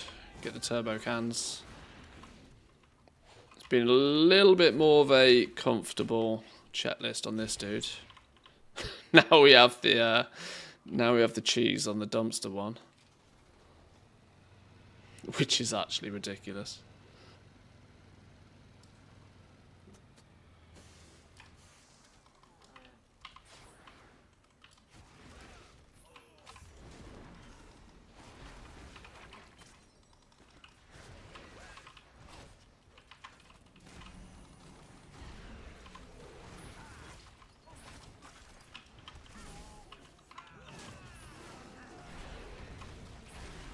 Get off my ass, you big stinky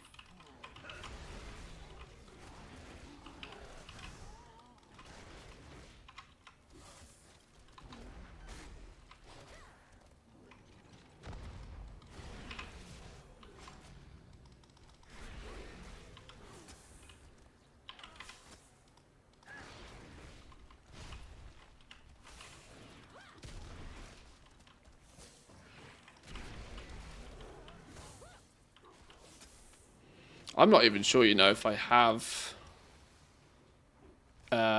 40 bonus cards on any of my alts. So it's a good thing I do have a bunch of them on my main. Or I really were gonna run the risk of getting so close to the finish line.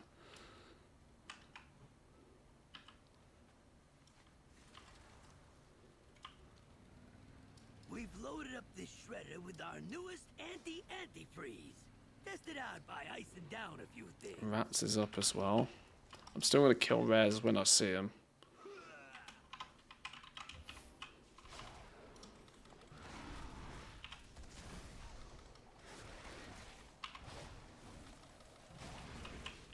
Notice Blizz loves to make us collect weird things. Poop, dirt piles, shoveling trash. Oh yeah, we're garbage to them. That's literally what we are. We are absolutely garbage to them.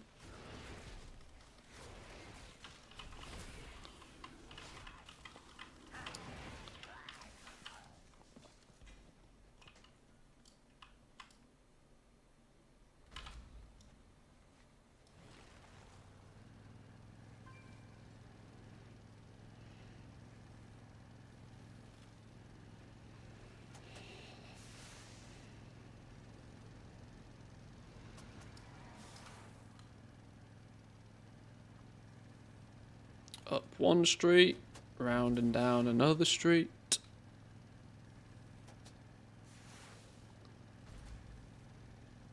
Can you believe those chuckleheads?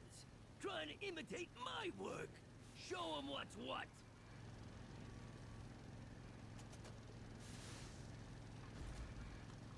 Oh, he's actually up without even having to do any busy work. That's an easy win. Easy win. Yoink.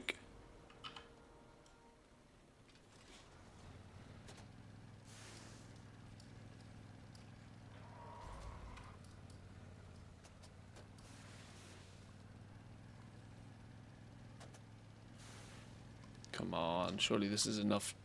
Oh, I'll go kill Swigs while we wait. Yes, there we go. 4 out of 4.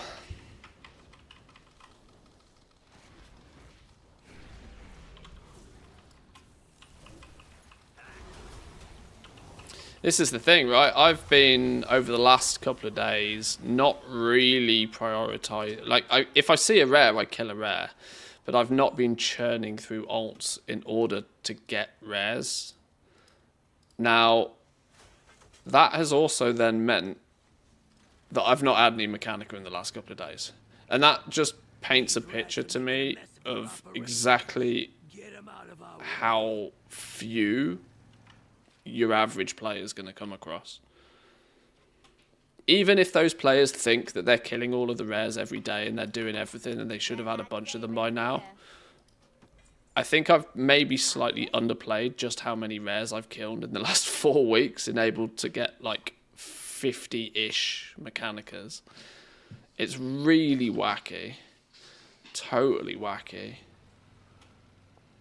And every day as well. Like, I've probably averaged at least 100 rares a day. Pretty much since the expansion launched.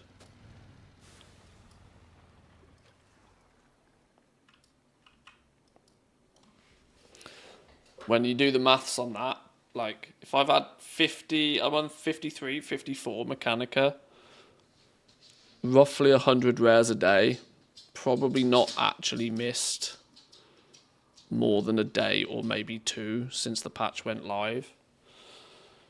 Patch has been live 4 weeks, 7, 14, 21, 28. Probably close to about 3,000 rares killed so far.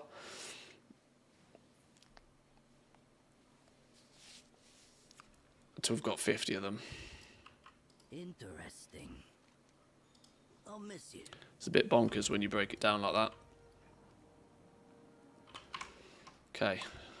My last actual alt.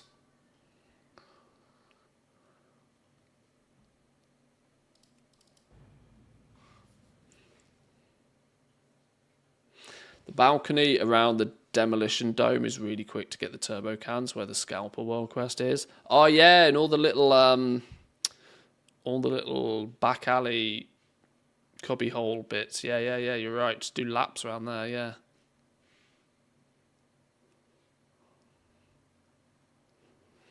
That's big brain. Big brain plays.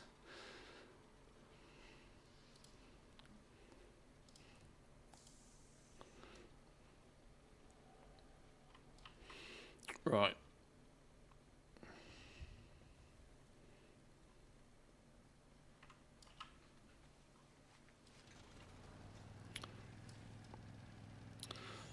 Want to sell Rocket 3 mil? I don't doubt you'll find plenty of sellers in here. You probably won't find many buyers. The irony is that the big time goblins with all of the gold are probably not necessarily the ones that are going to buy it. Cartel, turbo cans, races, and jobs is the only ones it suggests us doing. Oh God, oh, Lord have mercy. This must be a right dead card. Deliveries, war mode, fishing, pets, races, delves, cans. Wow, okay. 2 races, turbo cans, 10 jobs. Well, they'll kind of sort themselves out, those ones, won't they? They're not the best, but they're not the worst.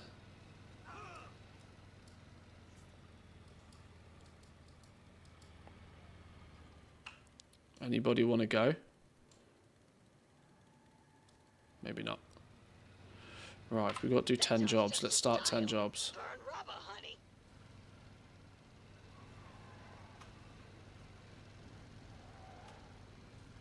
Definitely got more efficient at this as the days passed, though. Without question. What's the news? See you around. What's the damage? A few little new tricks of the trade have made things a little bit more interesting. You did the job and you didn't total your car. I call that Take it off you for a mil if it's weighing you down.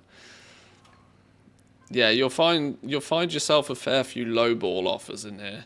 You probably won't find many fair market rate offers. Right, you have a dog. You have a dog. You have a dog. You have a dog. 5 dogs? You have a dog.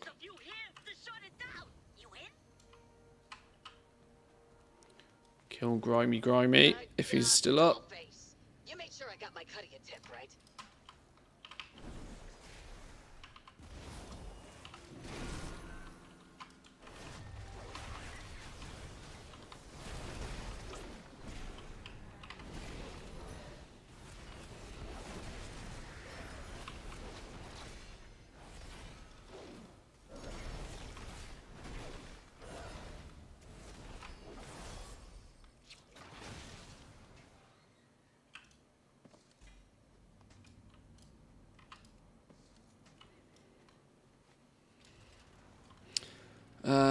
There's a race right up north as well. I need to remember that one.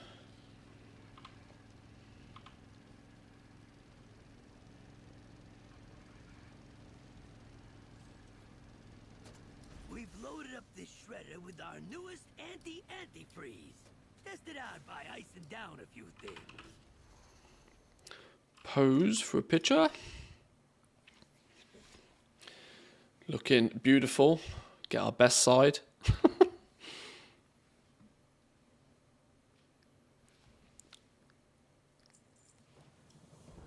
Great work, Toots. I hope your cut's enough to pay all of your traffic tickets.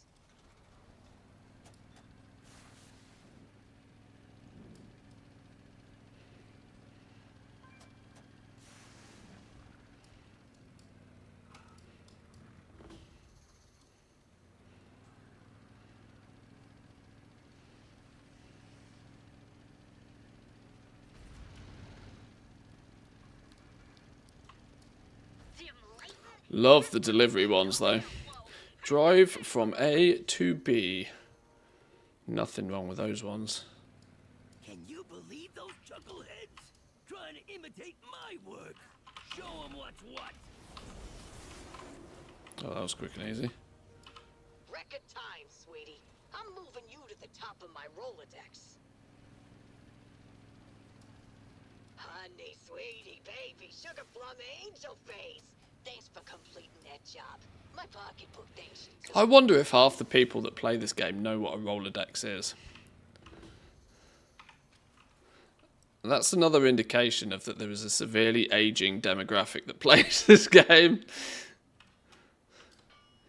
If you're under the age of 25, you've got no chance of knowing what a Rolodex is.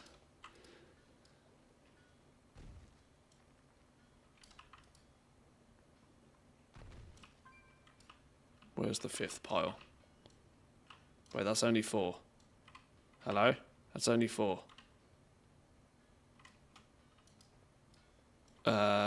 Game? Oh, bonus one.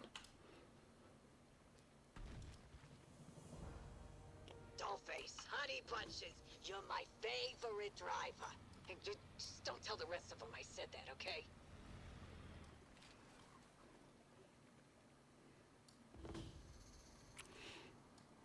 Distribute some towels. Shaking, pal. Well, well, well. Made me lol. Used to have a Rolodex when I worked in an office in the 80s. What's the damage? Before anybody digitized anything. Yeah. You do the work, I don't break a nail. That's a win-win for me. Watch yourself.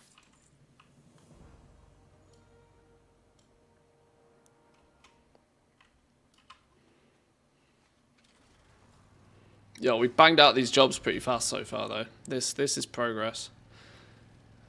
Goes to show. Bit of caffeine in me. We can be somewhat efficient. What are we doing in there? Oh, this is the names one. Click on the scrolls.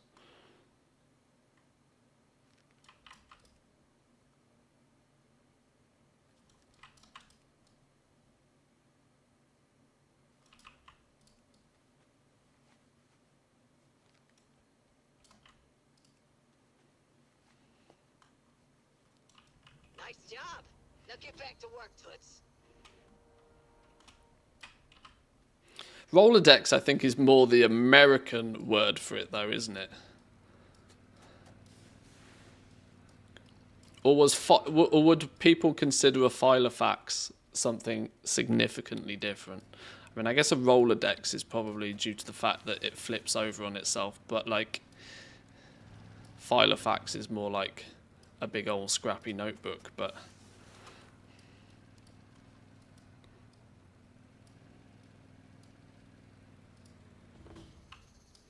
oh, killer rare. Hang on, we'll hop in here.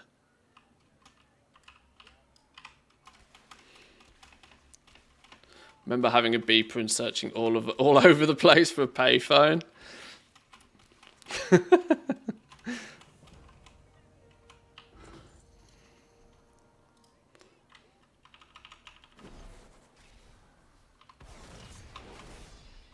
I'm going to rename the Discord from Manthus's Coffee Club to Manthus Boomer Hangout.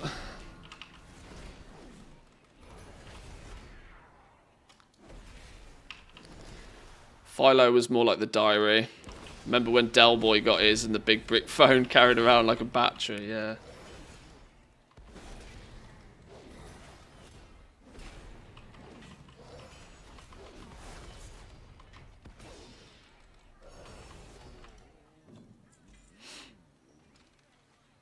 You had a leather Filofax. Alright, show off. Money bags over here.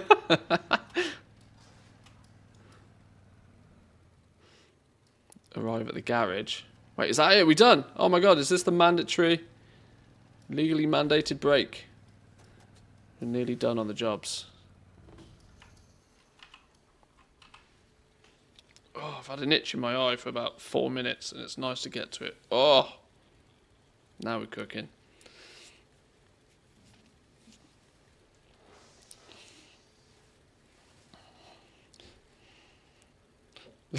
An aerial so big we took out a seagull. Yeah. Hello? I'm in the library.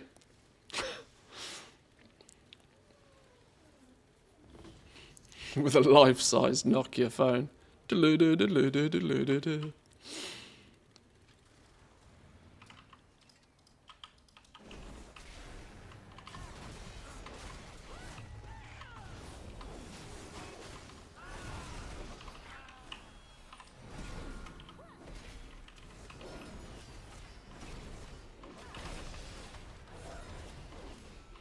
Right, 2 races. 2 races shouldn't be too difficult. Let's go do that silly jetpack one up north, because that one doesn't actually have any turbo cans. If rares would kindly stop spawning. Please? Please, please. Know your time and place. Shit, hang on. How long have I been streaming? Oh my god, I didn't realise what time it was.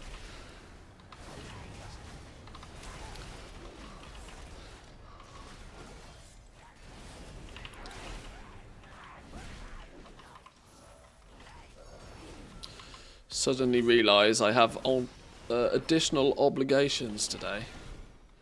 I promise I hadn't forgotten about.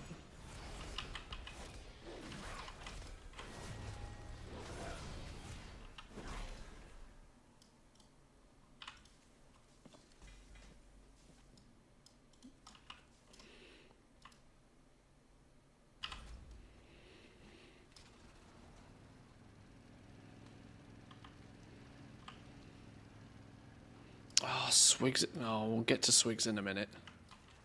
Prioritise on the focus. Focus. Eyes on the prize.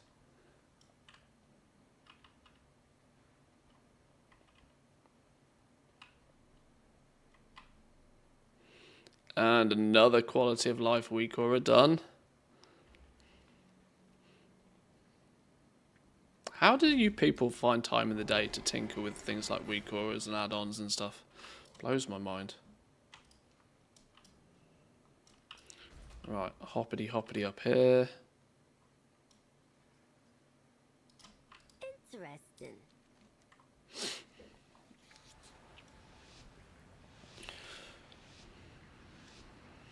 Did it while AFK at the theatre? Fair play.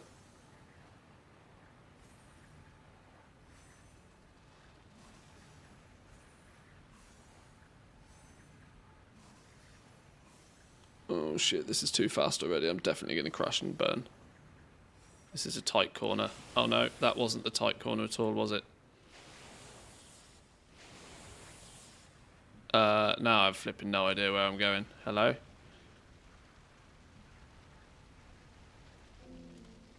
Let's try that again, shall we?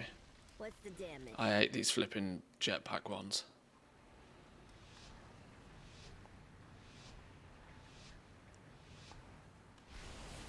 I don't know about you, but some characters seem to go 5 times faster with the jetpacks than others, and I don't get why. And I don't have time to look at buttons or read tooltips while I'm doing it, because it's too goddamn fast.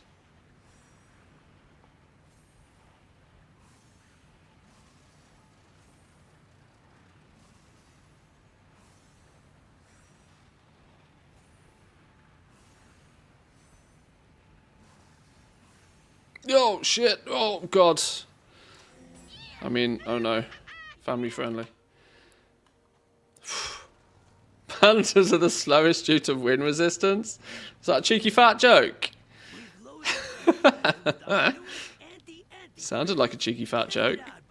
I'm sure pandas are used to it. Interesting. Right, race number 2. Did another hour of farming, can confirm 50 to 60k an hour is possible. Counting the mogs, tinder boxes you get from blah blah blah blah blah in Hallowfall. Maxed out both herbing and mining. All the buffs, sharpening stones, blue tools. So you can still stack everything and get 50, 60k an hour right now. That's got that. Well, that goes to show, right? 50, 60k right now is on the basis of the fact that most in-demand materials are like double the price that they have been recently. So that means you half that number you half that number and take away the extra value add, you're looking at like regular 25k min-maxed. These rats are making a mess of our operations. Get them out of our way. Right, turbo cans. I've probably picked up a bunch of them already, so I probably don't need too much more. But that little trick of circling the dome sounds like a play. I'm all for a little entrepreneurship, but Oh, unauthorized well, reselling the is 3 at the just entrance wrong. was enough. Go teach those scalpers some manners.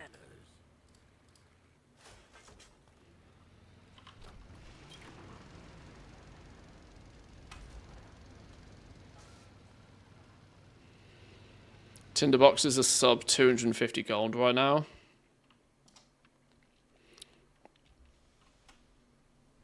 That's yeah, with each of the delve mats sub 100 gold, that's probably about true, yeah. Thanks for stopping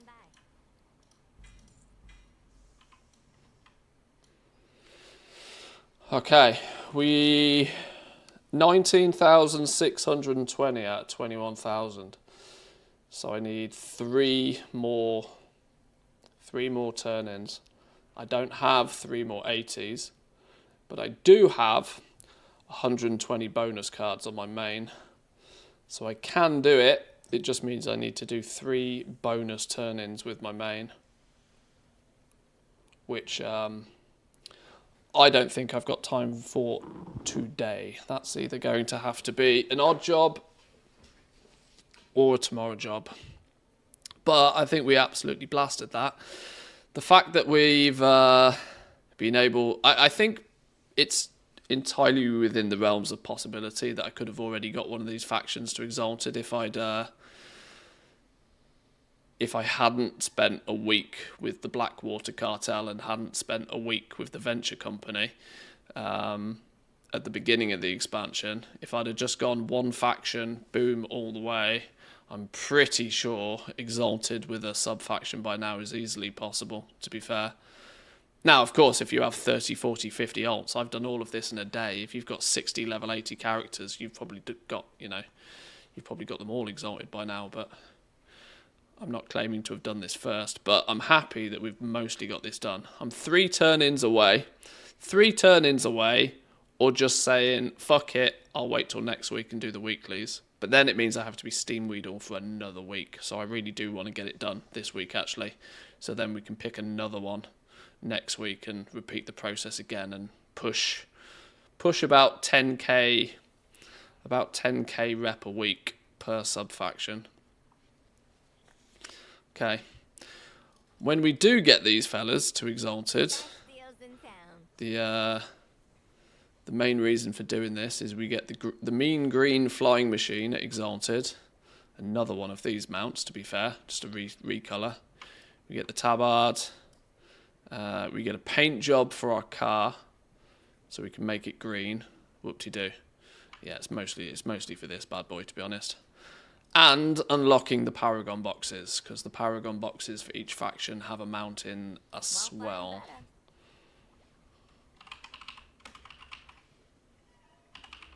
Which is which one? Steam Weedle. The Steam Weedle supplier. Paragon box for the Steam Weedle is a green rocket instead of a black one or a pink one or any other colour one. Do we know how much these cost yet? Are they 7,500 gold or are they 10? Are they 7,500 rep or are they 10k rep? Because the Dark Fuge is 10, isn't it? Dark Fuge Solutions is 10k rep, which makes me think that the other ones are going to be 10k rep as well. Do you get Paragon boxes from the main? You do, yeah, but I've not found anything interesting that comes out of them. 7,500 rep is needed for the main faction, which is the equivalent of like 3 renown levels. I seem to be getting about one of these a week, so there must be about 7,500 to 8,000 rep that's renown that's easily obtainable each week.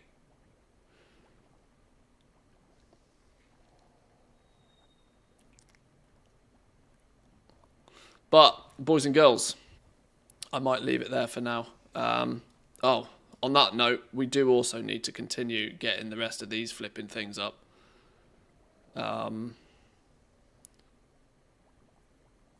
Brand's level 58 out of 80.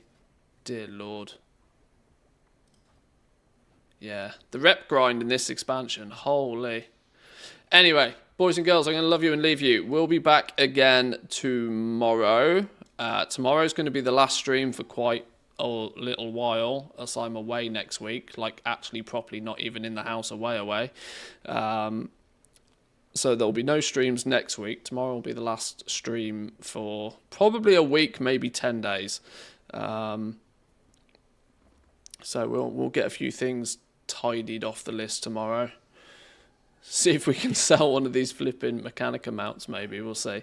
But anyway, enjoy the rest of your day, boys and girls. Thanks for stopping by. I appreciate it. I'm going to go do some actual real human things.